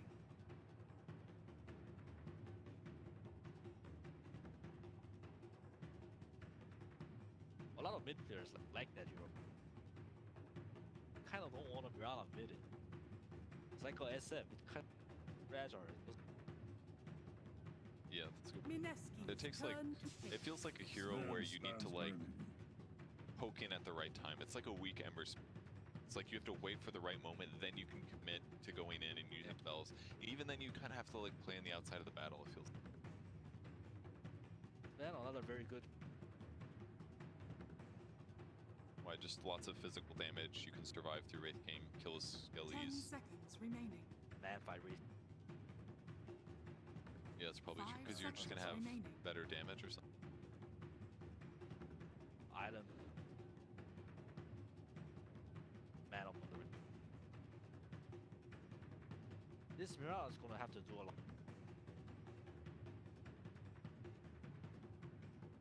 TNC Pressure Predators turn. Oh, it's an Enigma. So probably core Mirana for Wait. sure. KP Right. loves Enigma. That's 3 too. true. Loves Enigma. And it is a very good Enigma. Hides when it's like meat. Where- Enigma loves to. They have no black hole count. Crack and shell, 10 seconds remaining. black hole. Yeah, it looks not bad. 5 I mean, seconds 4 is kind of what. remaining. Enigma might be the Mineski's turn to ban. Gonna deny Sven for.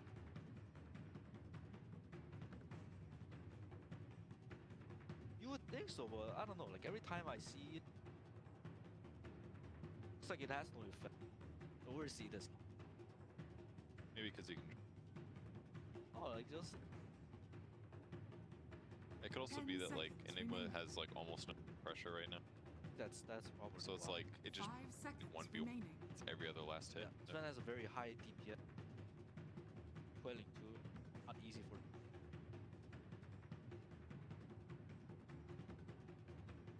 Mineski's turn to pick. Number ban now. TNC Predators turn. That'll be a very good way to set them up because they kind of had it.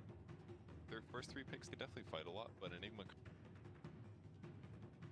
I have no idea who's.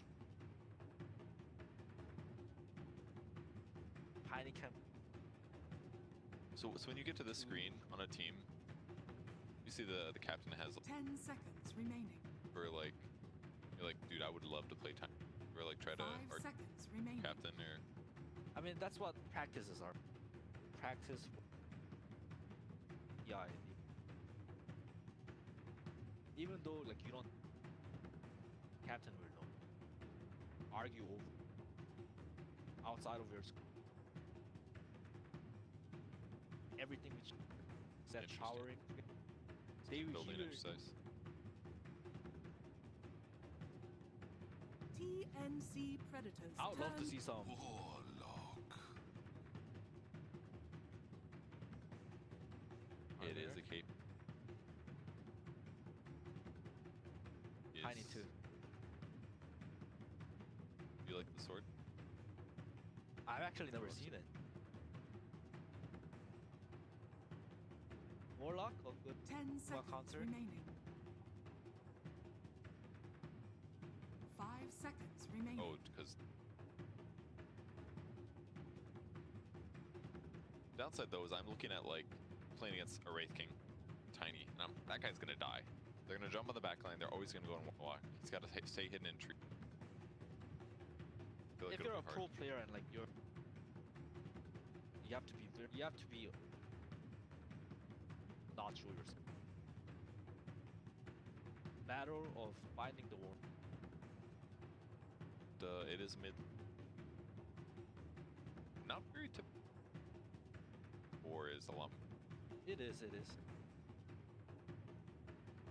I like Lena too.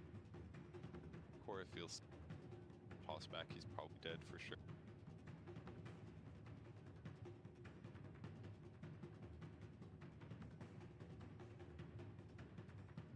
Even in the late stage against Tiny. But I guess you can harass him pretty. He's got 0 arm. The Mirana roaming. Tiny has a very. Oh yeah, because you can like Eva and then toss her towards you. Yeah. She throws an arrow, it auto hits basically. Yeah. With the help of Mirana, I'm sure Tiny can have a. Alright, so maybe if Armel can semi-okay. Impactful. But the point to look out for this time there's a team Prepare fight, I for feel battle. Warlock's position. Warlock doesn't show himself, Enigma's not gonna show. He's basically killing the Enigma by not dying. I see. If you get what I mean. Stay hidden kind of. And Sven Tide's gonna have a free game. Warlock plays good. Smoke action coming from TNC. Shadow Demon, that's.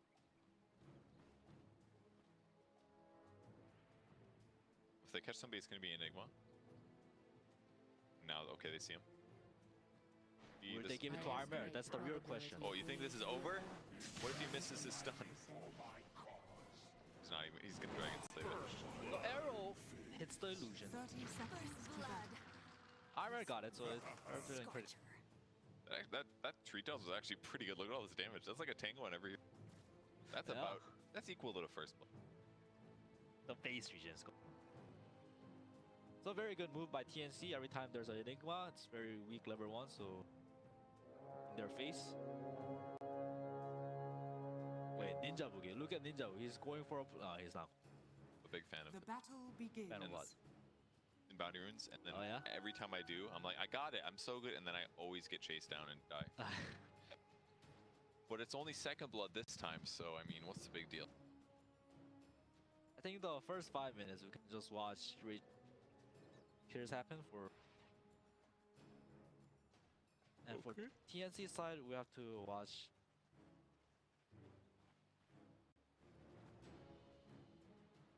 Might get a. Be there to disrupt these sick arrows, and it will limit. Let's not miss a kill this time. Well, we're already close. I'm gonna miss kills. Oh, we just have to watch bottom lane. Like, bottom lane is where the kill is gonna be. I guess so. I'm gonna miss. I'm just telling you, the kills will be missed 100%. Just don't get your hopes up, guys. Base you rushed on Enigma here, +8 damage gives actual base mana regen. This item has been very popular. Still, yes, we're gonna see that a lot. It got buffed so many times, right? Yeah. 6 to 7. Oh, and the then arrow! What? Mid! I got you, I got you. Okay, thanks, man. Huge arrow from... I guess it was a collaboration between the Rockman and the arrow girl. Okay. Like, Arrow comes in, he avalanches to make sure the arrow hits, something like that. yeah. Okay. God, you watch that. I definitely I got you. It's gonna be very easy kills every time Mirana goes. Basically, I'll just lock on Mirana and take my hands off the keyboard. That Feel about wasn't this too bright. cosmetic thing. The, Not a like, big the fan. projectile. Makes my computer... it already lags so much.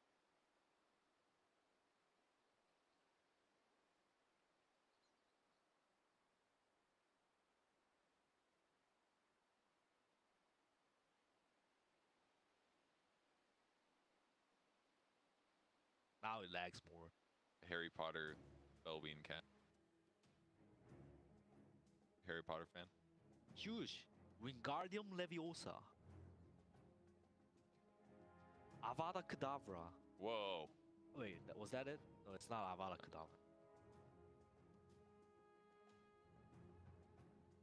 Crucio. Pulling out the heavy hitters. First The- you're like, I'm gonna lift you in there, and then big you're like, three. get tortured. It's kind of a big ramp up there. And Ninja Boogie taking a pause here. Probably needed to yell at his team. Back to the game. Mirana's gonna have a... Was bottom lane, there's a Race King stun for the setup arrow. Where's the arrow? Will he hit this arrow? That was actually a very easy arrow to hit. Did you notice that Tim's was standing right in front of him though? It was, but like, you have to arrow the tips. In melee range? Yes. But look, he saved his arrow, and then he killed the Tide Hunter by arrowing the That Tide. is true. with He got the skill shot. job done. You got the bonus damage, the one. That's actually kind of crazy. Sacred Arrow does 80 base. The maximum is 140. That's actually crazy. How much? Tim's has to do. He has to mirror. You know, have a 1v. Oh, the disrupt in the jump. It was actually really good. Play by Tim's.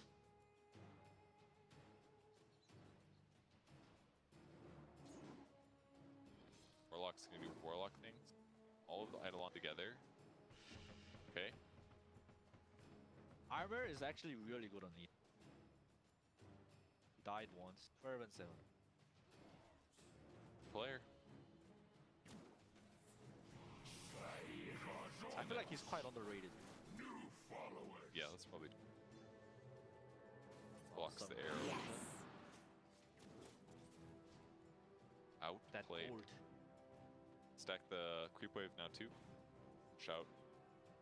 Actually, it looks. Thank God he bought Stout Shield Tide. Dude, players that were like not buying Stout on Tide, and it really frustrates me. It's like, buy the Stout, sell it later.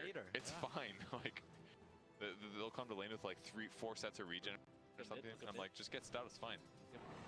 What's happening? Oh, you Something's wanted to gonna see him happen. land the arrow? Oh, Why would you interrupted my beautiful observing I'm sorry. for that? That could have been a killer. I feel like what happened wrong. Tiny should have. Mirana should have been patient, and Tiny needed to cast first. But it didn't happen. How about this set? You catch that kill? I was looking at it. Items are boring. 4-minute runes. GG. Oh, didn't get it. This is a very sad Tiny. And she already had 2 bottle charges, so she's actually just like. CS too. It's getting outclassed. 9-5 against Oh, wow. 20 and 3. And he got the kill too. So one-sided. Got Ah. 90 base damage. Come on, Moon. I mean, she's actually dealing damage now. If Moon didn't get the kill on Armor when Mirana ganked, he would be worse. Yeah, Armel's doing this really well, actually. Radiant's He's making him fight for bottom tower every is single under blast attack. hit. Did you see that? Yeah, it's not a That was matchup that insane. should be difficult. Lina does have the slight That edge. wasn't too bright. That was crazy. Dire are scanning. See, look at the Sven's farm. 31 and 18. High base damage and it's everything. How dare you use my... I'm sorry. Is I that did not secret? give you permission, no. I felt like we're close after 1 hour. Did you get that one? I got that Hell one. no, what happened? Tell me. Where's the play that Just played? went for the boundary rune. It happened there. All that happened, but you didn't live up play hitch kicking. Watched it happen. Raging Potato got Inkswell, but he missed the stun. So Inkswell still happened. You heroes in another. Yeah, he wasn't in the. You big lore guy. No, where do you even get those?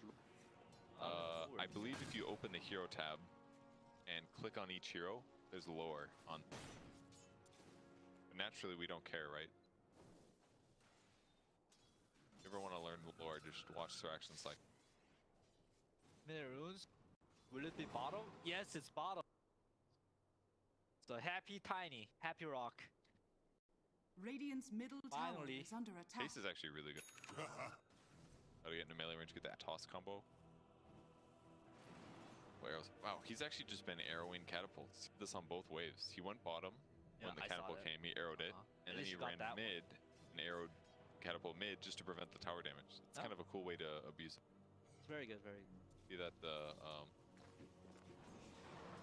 Kyle tweet? He said like using catapults is gonna be like one way that I teams will saw do it, well. and I agree. Like, out of I've been talking to some players too, and they're saying like tempo's very.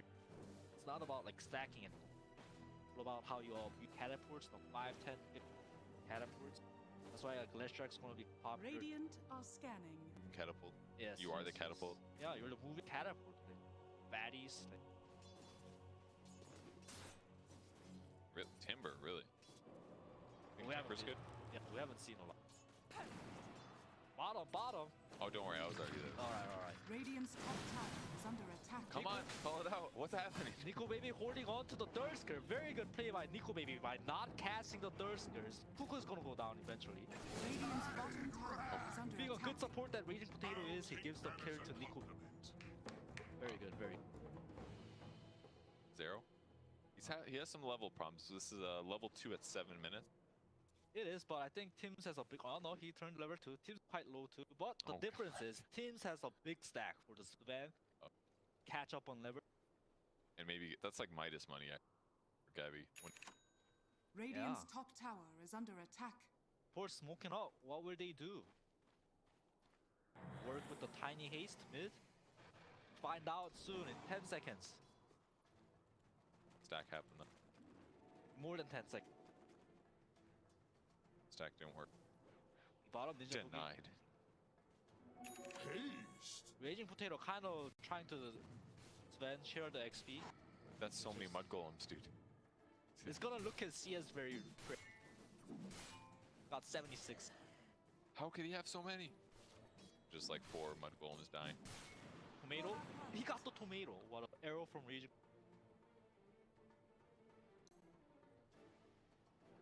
Flores got arcane boost. I'm surprised KP hasn't been pressuring this tower. Sven's been quite a long time now. It looks like he's. Tower is under attack. I would imagine it's probably because he's playing. Oh, look at these stacks bottom. That ka-ching, ka-ching. Oh. Oh. Armor rolls in. Oh, the Midas. Get it. Get Nana top, Mu top. Taste wore off, but it looks like he's gonna. Oh, arrow connects. What a beautiful arrow. What did you use the F word? Ooh, with a huge avatar. Wait, but Raging Potato got the tower is under attack. baby arrows, flies in, and You hate that when that happens, when a mid player rotates over, wastes all his time and he didn't get the kill. He's probably raging at. We got some assist gold. Yo, that new Avalanche is. Dire's top tower is under Hear the attack. raging potato. Yeah, I heard it. Dire's structures It was are okay. It fortified. was just a little on the nose.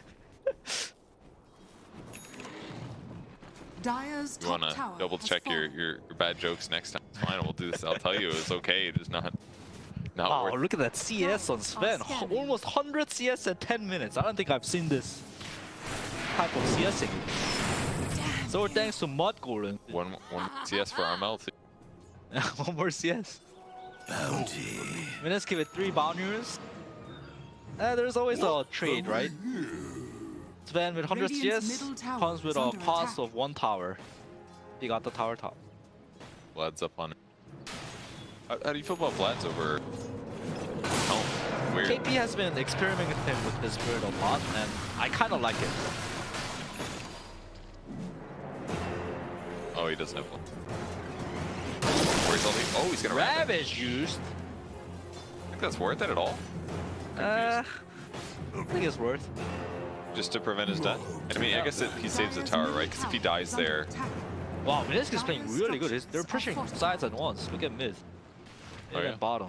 oh, they've got the catapult alive. Iron has to be at bottom to prevent the. He's taking a lot of damage. Wonderful disruption from Tims. By the power of Gorath. Pretty good. So if he dies there without ravaging, they probably just move forward and then crush the tower. Because they had a catapult, they have Enigma with Vlad's, and they had the skeletons. Yeah. Vlad's gives 4 armor to all of these things. Eidolon, skeletons, everything.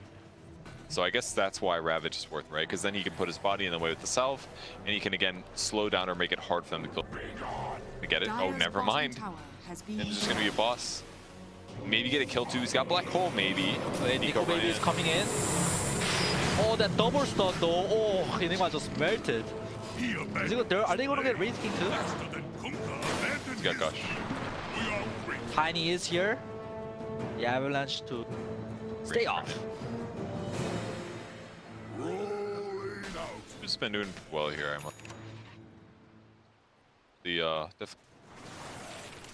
Oh, considering how he got Charlie, then got sacked really hard.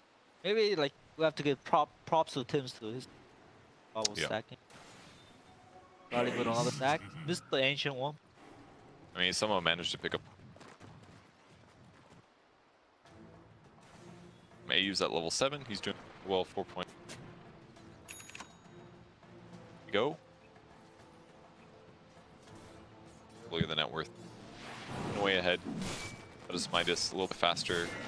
Saber. Be afterwards. Wraith King. Midas. More of a fighter here. Tower is under attack. But I don't think they can. I would love to see Baby not interacting with the tide, so he At can, all. Yeah, he can use the thirster. I feel like he should be around top or like.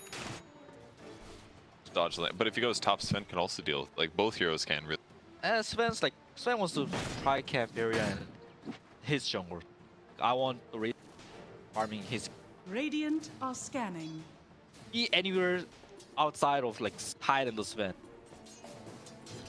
One downside though is that if who's gonna go to the safe lane otherwise, probably be Enigma. He's got 4 points in. Radiant's bottom tower is under attack. I think he can. think he can. I think he can do it. Oh, look at this. Ninja Boogie is very good position. Dire's Oh, top tower Ninja Boogie's under shot attack. is Dire's his structures first thought to are no avail. fortified. He Radiant's Close. bottom It was tower a is good under reaction, attack. but disruption was too. So they get that kill. They're gonna be able to kill some. Skellies come over. Those get cleaned up. That should be the tier 1 tower dying. Dire's I love middle how tower is Gabby under keeps attack. holding the mid tower. It's not just AFK farm. Radiant's bottom tower is And under it pays attack. off. Going on. Arrow Everywhere. connects, but is it gonna be enough? Oh, still alive. Wait, they're being greedy. They want more. They want more. Dire's top Svensson tower coming is up in under 2, attack. 1. Shoot! Oh. Radiant's bottom tower Enigma with the black hole, the warlock and the Enigma, the face off. Who's gonna catch stuff first? Really wants to go in.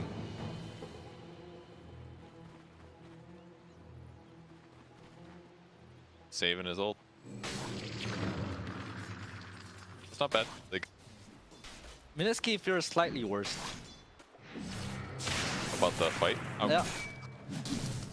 Yeah. Moon died and like what Tiny wants is to overling from a good laning. That's not happening. Look at this item progression. Really delayed. That's too. More about attack speed here. I feel like right now TNC Ravage and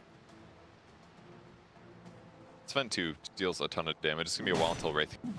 yeah, Wraith King wants Radiant fighting too. And even when he gets it, it's like, okay, that's man, but like he'll have reincarnation and all, but he just doesn't. Dire's middle tower Last is under game, attack. KP to start the game. I think this game was Tiny. It's not happening. Lane as well, right? Top tower is under attack. Armal is definitely a dis. His armor is very under, especially on Lina. Best character. I would just say it's probably because he hasn't been on like TNC has always been like a. They've had their ups and downs, but they've never been. So I feel like he has never gotten the benefit of that success. I guess there is no like standout player. Yeah, I would agree. I mean, I think Armal is definitely up there. But I think everyone's really like talented at. Yeah, that's true. I would also say that like he's kind of quiet seeming. Never That's does true. much. That's true. All these TNC guys, they're pretty quiet. So Yeah, maybe that's and it's one of the microcosms in Dota. Quiet players, they don't get as much. Maybe they don't get as many votes. That kind of a fly under the radar. can't be quiet to make. Exactly. You gotta be a personality. I'd be like, I'm a pro player, but I want to win. Radiant's middle tower is under attack. Kill. Look at the top kill, top kill. Look at top, look at top. He's gonna die, but let's look at top. Nice, you got the kill. Thank you, Is man. under attack. Oh my god. Look at mid tower. Tower is pretty. Shadow, take us. It looks like they're gonna set up the Moonlight Shadow. Radiant's middle tower has fallen. What they want to do is they want to Top kill. tower is under attack. Oh, will they?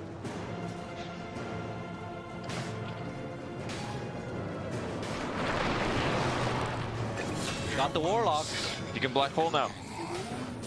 Yeah, he's Yes, gone. it can, but Dire's top He went tower Midas is on under and he attack. back with Midas. They got the Vlads for the early. Expecting a long. I mean, it kind of makes sense, right? I guess. it's a normal. You just gotta look at this Vlad as a hair. Doesn't Yeah. want to rush. Kind of hurt the team. And then like it's gonna take from huge arrow mid.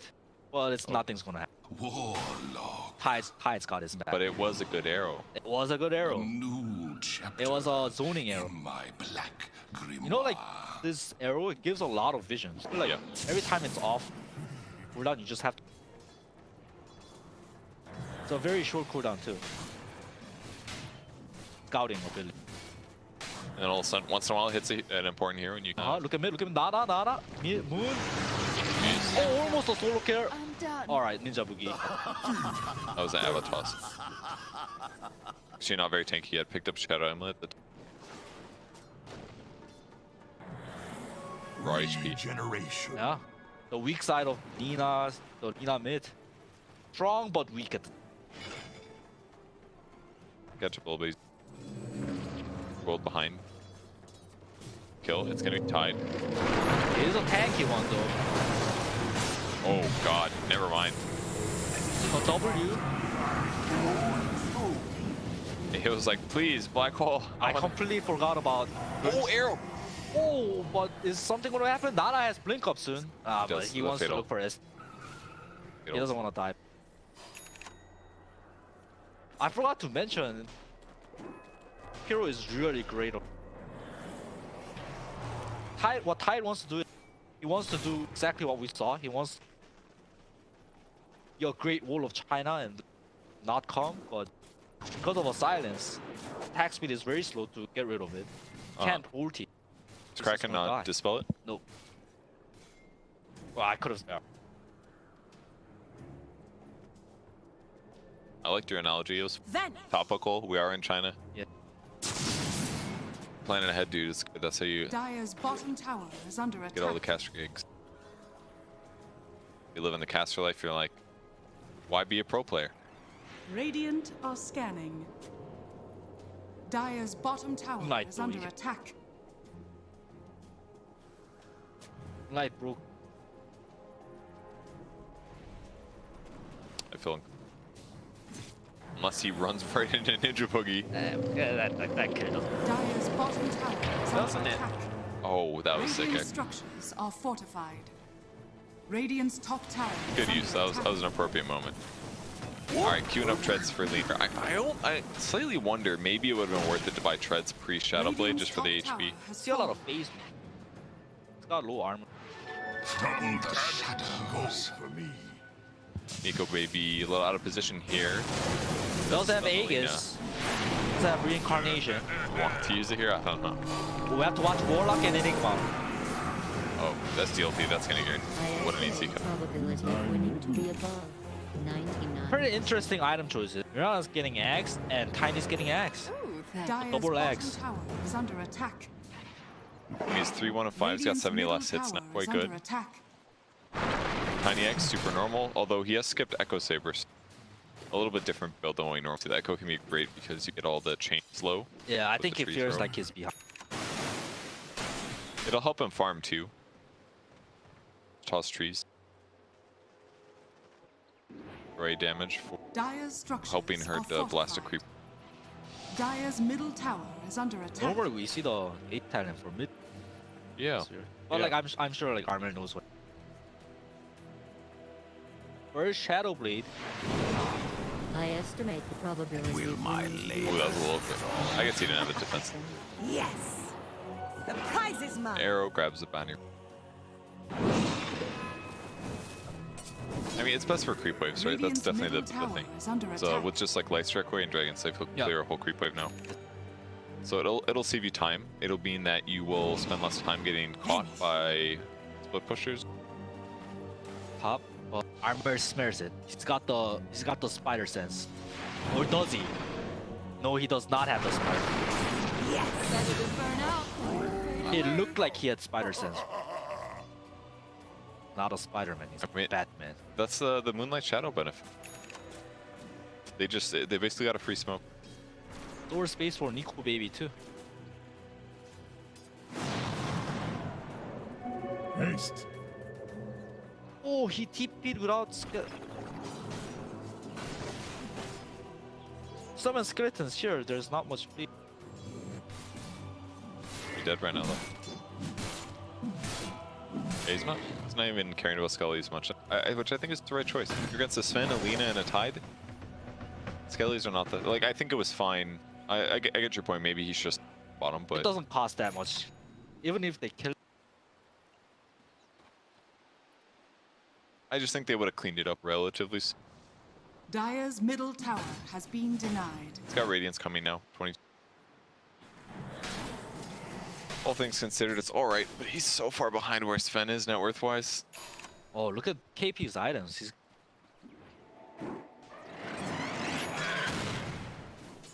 I think their item timings are really on Wait. Mineski. Basically, if you were Radiant are playing scanning. right now, in position, you would only have 1 point. Oh yeah, that's a Tuesday. good point. I'm not going to cast it. That's a Might, good point. might as well max out the other thing. It does double the damage.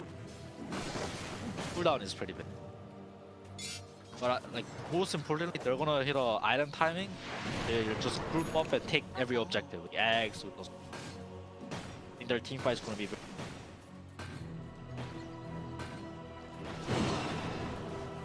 It makes sense. Solar Crest against Nina as well. It's actually going to be... I mean, her armor is a lot better these days than it used to. But once she gets BKB, she's still sitting in armor on a hero. Kind of mediocre HP. It is an amazing Sven. Sven against. Ooh, a D. What are they gonna? So wait, is this a bait? If the armor goes, Goes bottom. oh, arrow! Huge arrow! It's not gonna lead into. He took a lot of damage. They bottled the DD back on Tiny, which is actually huge with volley. And they're gonna smoke for that. 200 damage. Spot the tide. There's the ink swell, the chase, the damage. Now the sound. Yeah, you're right. Just keep this. Didn't even beat the. He didn't pop the DD. Hey, but TNC wants to fight. He put the sentry on. Oh, that pop on Ninja Boogie. But no sentries, no sentries. Oh, huge disruption by Tims. Well, Lina's out of position. Is he gonna die? Oh yeah, Black Hole gets used up. Warlock getting zoned out so hard. Now he gets to cast the rock. The Fatal Bomb's there. Sven's huge clunks, but it's kind of low. The DD from Moon. Moon's DD tree volley. Is it gonna happen? Oh, it misses completely, but it looks like that's not even needed. A team wipe from Mineski. I mean, think how the fight started. They started the fight with HP being dead. They get to go engage. They get a full duration Black Hole, despite Warlock being sort of in the area. So it was just kind of a futile battle. Lina died really early as well, actually. She's not quite a BKB territory, but 1,000 gold short. She had to worry about disables. Really good fight for Mineski. Maybe not what people expected to see, but it kind of looks like Mineski's going to 2-0 this series right now. Yeah, a lot of Pulse Arcana is going to be lost. Do that. I'm worth so much more. Yeah, that's old meme, dude. Oh, okay. Anyway, so the half of Mushi coach, Mineski is looking solid. Dire's middle tower is under attack.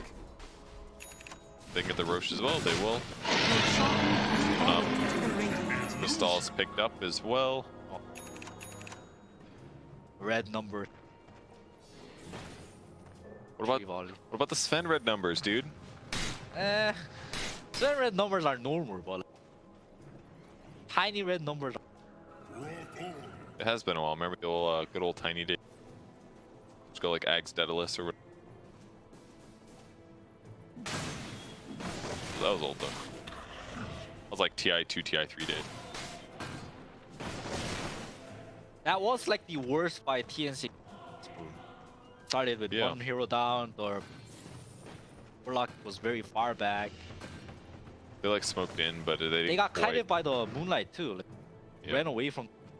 Like after Sven popped BK. Dire's middle tower is under attack. Got Get a ward down. They see everybody now. Oh, look at mid. The huge arrow connecting, but the disrupt is there. Sven's gonna pop this BKB off. Pretty scary though. He's really low. He's doing so much work. He's getting stopped so well. Dire's middle Killing somebody in the back line. But Sven's too low. Surely he doesn't want to fight.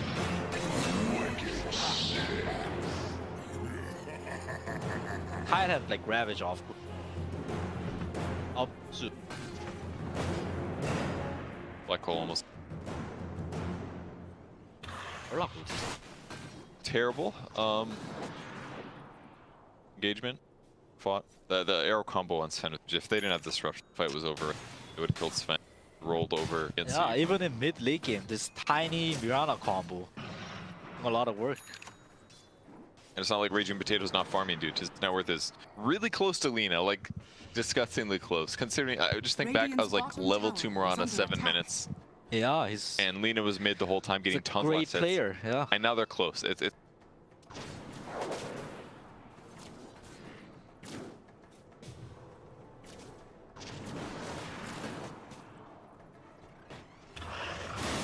KP's drawing lines.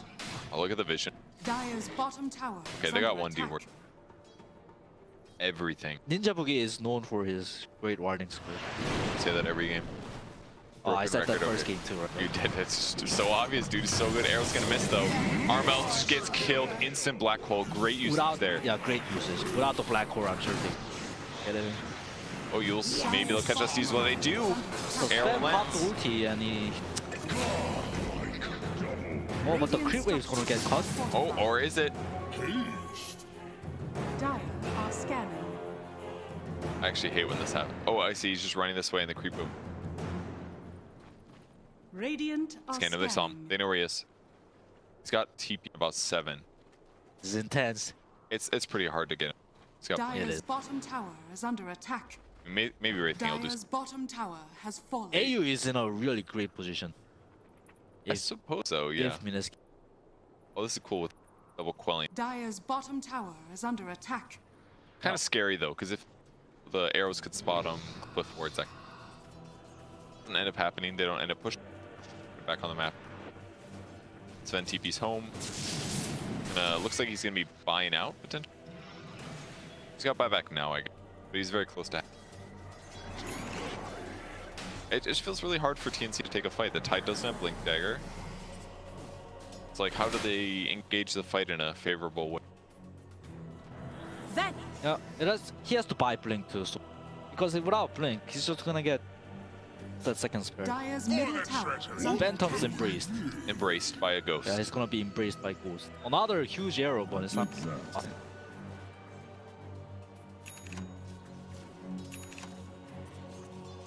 Daedalus finished on Moon. It's just a big red number.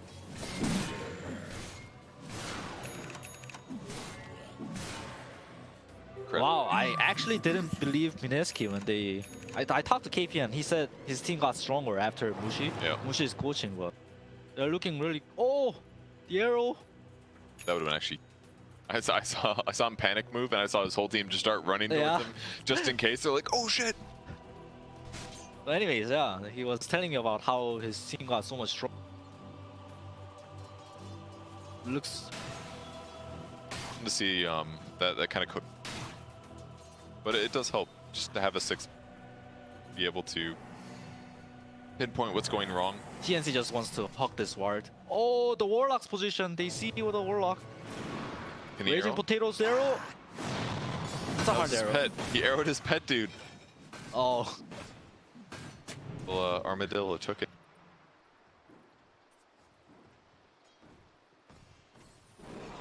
Sides. I feel like we're gonna see this a lot too. Look at Tim's item, 2 bracer. I feel like we're gonna see that 5. Yeah, it's just kind of weird that that's the S though. I guess if he was having a really good game, he'd probably have a Spirit Vessel or something like. Yeah.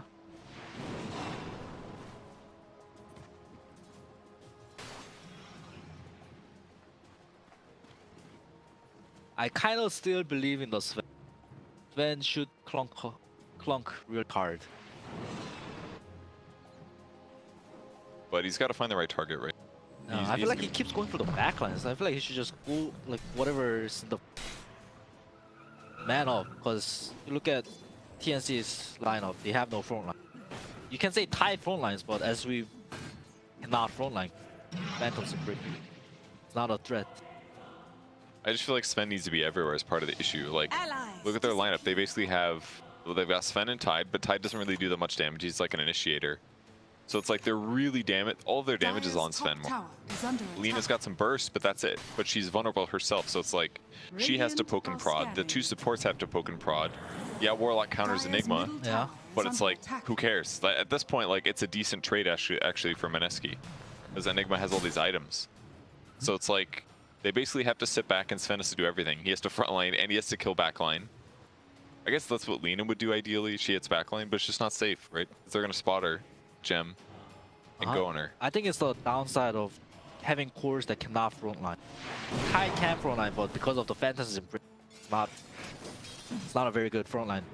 Lena, like, this is a backline. Lena, SD, Warlock, everybody just wants to back. It's gonna be a... Sven's got some like heavy lifting to do. I definitely have to do a lot. Wait, Raging Potato queued up mech. KPS mech. Ah, he queued.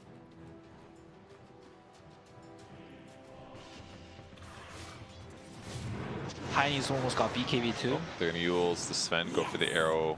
They got him. Disrupt. This could be bad if they grab a stun. Just trying to force him to use BKB, but... So how TNC can win fights is the Tide has to initiate first. Tide initiate. Get a good Ravage. Yeah. Basically be the team fight, the frontline disruption. I just feel like they can't have like the normal team fights where it happens so. You have to like Yeah, this is what they have to do. They have sharp opening. It's hard though. Like Mineski is actually so far ahead of net worth at this point.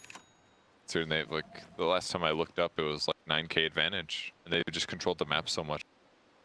So the last smoke was like this too. Like they smoked like this, and Mineski was very aware because the waves are so pushed. No, they're trying to get a kill here. As we're saying that, Grimstroke might Ninja Boogie, very good target here. Painted into a corner. They get it. Buyback. So that's gonna allow them to get probably the top 2 bounty, which is pretty nice, and some space to push up. And I think they're hoping that the Rosh is was up in about a minute. Not terrible. Warlock again hiding in tree. Dire are scanning. They are gonna contest some standing here. So all of that, they get 1 kill, they get 1 bounty rune. He goes back to push out a lane. Back to normal stuff. And I command. More cowering in the.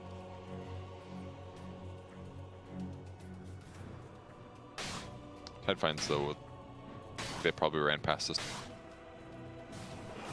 gem, and Mirana with the gem. They're just controlling the map, trying to guard wherever possible. Well, they're on the map for Tricamp. Definitely scary here. Any pickoffs give you a big advantage for Roshan. You gotta play careful. Yep. It's all about sticking together, getting runes, and split pushing the other lane. For Dire, for TNC, they want to split push bottom, away from the roof. Radiant, same thing. Dire's top tower is under attack.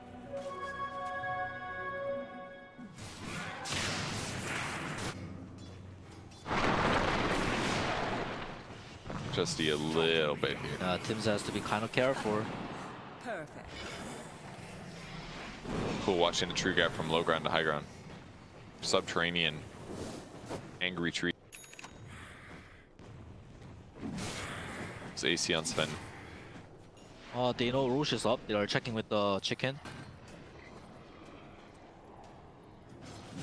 He's getting pressure over BKB too. I always like this bird. Because you know it'll stun you anyways, right? So against like BKB, against Enigma counters, just isn't it still hard though? Because I mean they still have some disables. yeah, but like it's gonna be in the middle of the team fight, and they're gonna like the beginning. Ravage could catch you. Obviously there's like Light Strike Array and stuff. I just feel like there's some stuns that'll still catch. Maybe it's not too dangerous. I mean, yeah, but like those spares are gonna be casted in the fight, like especially Ravage. Oh, wait, who? He tried to do that earlier, but he was a little bit scared. The D-ward now. Pretty good. I mean, vision-wise, they're getting quite restricted now. I love this action from T. So they're behind, they're stepping out of the map. They're some parts of the map. Yeah, they had the good ward down. Ward over here earlier by the shrine. Radiant are scanning. Ward spots an arrow. They now know where. They put another ward down, knowing that they have a gem, but they're ready for it. They want to try to kill people, come up to the ward. Armor was. Eidolon damage is up. The arrow for vision. It sees, it catches everyone. Oh. It's like the arrow. Oh wait. They have to force him. Nico Baby mans up. Very good manning up from Nico Baby. Is it? Now he wants to use the Aegis. BKB is popped from Sven, like TNC just got a dish, and it's a very successful fight from Mineski. Buyback out of Warlock, BKB used on Sven, yeah, ulti used on Sven. That's a really important. No God Strength or BKB on Sven, they can just... Wait, but Mineski is not taking Rosh? They're looking for more, they want to fight. Oh, that was actually so close. If he gets the Yules off there on Sven, Sven gets caught. But he like slightly fogged and then blinked away. Really close. So as a result, now they can maybe... I mean, all their opponents are all alive. Looks like they don't feel comfortable. Rushing? They're worried about the contest or something? Maybe. Maybe they'll do it now. I mean, they've got Solar Crest, they've got AC, they've got arrows. Like, it should be doable.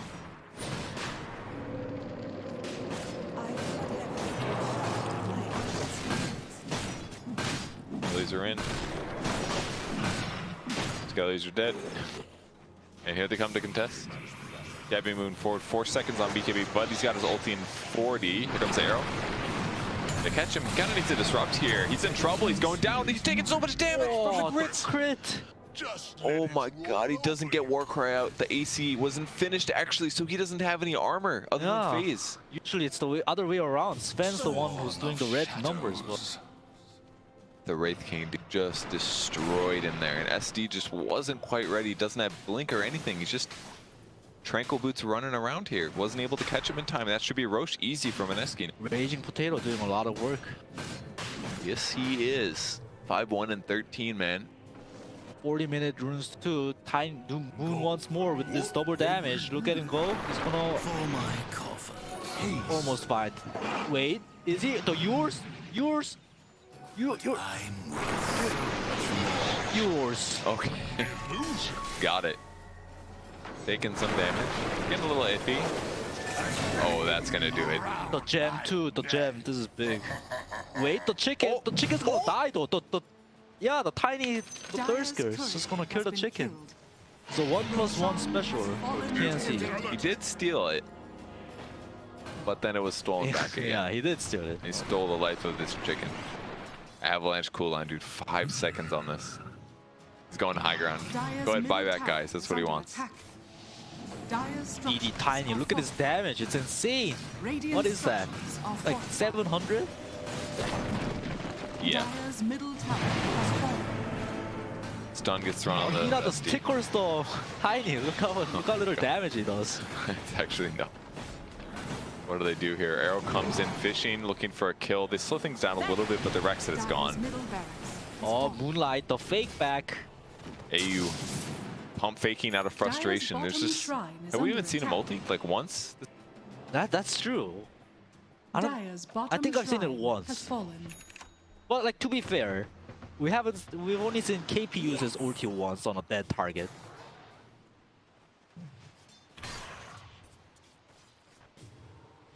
They're just giving him no options. 32k gold advantage now for Mineski. They want this 2-0. Good start for him. New items for Nico maybe. Midas 4,000 gold into a Abyssal. The Mirana thread is actually so huge, really. Like, this is actually abusive. Do you see this? You just drop gem on the ground to get high ground vision. That shit's busted. That needs to be fixed. It's too good. You know what I mean? What happened? You take your gem, you put it on the ground, and then you get flying vision, because when you lose your gem or whatever. Yeah, so you can use it to deward cliffs really easy. Oh, yeah, that sounds really good. It's busted. It's like broken as hell. Saw Z-Freak do the same thing when he... Dire's top shrine has fallen. But it just feels like Mirana's such a big threat, because with Blinking Yules, you guarantee this like 3-second stun that has a 10-second cooldown, and also gives your team tons of setup time. Yeah, the cooldown is like ridiculous too. Like 10-second cooldown, you can just keep spamming it for vision, and like who knows, you can like luckily hit something, like cast it on a. And once you hit 25 too, you get +2 arrows. No, so you're just throwing. Sorry? You don't get that though. You don't? Yeah. You don't think it's worth it over the Moonlight Shadow? Everybody gets the Moonlight. Is that true? Yeah. Okay. Because like at late game, the cores are gonna get kited because they're not gonna have room for dust or set. Okay. Yeah. We'll see who's right. Okay. All right. It's probably good. Moon going in, slap him. This is so much damage, dude. They stun him a little bit. He's got 3,000 health. He doesn't even have an HP item here. There's an arrow. Lands on SD, the one guy that can't get arrowed. And they go in. Lena goes down, actually. This is a good moment for TNC. They turn this around. Big ulti grab. Grimstroke ulti as well. Chasing now. Double Malefice. Very good. Double stun. Everything looks good. Double cheeseburger again. Like, I feel like I'm saying that a lot. I don't even know what double cheeseburger is yet. Oh, will there be crits? No, there will not be. There will be deforestation. The DD gets popped. Now slapping buildings AC as well. KP, please buy refresher. I want to see some black ores.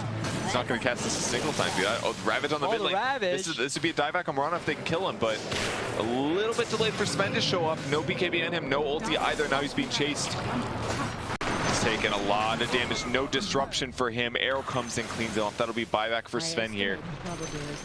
BKB 99%. Not available even if he comes back, so no buyback? I mean, this is the last barracks, surely. Dire's top tower. I guess they're just...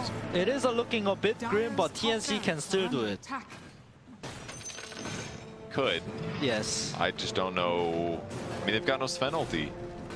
They have to wait for Sven's ulti. Dire's top barracks has fallen. Silly. The I know. Radiant now have mega creeps. Did I say they've got Sven ulti? Wait, Mineski is... What are they doing? They're waiting for the Sven's ulti. TNC can come back. But they're also kind of... Are there buybacks? Yeah, they're only 45k net worth off. They don't have buybacks on the majority of their heroes, though. They could kill Sven, then kill Lina. Why not back? Spend your 6,000 gold per player that they have, probably. And then come back in. Shadows take us. The game. 45-minute bottoms. They wanna reach 50k net worth. It's just so much safer this way, right? Like, they don't need to force this. Yeah, they... Because they don't have buybacks either, actually. Mirana doesn't have it, among other things. So if they just keep 5 heroes alive, buy their items, come back again, close the game out. Get 1 kill on 4 different heroes, 3 different heroes, and the game ends. Just play it safe. KP is one of the best Enigma players. He's got Refresher. That's how he utilizes the double black horse. He's not going to cast it. He'd be let down, dude. No, he's gonna cast it to force out like Warlock 14 and then he's gonna refresh it. For a go here, but gotta spot the enemy team. Sven blink dodging that stun.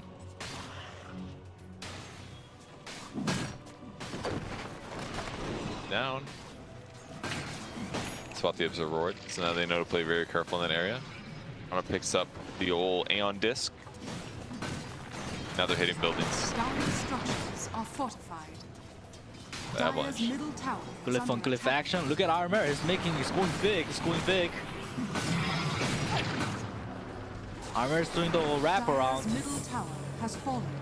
It's gotta catch. So SG is gonna be dead. Oh, black hole on the Lina.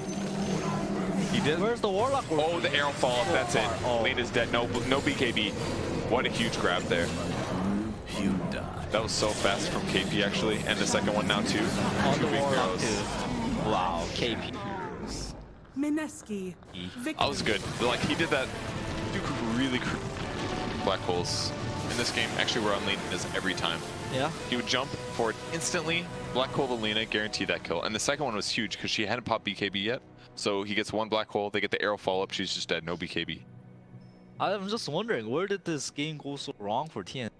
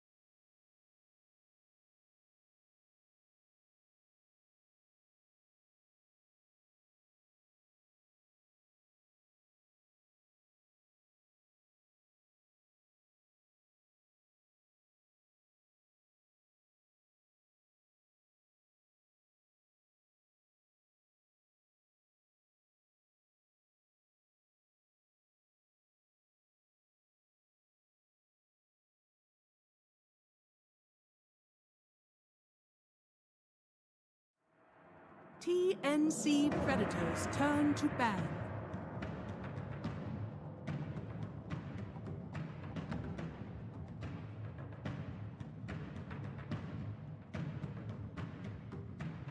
PSG LGD's turn to ban. TNC Predators turn to ban. Дорогие друзья, эта трансляция продолжится на TI.ru 2 с профессиональными обсерверами и так далее. А мы перебегаем туда.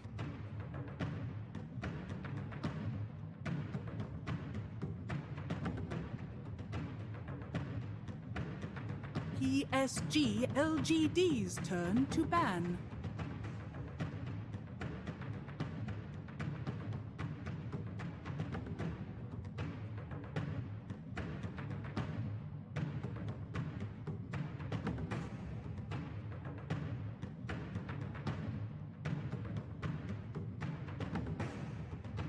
TNC Predators turn to ban. PSG LGD.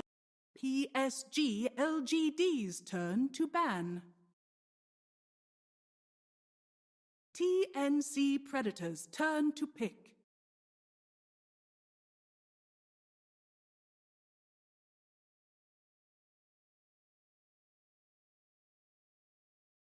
PSG LGD's turn. Earth Shaker.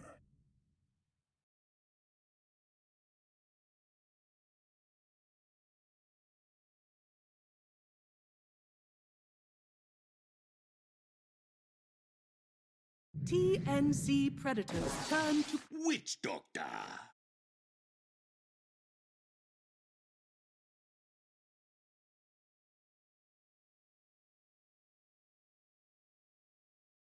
TNC Predators turn to ban. TNC Predators turn to pick.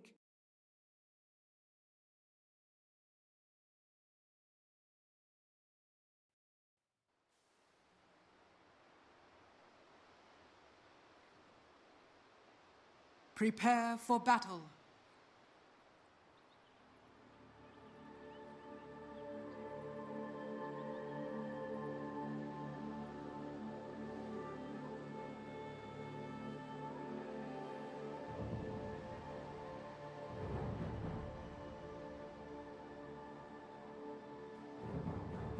Prepare for a lesson.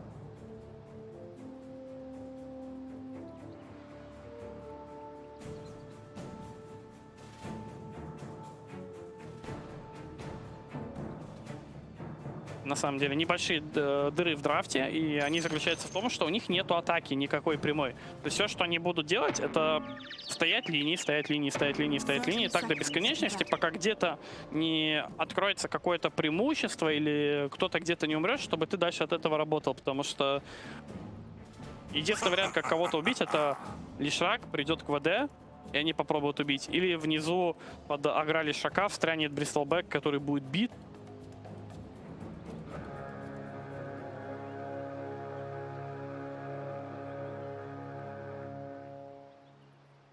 The battle begins.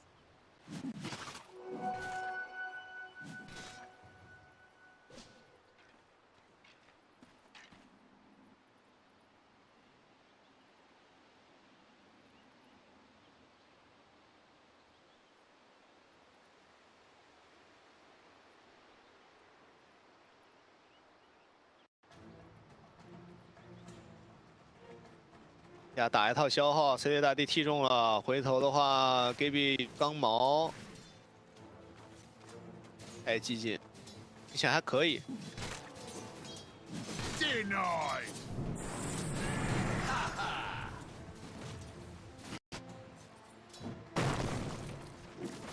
上路呢，小娜家有巫医宝，爆的话拼血的时候。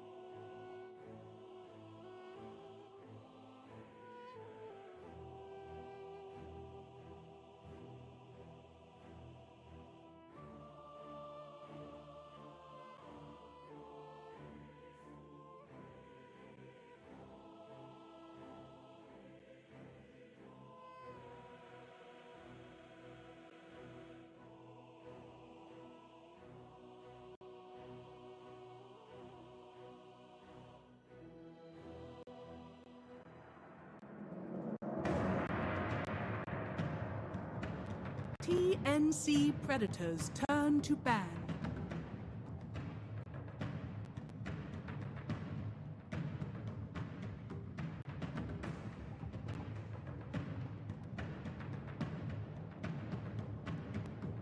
PSG LGD's turn to ban. TNC Predators turn to ban.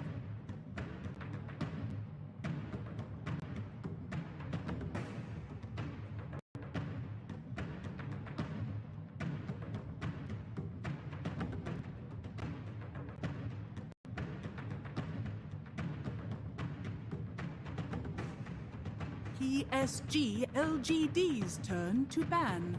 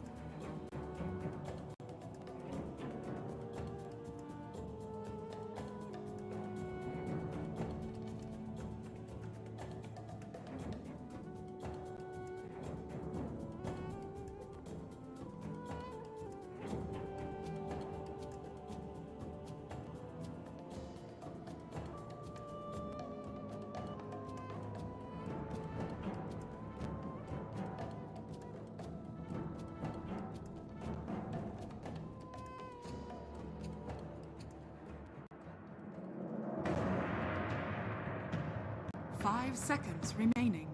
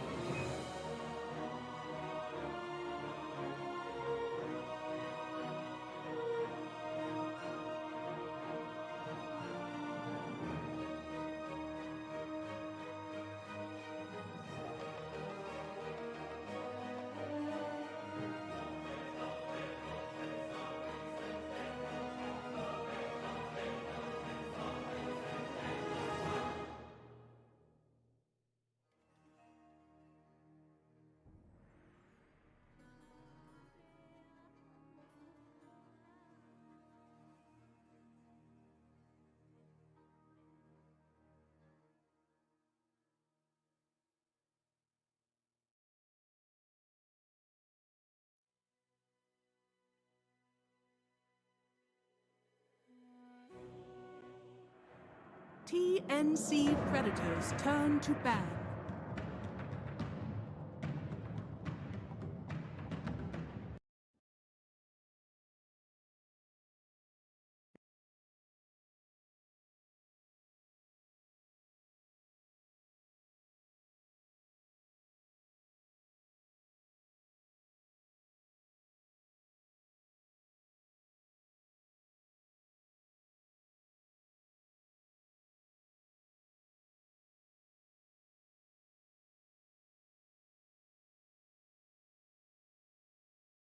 PSG LGD. Bristleback!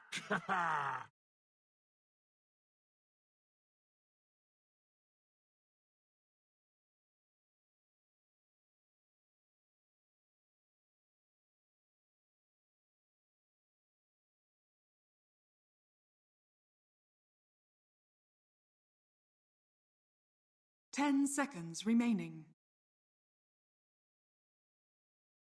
5 seconds remaining.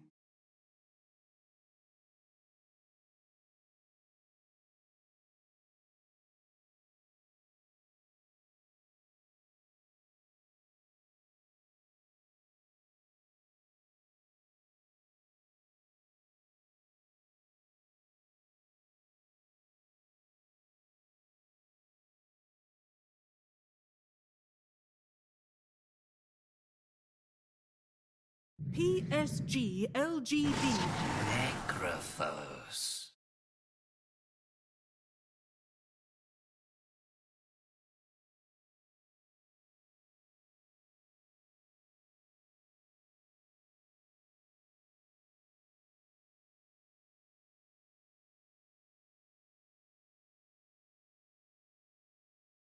Ten seconds remaining.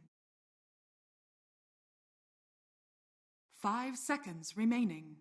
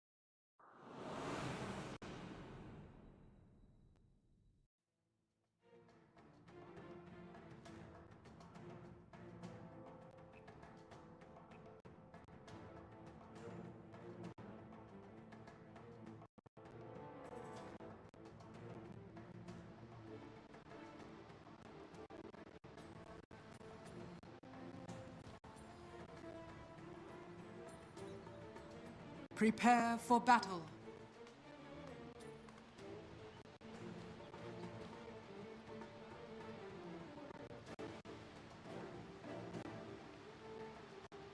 Prepare for a lesson.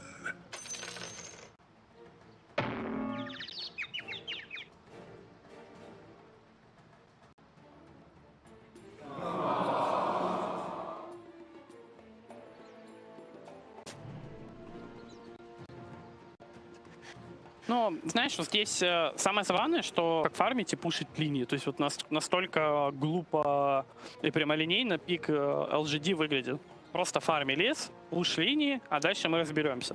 Но у LGD тоже есть, на самом деле, небольшие дыры в драфте, и они заключаются в том, что атаки никакой прямой. То есть все, что они будут делать, это... 30 seconds to battle.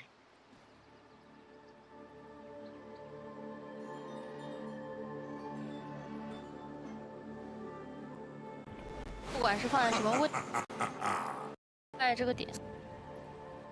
喜欢钢。在我们靠钢背还真不。来说比较少。刚好几场比赛看下来，大家对这个3号位去拿一个像大控啊、朝鲜。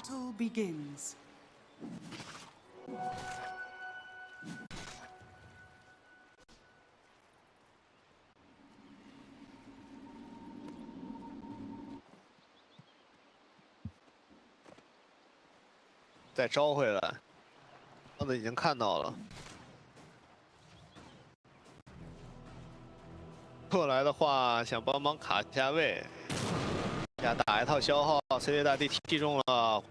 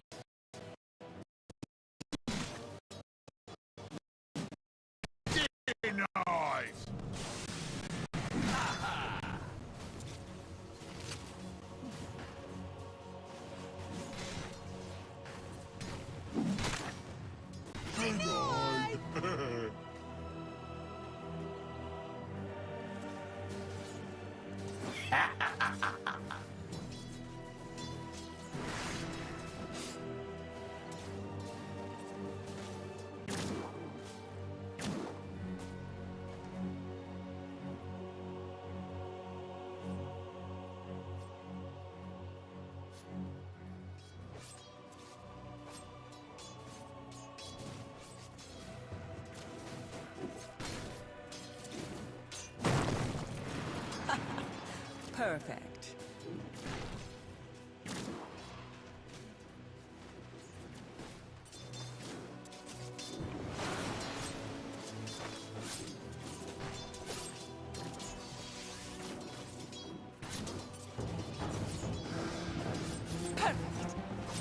First blood. Denied.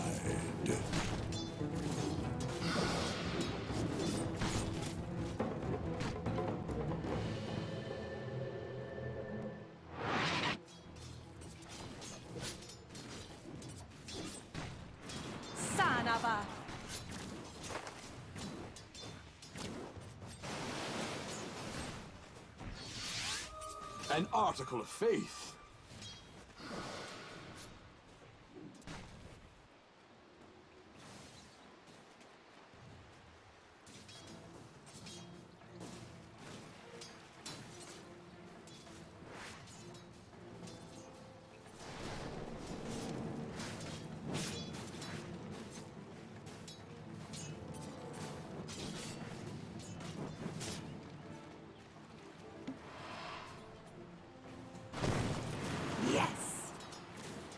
Oh, look at it go!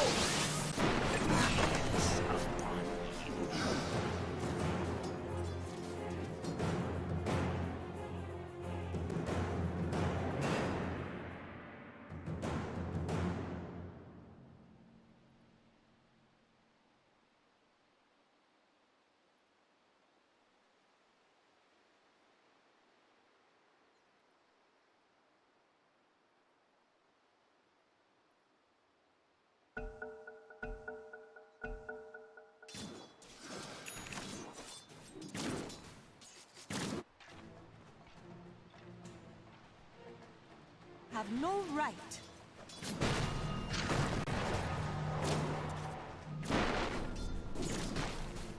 Radiant's middle tower is under attack.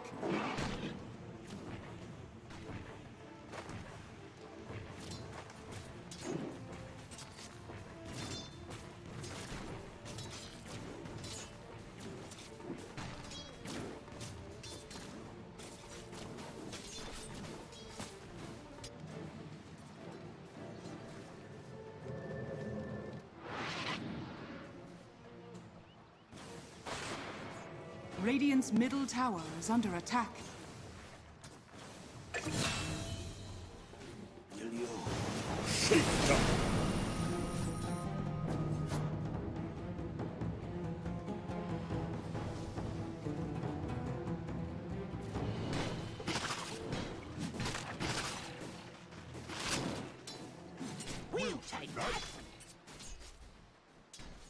Dire's structures are fortified. Rush to judgment.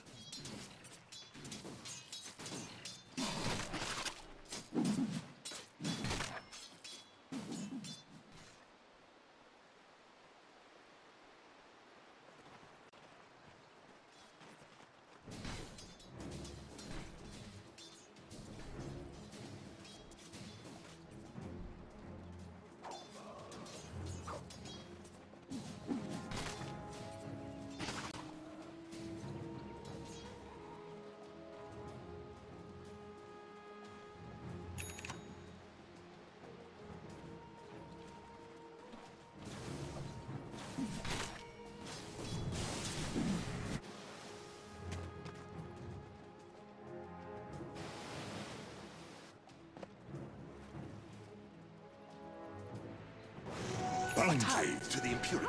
The prize is mine. Radiant's middle tower is under attack.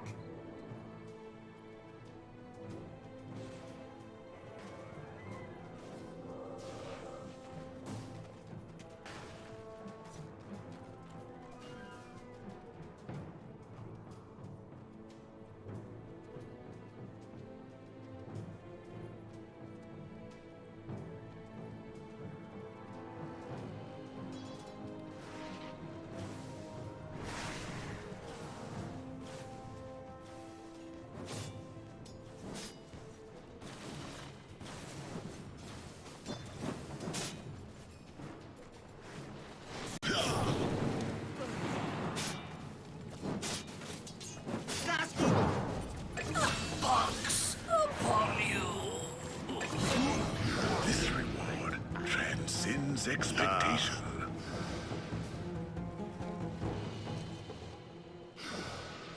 Dire's middle tower is under attack. Invisibility.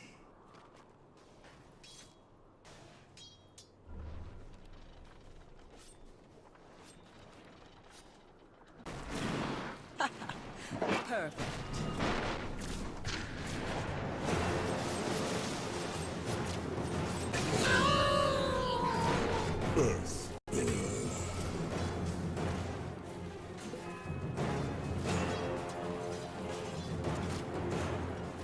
Dire's top tower is under attack.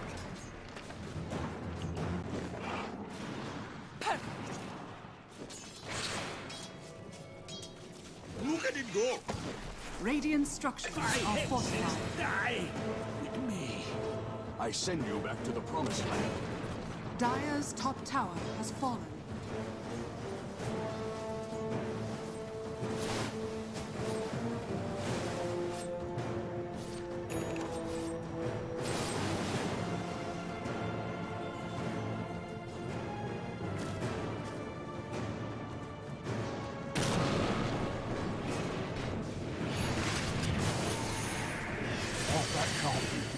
You wither on the fire. Radiant's bottom tower is under attack.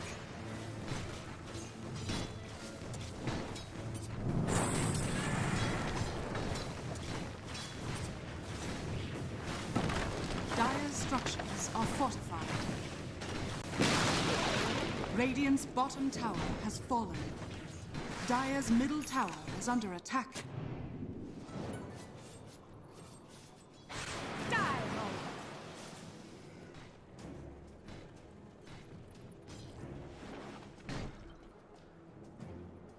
Radiant's bottom tower is under attack.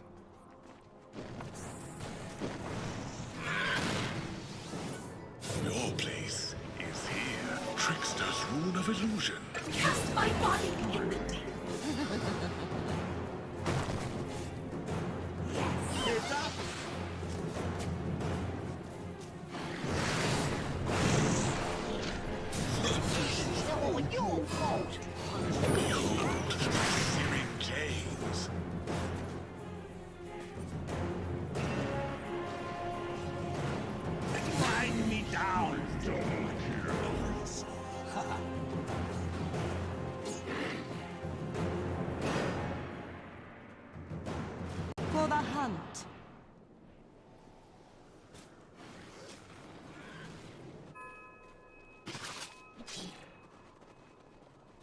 Dire's bottom tower is under attack.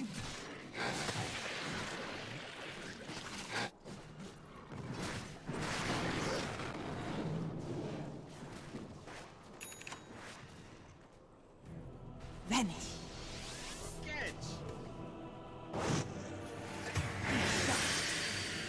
Rot. Dire's middle tower is under attack.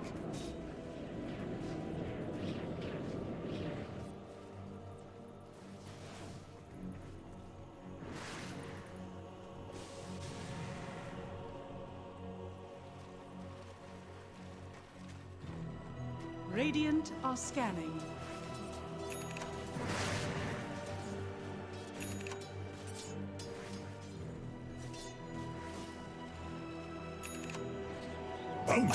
To the impure.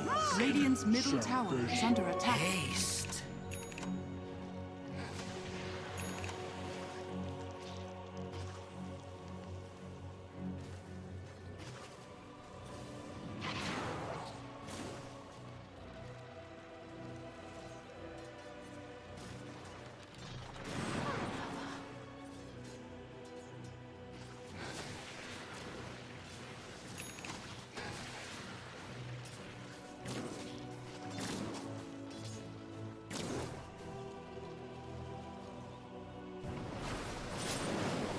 Dire's middle tower is under attack.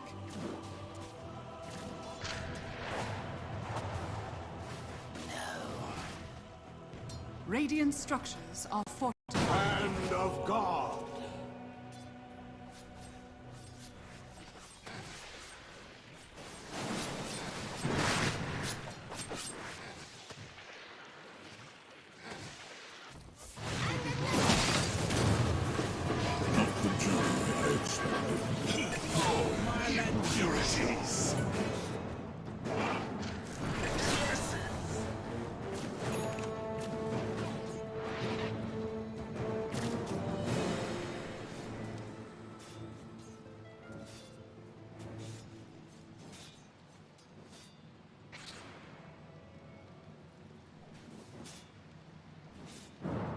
Radiant's middle tower is under attack. Die, mongrel!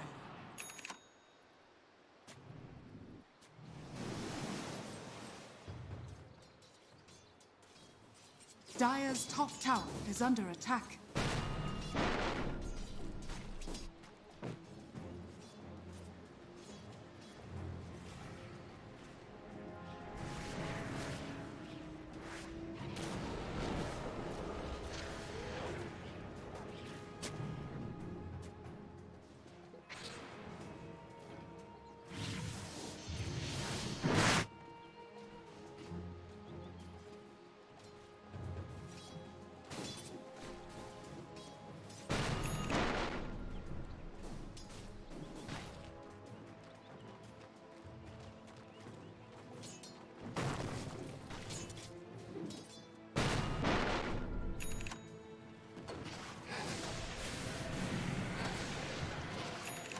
Dire's middle tower is under attack. That Bonded, you and I.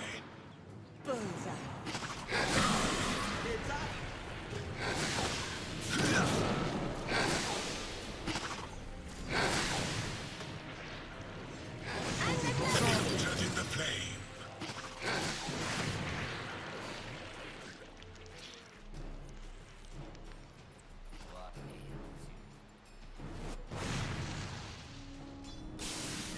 Let it go.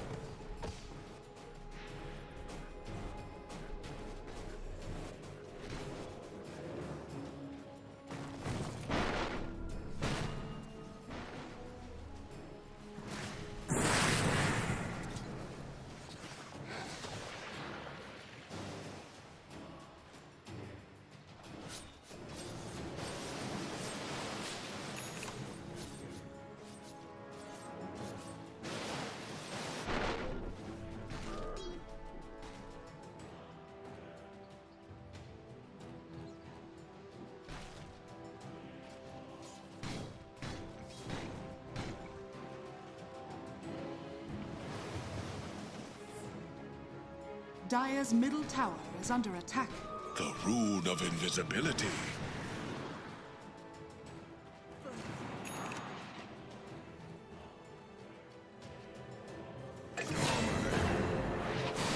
Dire's structures are fortified.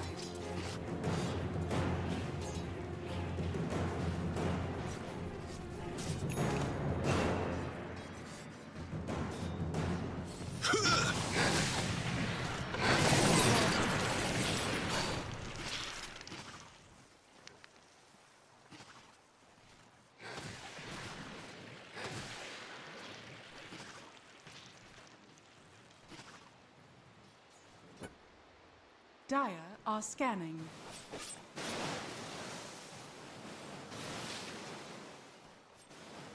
Dire's middle tower is under attack. Dire's middle tower has fallen. Mine! Selfish. Shadows take us. The prize is mine.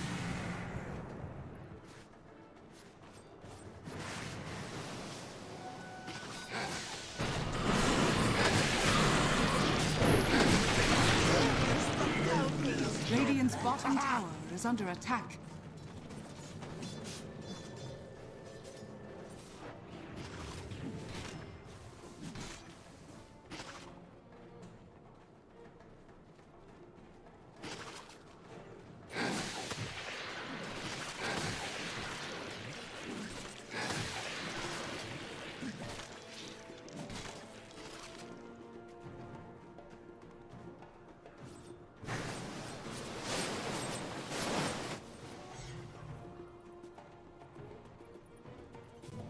Regeneration! Radiant's middle tower is under attack. Ha!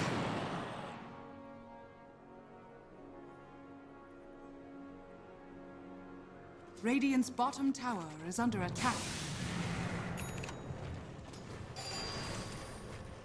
And again and again!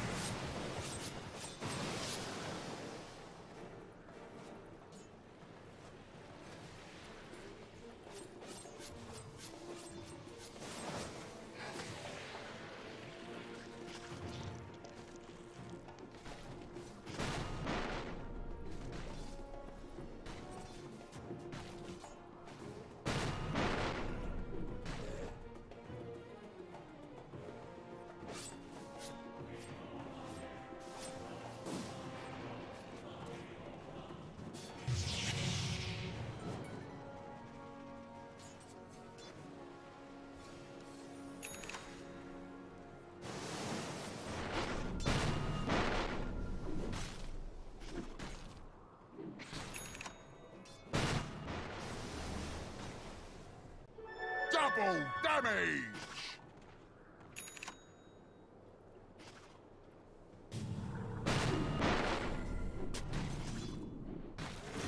For the hunt.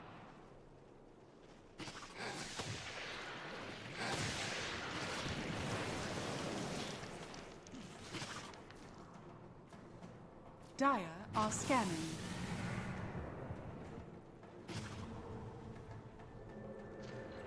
Shadow, take it.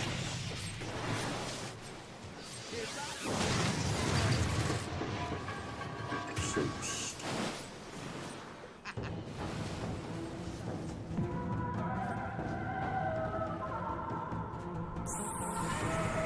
Dire's middle tower is under attack.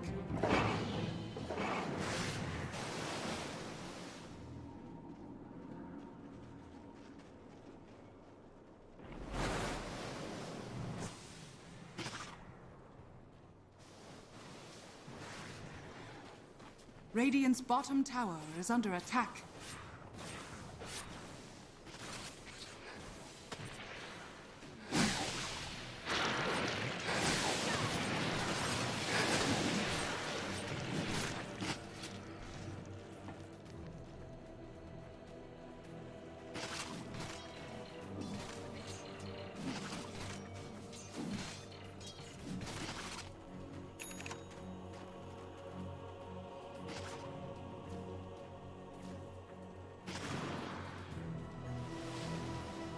An easy shot.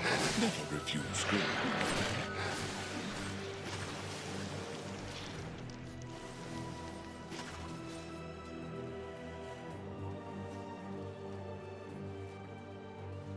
Dire's bottom tower is under attack.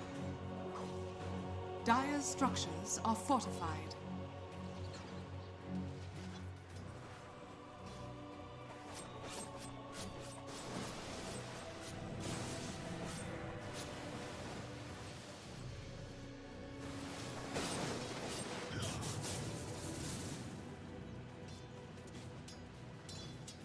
Dire's bottom tower is under attack.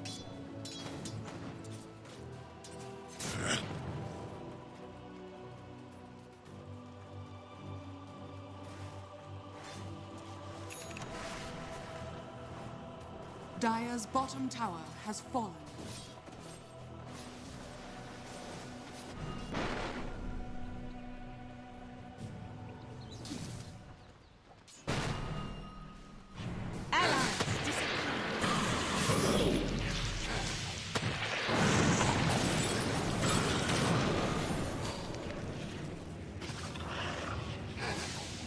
Comforting wound of regeneration.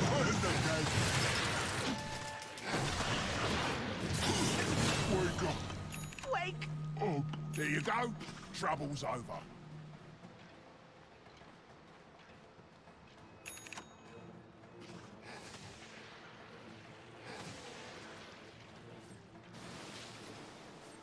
Dire's top tower is under attack.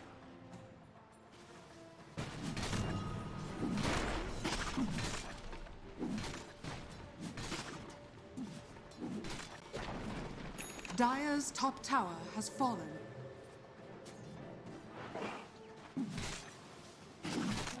Swiftly out of balance.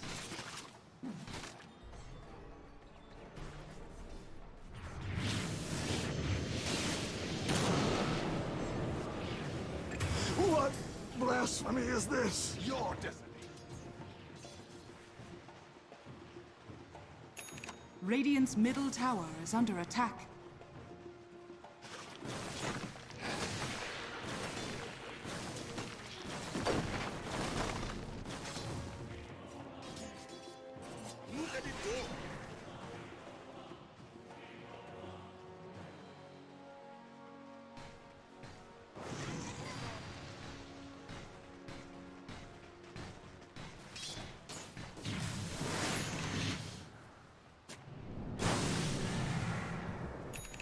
Radiant's top tower is under attack.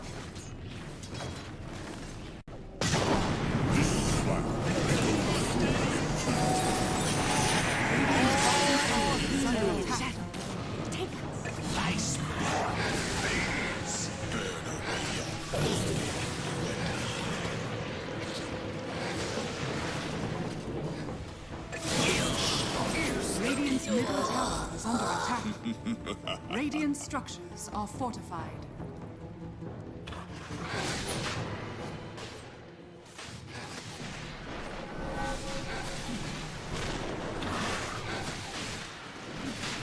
Radiant's middle tower has fallen.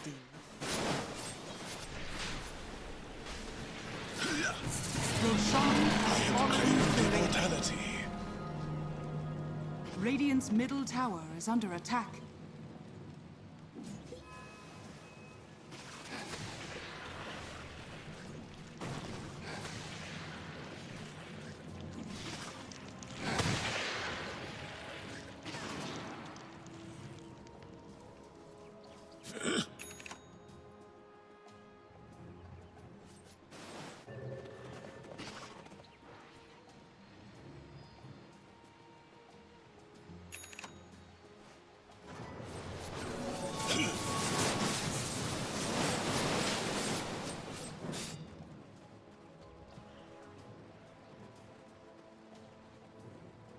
Radiant's bottom tower is under attack. The bones will tell. In dust we are kin, but never equals.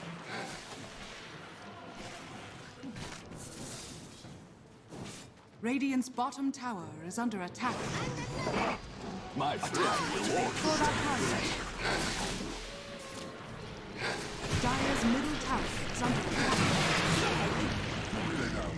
You've been sorted. Shadows take us. Radiant's top tower is under attack. Behold the living caves.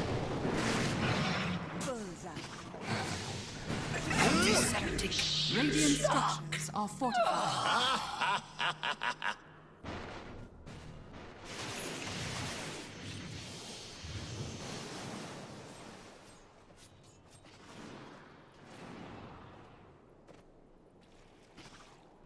Radiant's bottom tower is under attack. Radiant's bottom tower has been denied.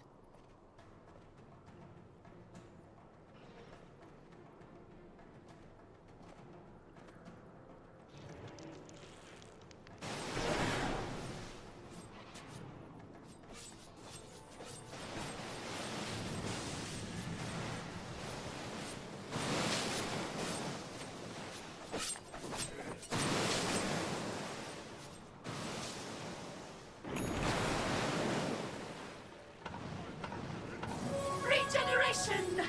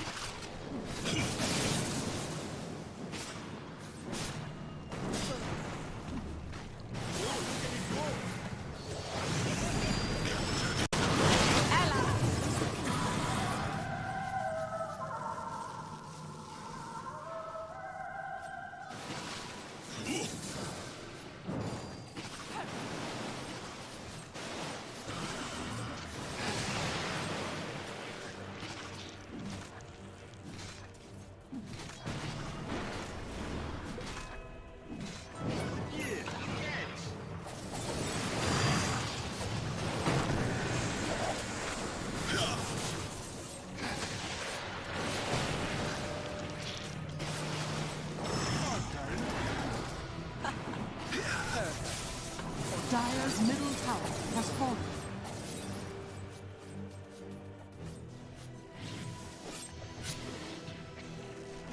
Haste. An easy shot.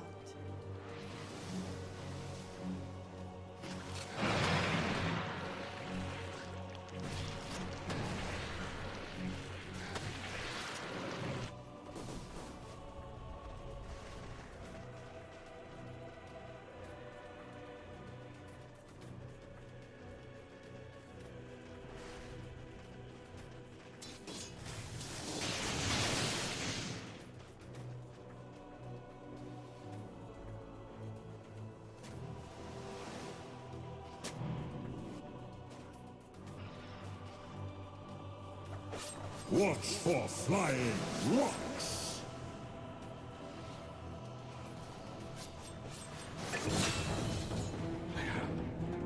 Purified was no shock.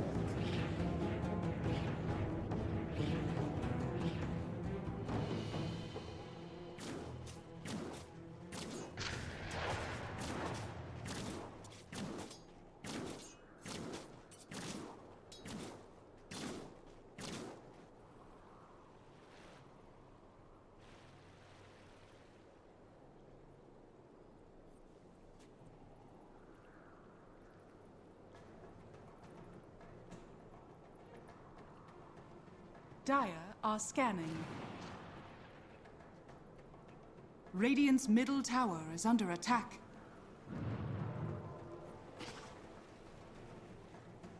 Bounty for me.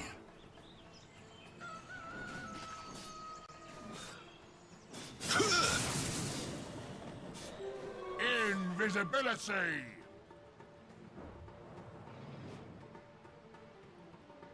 Never refuse gold given.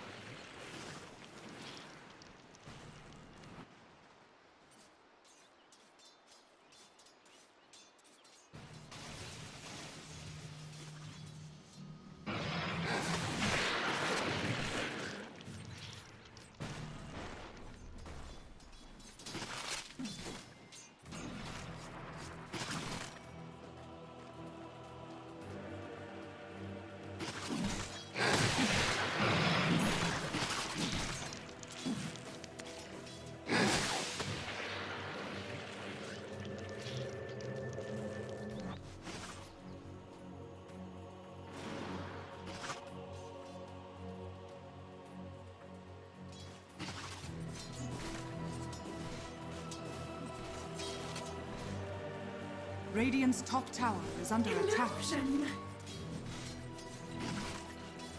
Radiant structures are fortified.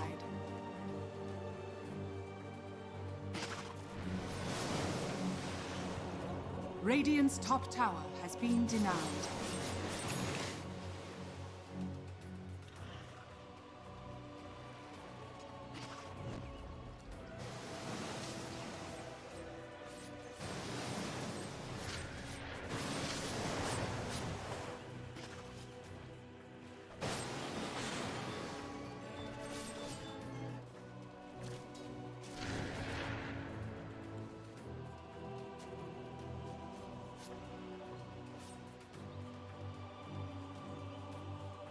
Radiant are scanning.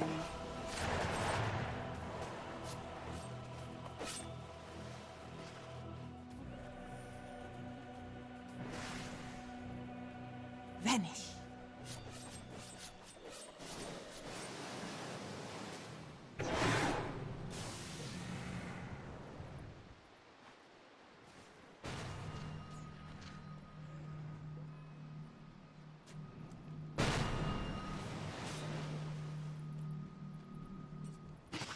No good.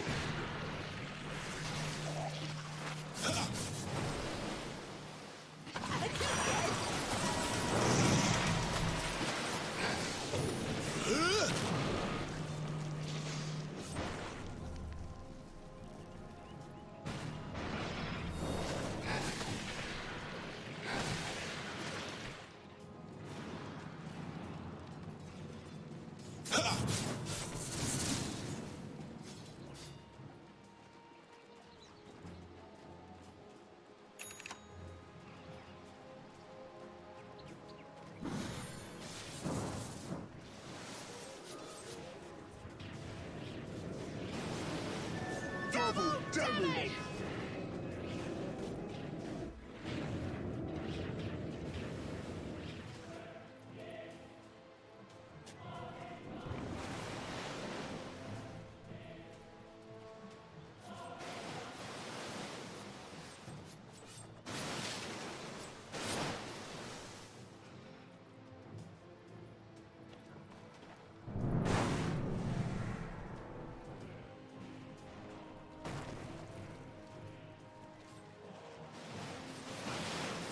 shadows take us.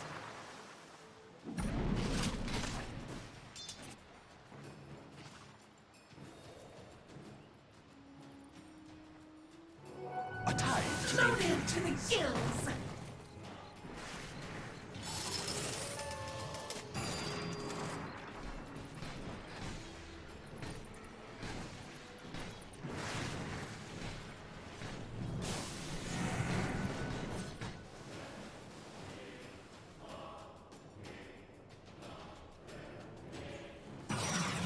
I know you.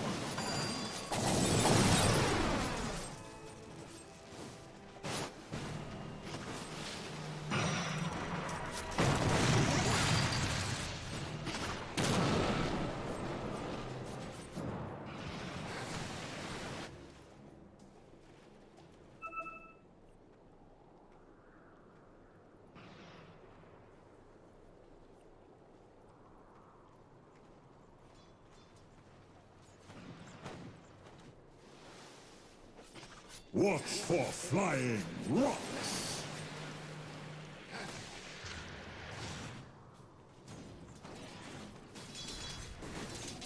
Regeneration!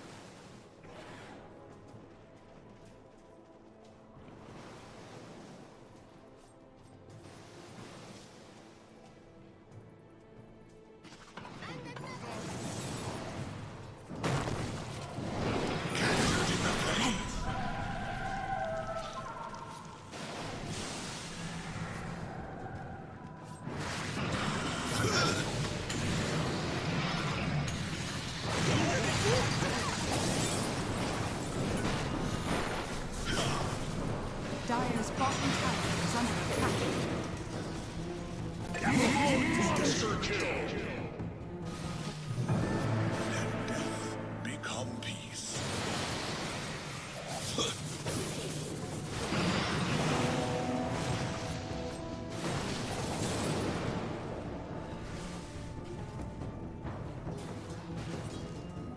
Haste!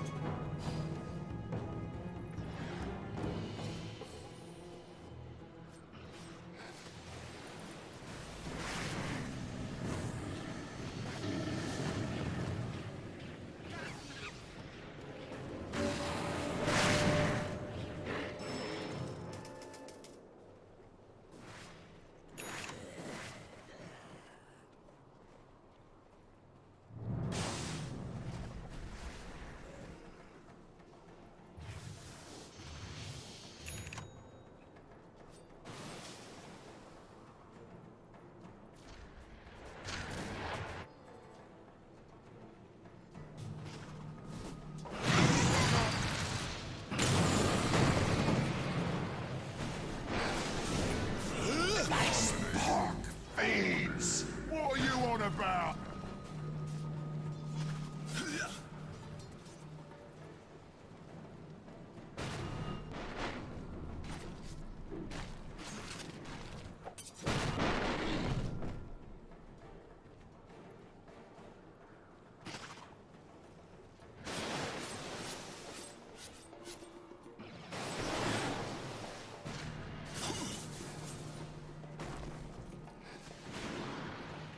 An easy shot.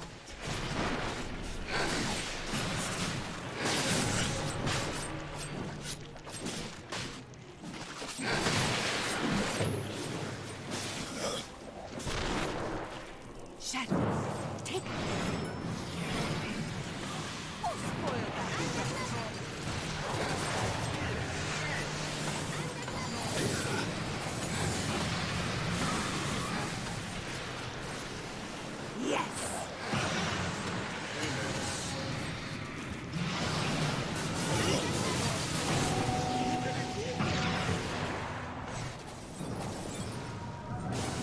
Haste!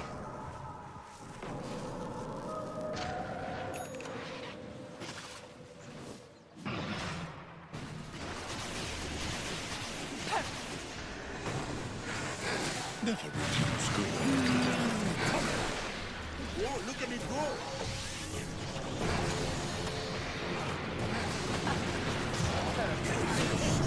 Die!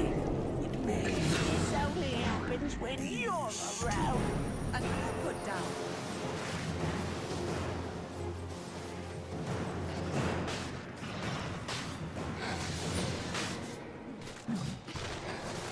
The rune of illusion. The prize is mine.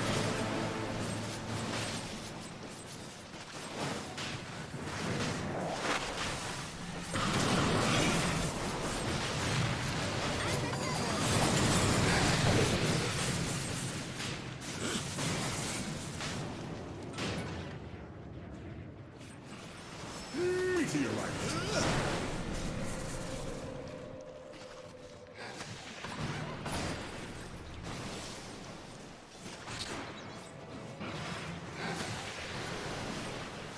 Radiant's middle tower is under attack.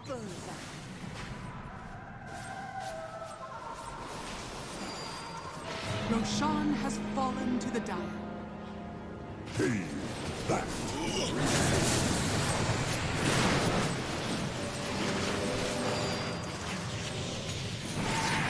Hand of God.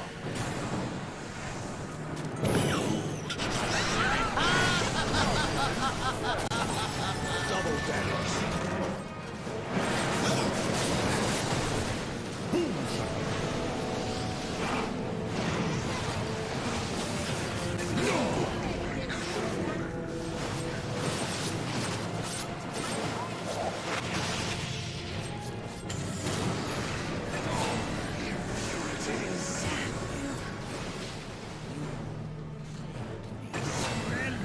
From downwind, back to the earth.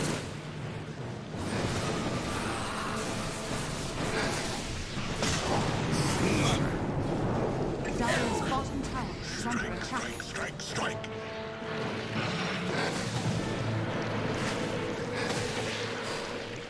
Dire's top tower is under attack. Be ensnared in fire. To the dust return.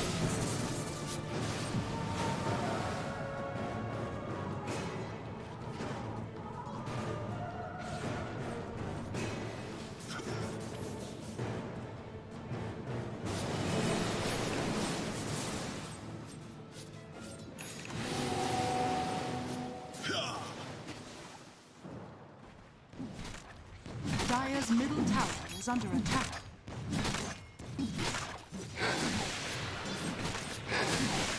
Dire's structures are fortified. Dire are scanning.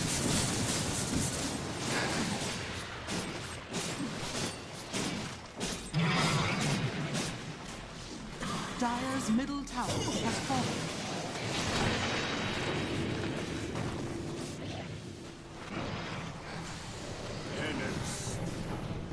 Dire's middle barracks are under attack. Not your best effort. Dire's middle barracks has fallen. Dire's middle barracks has fallen. Saliva!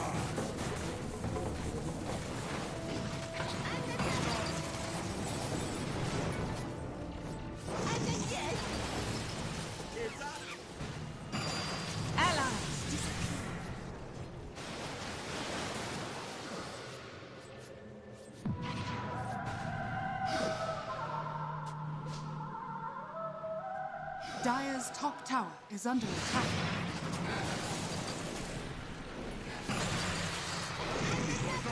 Oh, look at it go!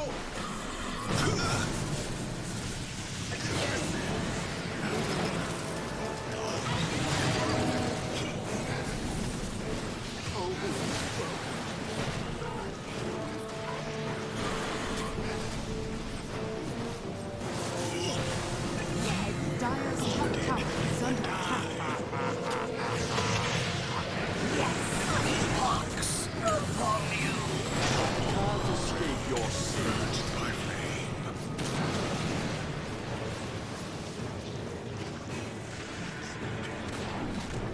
Dire's top tower has fallen.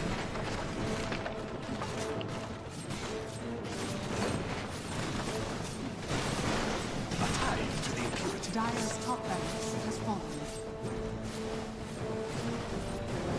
Dire's top barracks has fallen. Haste!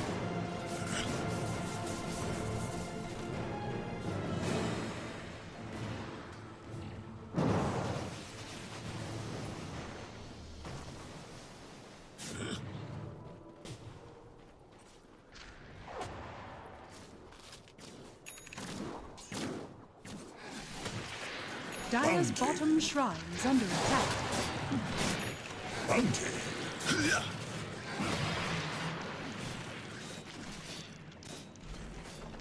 Dire's bottom shrine has fallen.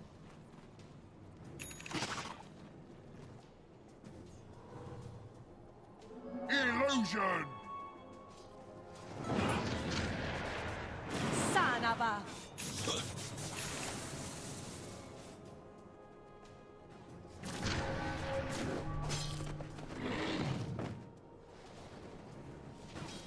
For the hunt.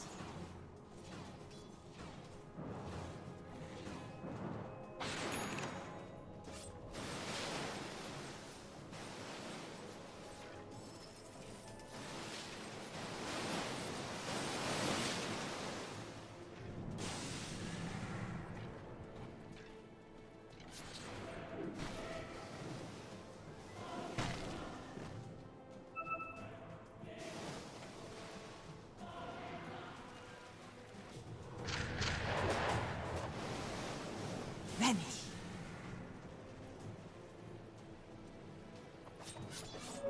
Regeneration.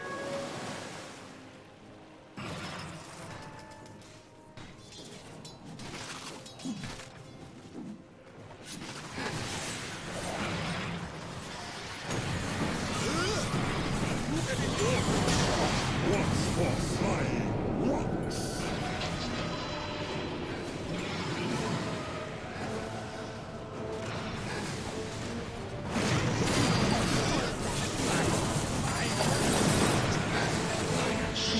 Escape your sin. Antiseptic shock. Yes.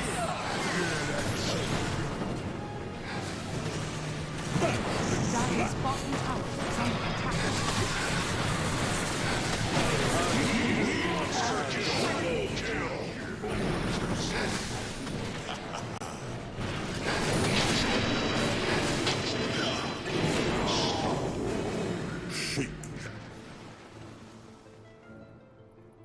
TNC Predator.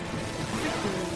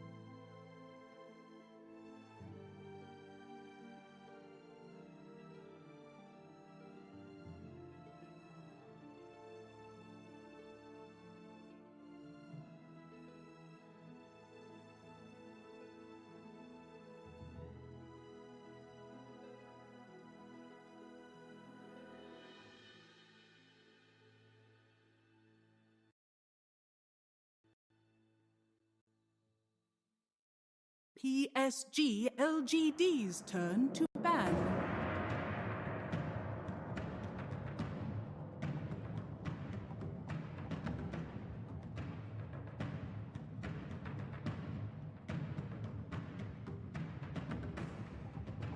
TNC Predators turn to ban.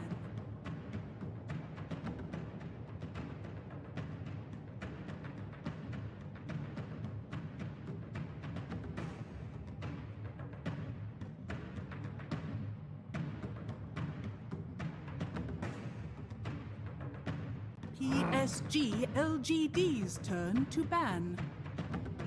TNC Predators turn to ban.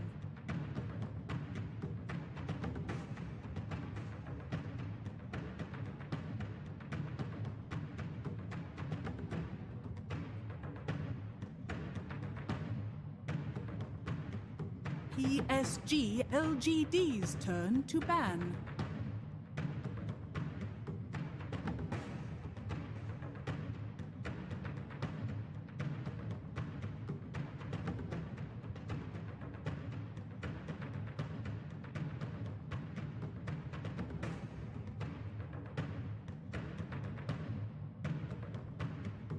Ten seconds remaining.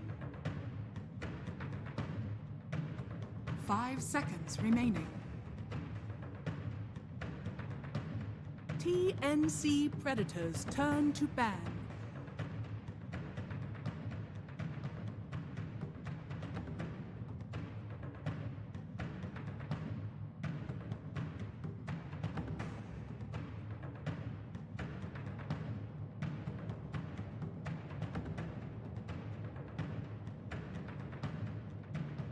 Ten seconds remaining.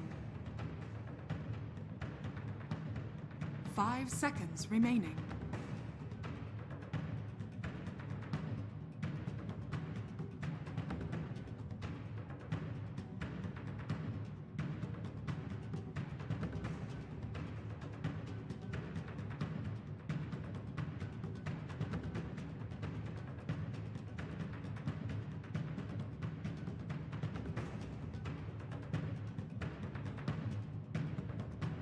PSG LGD's turn to ban.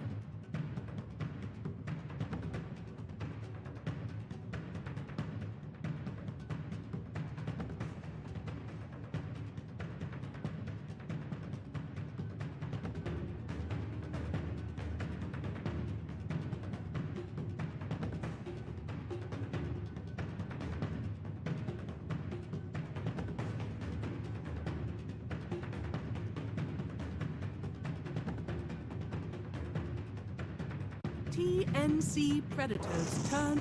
Ogre Magi!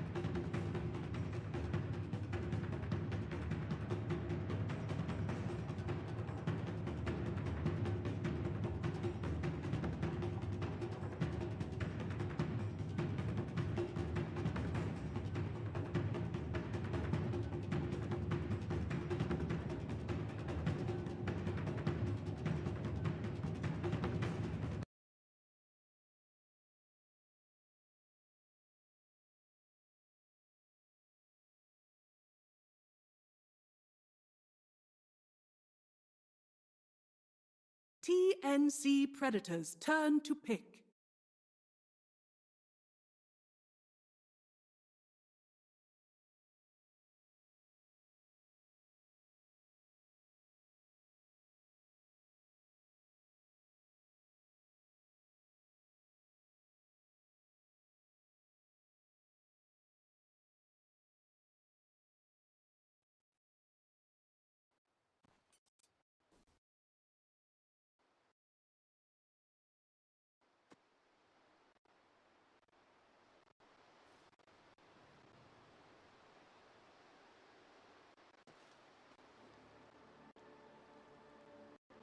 30 seconds to battle. Самые ресурсы, чтобы дофармить, дойти до этой кондиции. Ну и смотрим, как еще LGD у нас линии поставят, потому что... Кларити на спаме уже. Вот типа этого парня, я так понимаю, не работает на спамить. Принял в себя 3 или 4. До конца понятно. Ну и у Агра большой базовый реген. Тут, кстати, хотят, видимо, руну забрать у Куку. И снизу то же самое делают у нас TNC. Бьют Лиса, причем больно. Да, отогнали. Спадку Здесь под Леона забрал. LGD уже...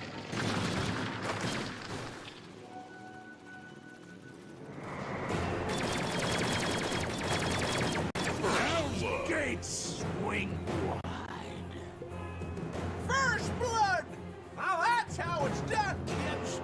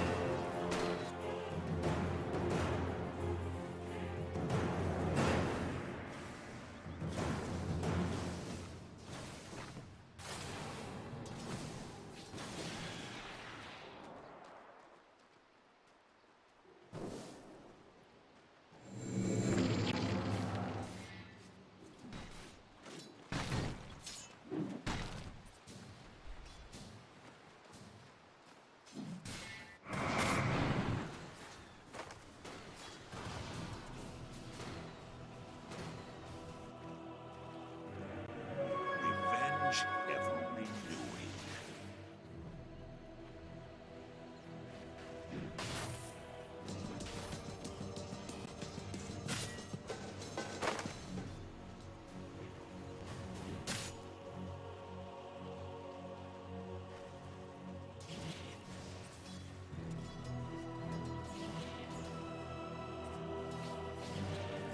Resistance says nothing.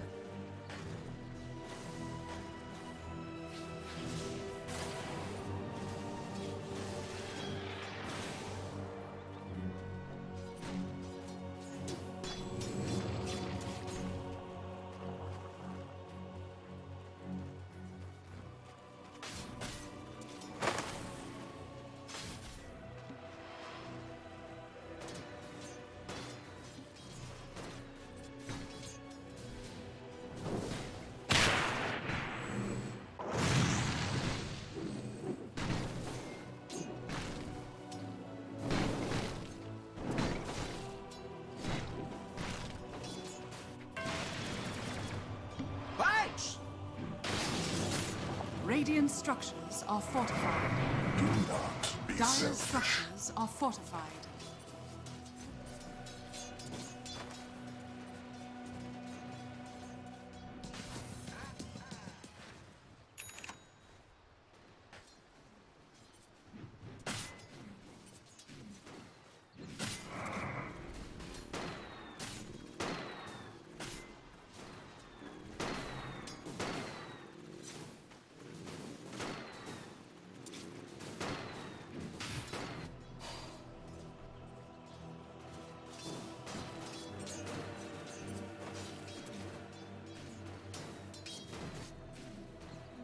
Speed and precision.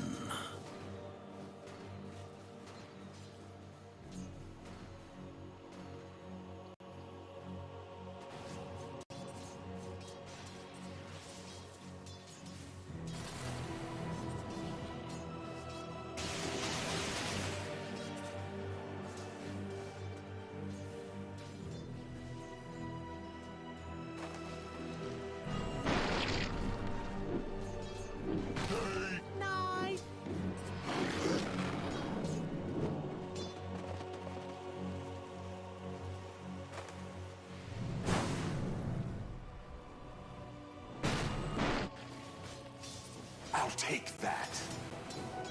Bounty.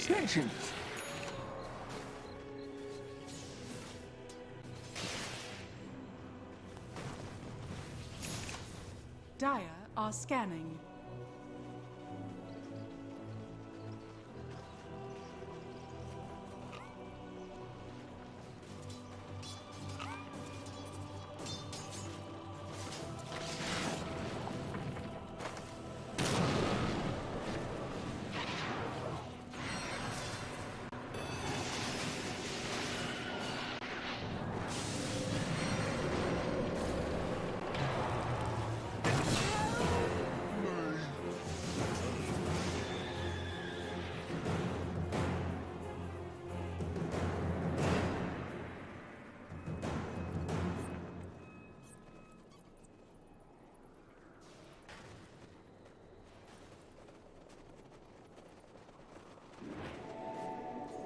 Illusion.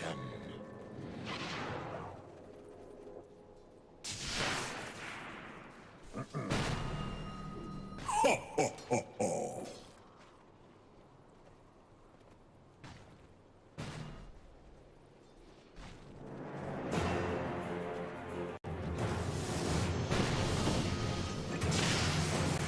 Down I go.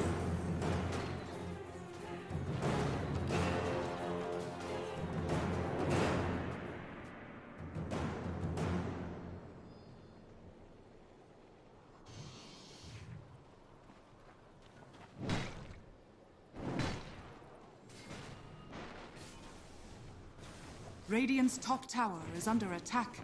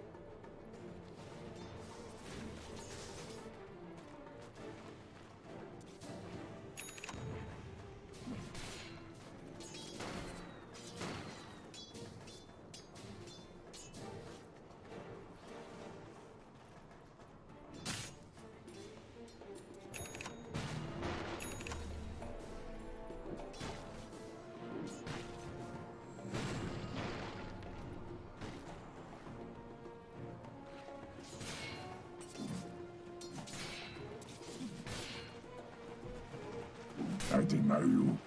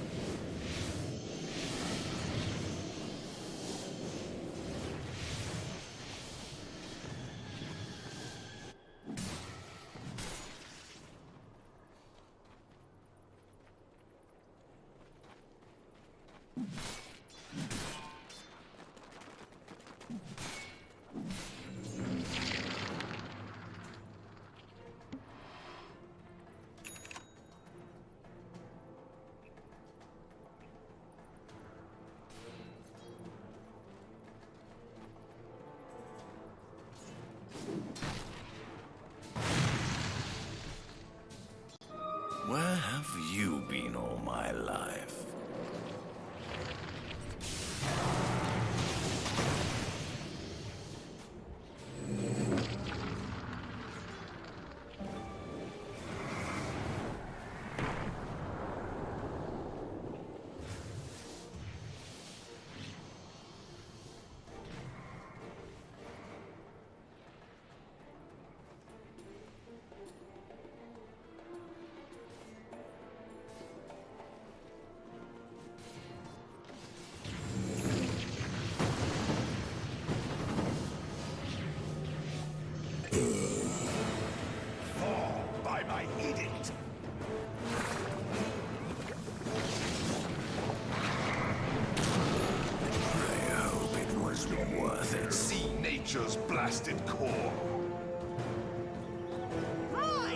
She's been pitching. Double damage. A tithe to the impurities.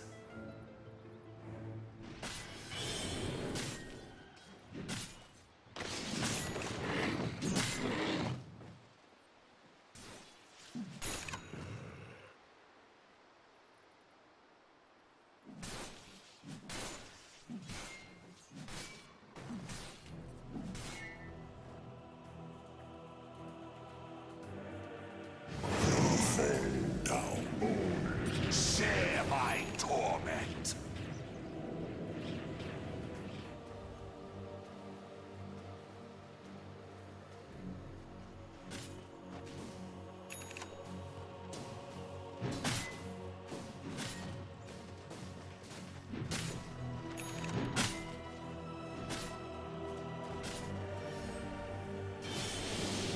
Dire's middle tower is under attack.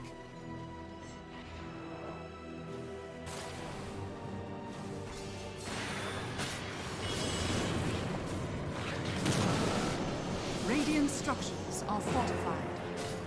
Dire's structures are fortified. Dire's top tower is under attack. Radiant's bottom tower is under attack.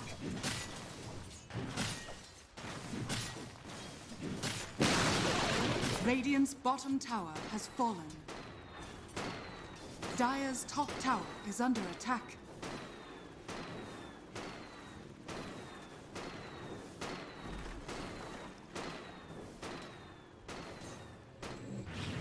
Radiant's bottom tower is under attack.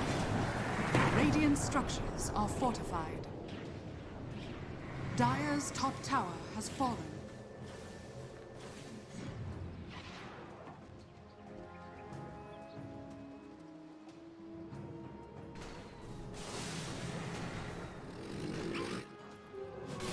Invisibility.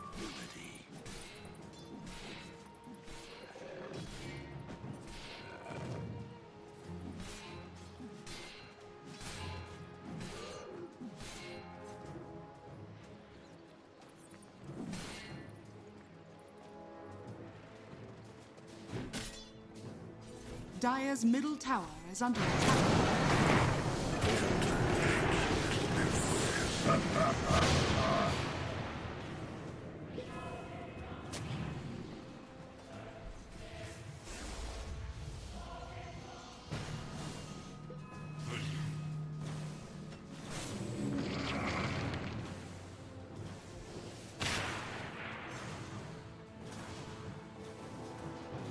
Radiant's bottom tower is under attack.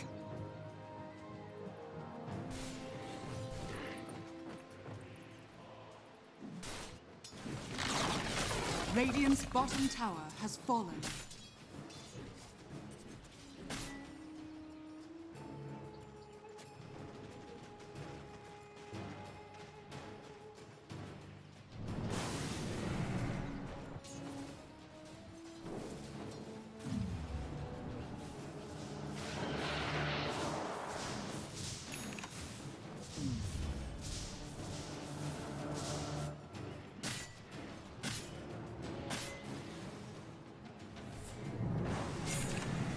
Radiant's middle tower is under attack.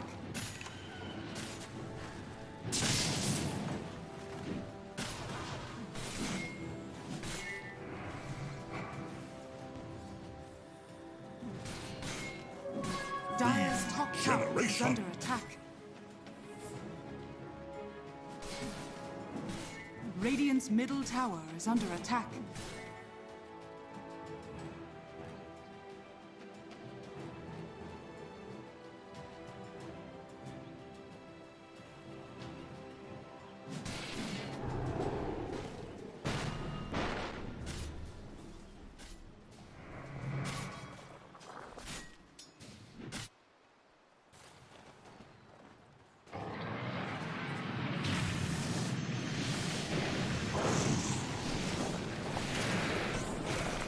I regret nothing! Reviled.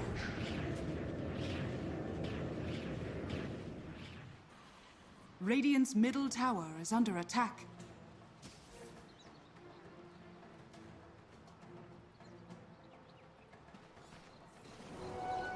Radiant's middle tower has fallen. Bounty.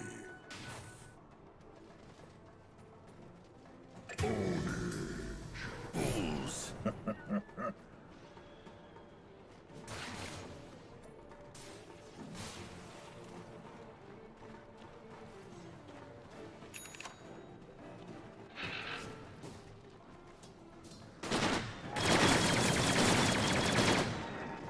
A tithe to the impurities.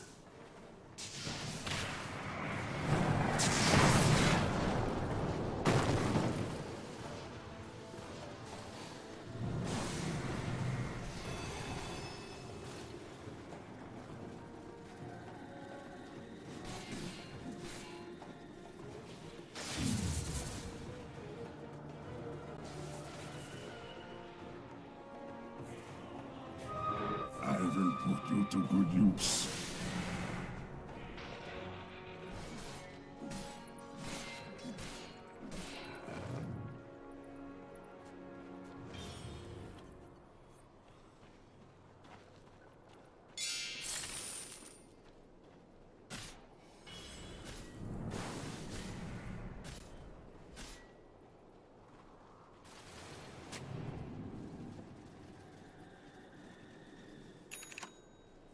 Dire's middle tower is under attack.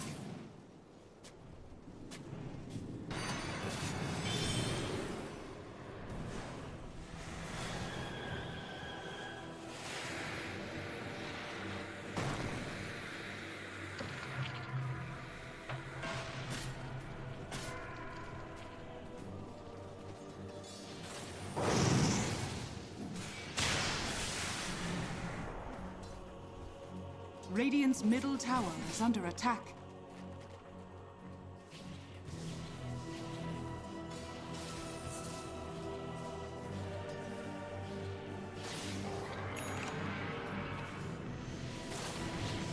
Radiant's top tower is under attack.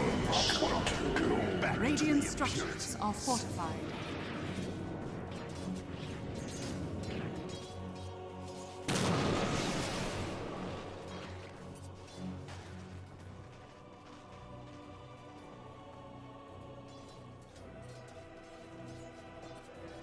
Yes, it's on Grant. It's always Grant's fault. Well, we fixed it. No worries. I had it on. You know, chat. I didn't have Steam Cloud. Unfortunately, didn't help me there. But there you guys go.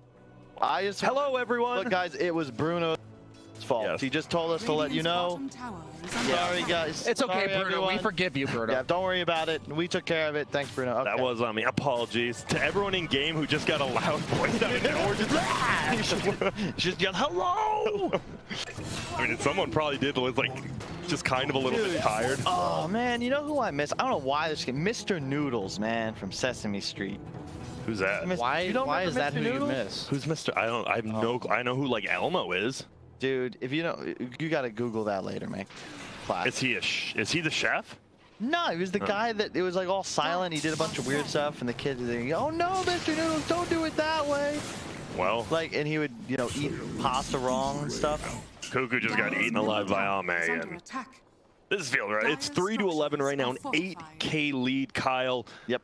Are you actually just banking on this? You are just banking on Arc War now, right? Just hope we can defend a long time. And as BSJ brought up, the Leshrac pretty good against this bubble. Oh. I believe it's pronounced Buble. Buble. That is the proper origin pronunciation. You guys big Michael Bublé for Christmas songs fans or no? He's definitely up there in the Christmas songs mix. What's your favorite Christmas song? It is August, so it's a good time. Yeah, I'm trying to think. I love the Trans-Siberian Orchestra, but I don't like know the what. I've seen him in concert. I don't know the full song. It has. I got none. What about you? You have one that just stands out. Grandma got ran over by a reindeer is a classic, that's obviously. Classic. I like Feliz Navidad. Okay. BSJ, what about you? I was thinking about it. I mean, when I was a kid, I loved the Rudolph movie. Yeah. So it might just be classic, tried and true. Represent your childhood in many ways, BSJ. That I was just societal outcast. Only to find out he has a special ability that makes him popular and very lovable. And a Chad. Yeah. Yeah, that's my life in a nutshell. Oh, they're running in. Oh my goodness. Cuckoo gets the blink away. Will they find him? No. Perfect blink into a TP. Okay. You're buying a little time. A little bit of time. Sometimes that's all you need with the Arc Warden. It's going for that full Mjolnir. Well, we're going to see Gabby going for the BKB next. And this is a little bit different. Didn't we used to see just Maelstrom in the Ags? He just is forced to get a BKB because of something like this.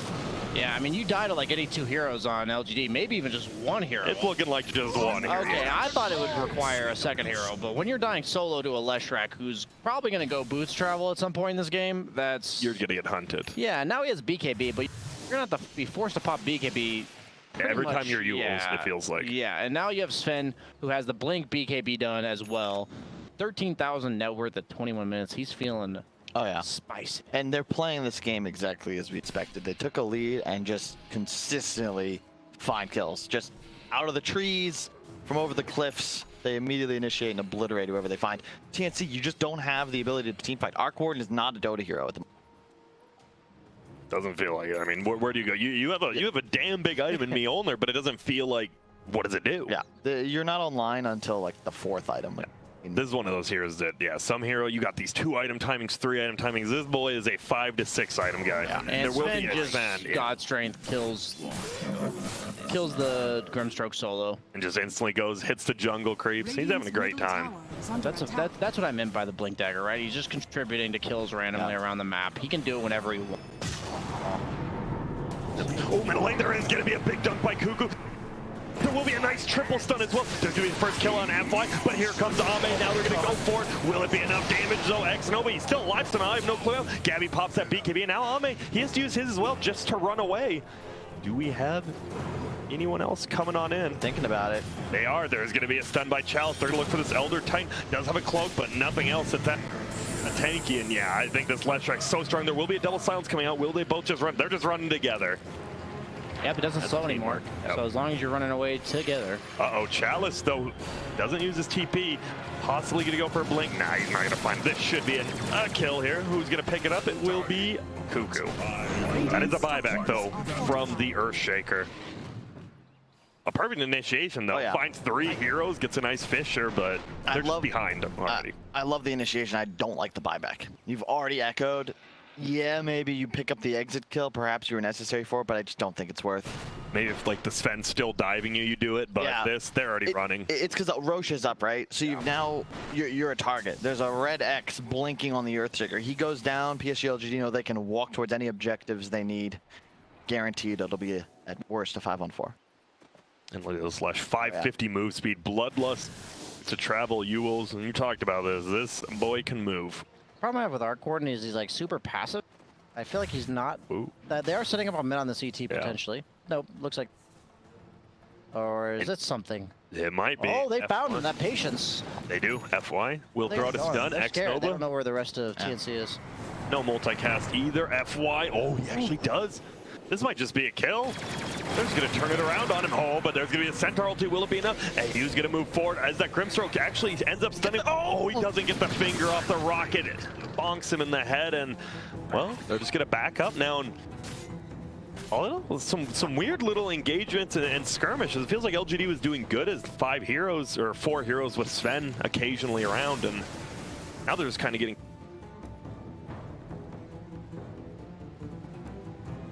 picked off. There will be a kill. Whoa, it's going to be on Tim's. See you later. Ame, anyone he finds is going to die. And yeah, hey, what's up, Grimstroke? Wait, what hero was right there? There were supports. Just an ink spot on the ground. Yeah. Dude, Ame has acquired so much gravity, he's destroying things faster than a black hole. But he's not using the Midas. There we go. He was thinking about getting a kill. Come on. He was, but then he had double hit the creeps. Has like level 20 lifesteal talent. Stoning. I've seen a lot of Svens actually take the Storm Hammer cooldown, but in this game you can kind of just do your own thing. I like lifesteal just because he's going to inevitably have to go toe-to-toe with the Arc Warden, right? And it's sustained battle against Arc Warden's pretty annoying. Another big change. Used to be you wouldn't lifesteal off of illusions. This now is true. You do. Yeah. I believe Arc Warden you weren't lifestealing off of, even though it's a clone. So it Not counted as a 100% hero unit. sure. I have no idea, and now we have no way of testing it. It doesn't matter. But let's because now you do Now it will steal no matter what. Yeah, It definitely will steal life now. So when's LGD, like, when do they feel confident to kind of do some objectives? You know, tier 3s or Roshan, like, when is that? Because it feels like this Fenn's pretty far ahead already. I don't know if he was waiting or they just waiting for a pickoff. I think Orchid. Orchid's nice. I don't think there's ever a moment you're like, okay, guys, like, let's go high ground. It's more that they're going to just consistently outfarm and be hunting, you know, head on a swivel, and they'll slowly increase the amount of the map they're willing to fight TNC on. And I wouldn't be surprised to see a smoke move, yep, as soon as this Orchid gets picked up. I mean, you have a support Lion like farming. Oh, they get Echo Slam bottom. Oh my goodness, on the support Lion. Will he even go down? Yeah, he goes down to the Arc Warden TPing in. But that's like Echo Slam on a support Lion, so. Yep. Leshrac, actually, he looked like he was going to commit if they didn't kill that creep. Yeah, they had Glyph available. He just don't mind that was a bit of a risky move. 300 gold off BKB on Lesh. Yep, I think that could be the big decision maker. He just runs to you and you have nothing. There is 0 BKB piercing disable on the side of TNC. In fact, there's nothing BKB piercing other than right clicks. And they don't even have that much right click damage, right? Just an Arc Warden, and all his damage is magical with that Mjolnir. Actually, Soulbind, but what then? Soulbind into Abyssal Blade Gyro. There we go. That's... After this Arc Warden defends the tower for the next 30 minutes, you never know. Yep. I feel like PSG LGD is experienced enough to know this game can't go too much later. Yeah. You're ahead, but you don't want it to go to like 40+ minutes. Yes, Finn does not want it to. Arc Warden later on is just... He's a whole new beast. As you said, his level 25 talent is just game changing. It's so annoying. Like, how do you do it? You just tank 600 damage every time. You're like, oh, ouch, that hurt. Yeah. And by ouch, that hurt you. Dude, ouch, that killed me. Yeah. I really like FY's Aether Lens too, because you have Centaur to get you into the fight. This allows you to position far more efficiently, and if you blink into the look at the TNC lineup, right? Like you will. Any of these heroes see a lion, they kill a lion, and now you can safely play on the outskirts. Oh god, what 2 rounds of spells off. And almost going for that Bloodthorn now. I know a lot of carries have been talking about it. Bloodthorn is just a better version of Daedalus as well, because a lot of friends work on Daedalus and people are like, Bloodthorn's just better.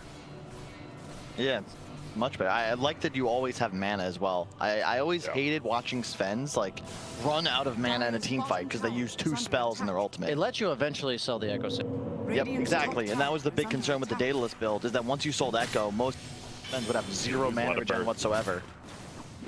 Well, they do have to use a glyph here for this tier 2, but it will still go down. Chalice, he does not care about this tower one bit.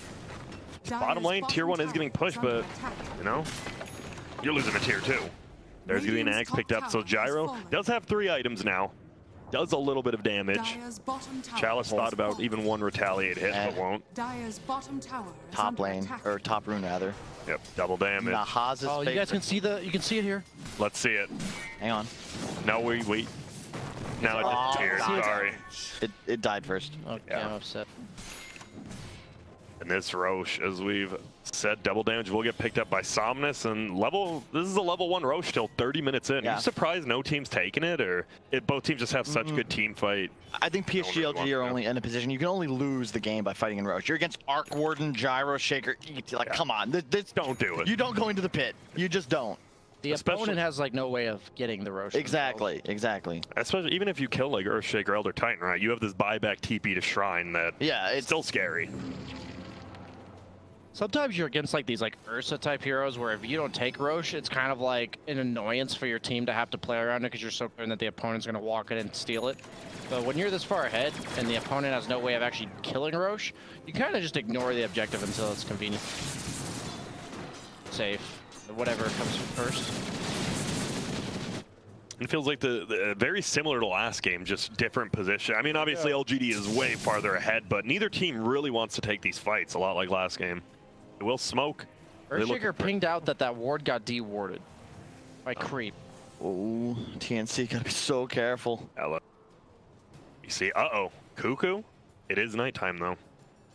No vision. Can I just say that I've learned you can... Well, let's talk about it after. You're good. Oh, he jumps in. He does only get a stun onto one. It will be the Gyro who does get forced out. Oh, man, oh my goodness. He's just going to blow one. It's going to be Kuga. That's a pretty big kill on the max side. We do hear Soulblind, but we're going to watch this. Sven just right-click everyone down. Gabby gets destroyed as well. They're going to move back. That's his godlike. There's a TP out. Will barely survive. Armel. They're just playing these fights exactly as expected. Just out of nowhere. See it on top? 300. It's right next to him. It looked like it was on. That was actually between them. Yeah, but it is on top of this Sven. Okay. Can you prove it? I can't prove it there. Okay. Next time, though. Yes, next time. I will say you knew what I was going to ask. Well, one of the coolest things that I've learned recently, I learned it yesterday from, I believe, Gunner, is that the gym provides true sight on the ground. So when they were smoked up, the Centaur actually dropped his gem next to the high ground to see if there was a ward up there. That's really cool. Yeah. That is. That is super cool, actually. It is. Somnus is just going to pop his BKB. Oh my goodness, Bloodstones gets all his HP back. See you later. There's going to be a kill. It's going to be Tim's. He has to buy back, and Somnus wears the Edict. It's already going off right now. You see it. The one counter to this bubble right now, and the bubble will finally drop. This will be a melee Rax at least. We'll see if they want to commit for the range. Looks like, oh, hey, why not? Yeah, I heard the gem drop when they were smoked. I'm like, why did he drop a gem? And then I remembered learning that because it provides AoE flying vision through sight when it's dropped. Flying vision? Yeah, like, you can, that's what I mean. Like, so if you drop it next to the high ground, you can see like a small radius up to the high ground. That is so sick. I had no idea. Is that new? Or? Yeah, they made it like... Or newly discovered. It was new, I think like 2 or 3 months ago, they made it so the gem provides true sight on the ground next to it. Oh my goodness! If you die as well, or only if you drop it? No, if you die, it's you see it. Like you see the gem, and it provides true sight around itself. Oh, but only your team sees it. Yeah. I've noticed that before, but I didn't realize that. When they made that change, they made it provide true sight on the ground. They got to be careful. I don't know if you really want to. They know Lesh TP'd bottom, but still, a level 24 Sven.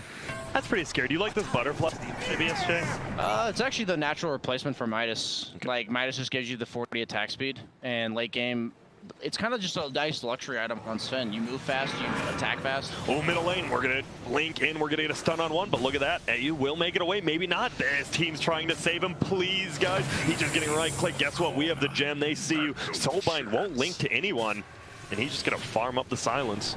Your really only other options on Sven are like Satanic or like or something. There's really no other like good damage item that you want to go. So Butterfly is just a nice little hybrid defense aggressive item on Sven.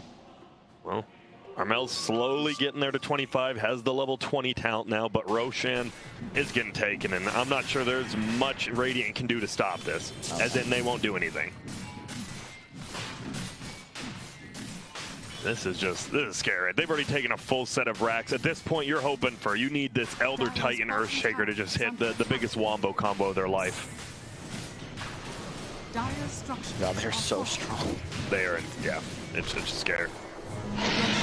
Octarine. 20 charges on the Bloodstone. Yeah, all he needs to, Samus is just going to go farm 25, and then they're ready to rock and roll. Yep, the bubble will do nothing now against this Lash Rack, just shredding your buildings. It is effectively Edict times 2.25. It's pretty decent.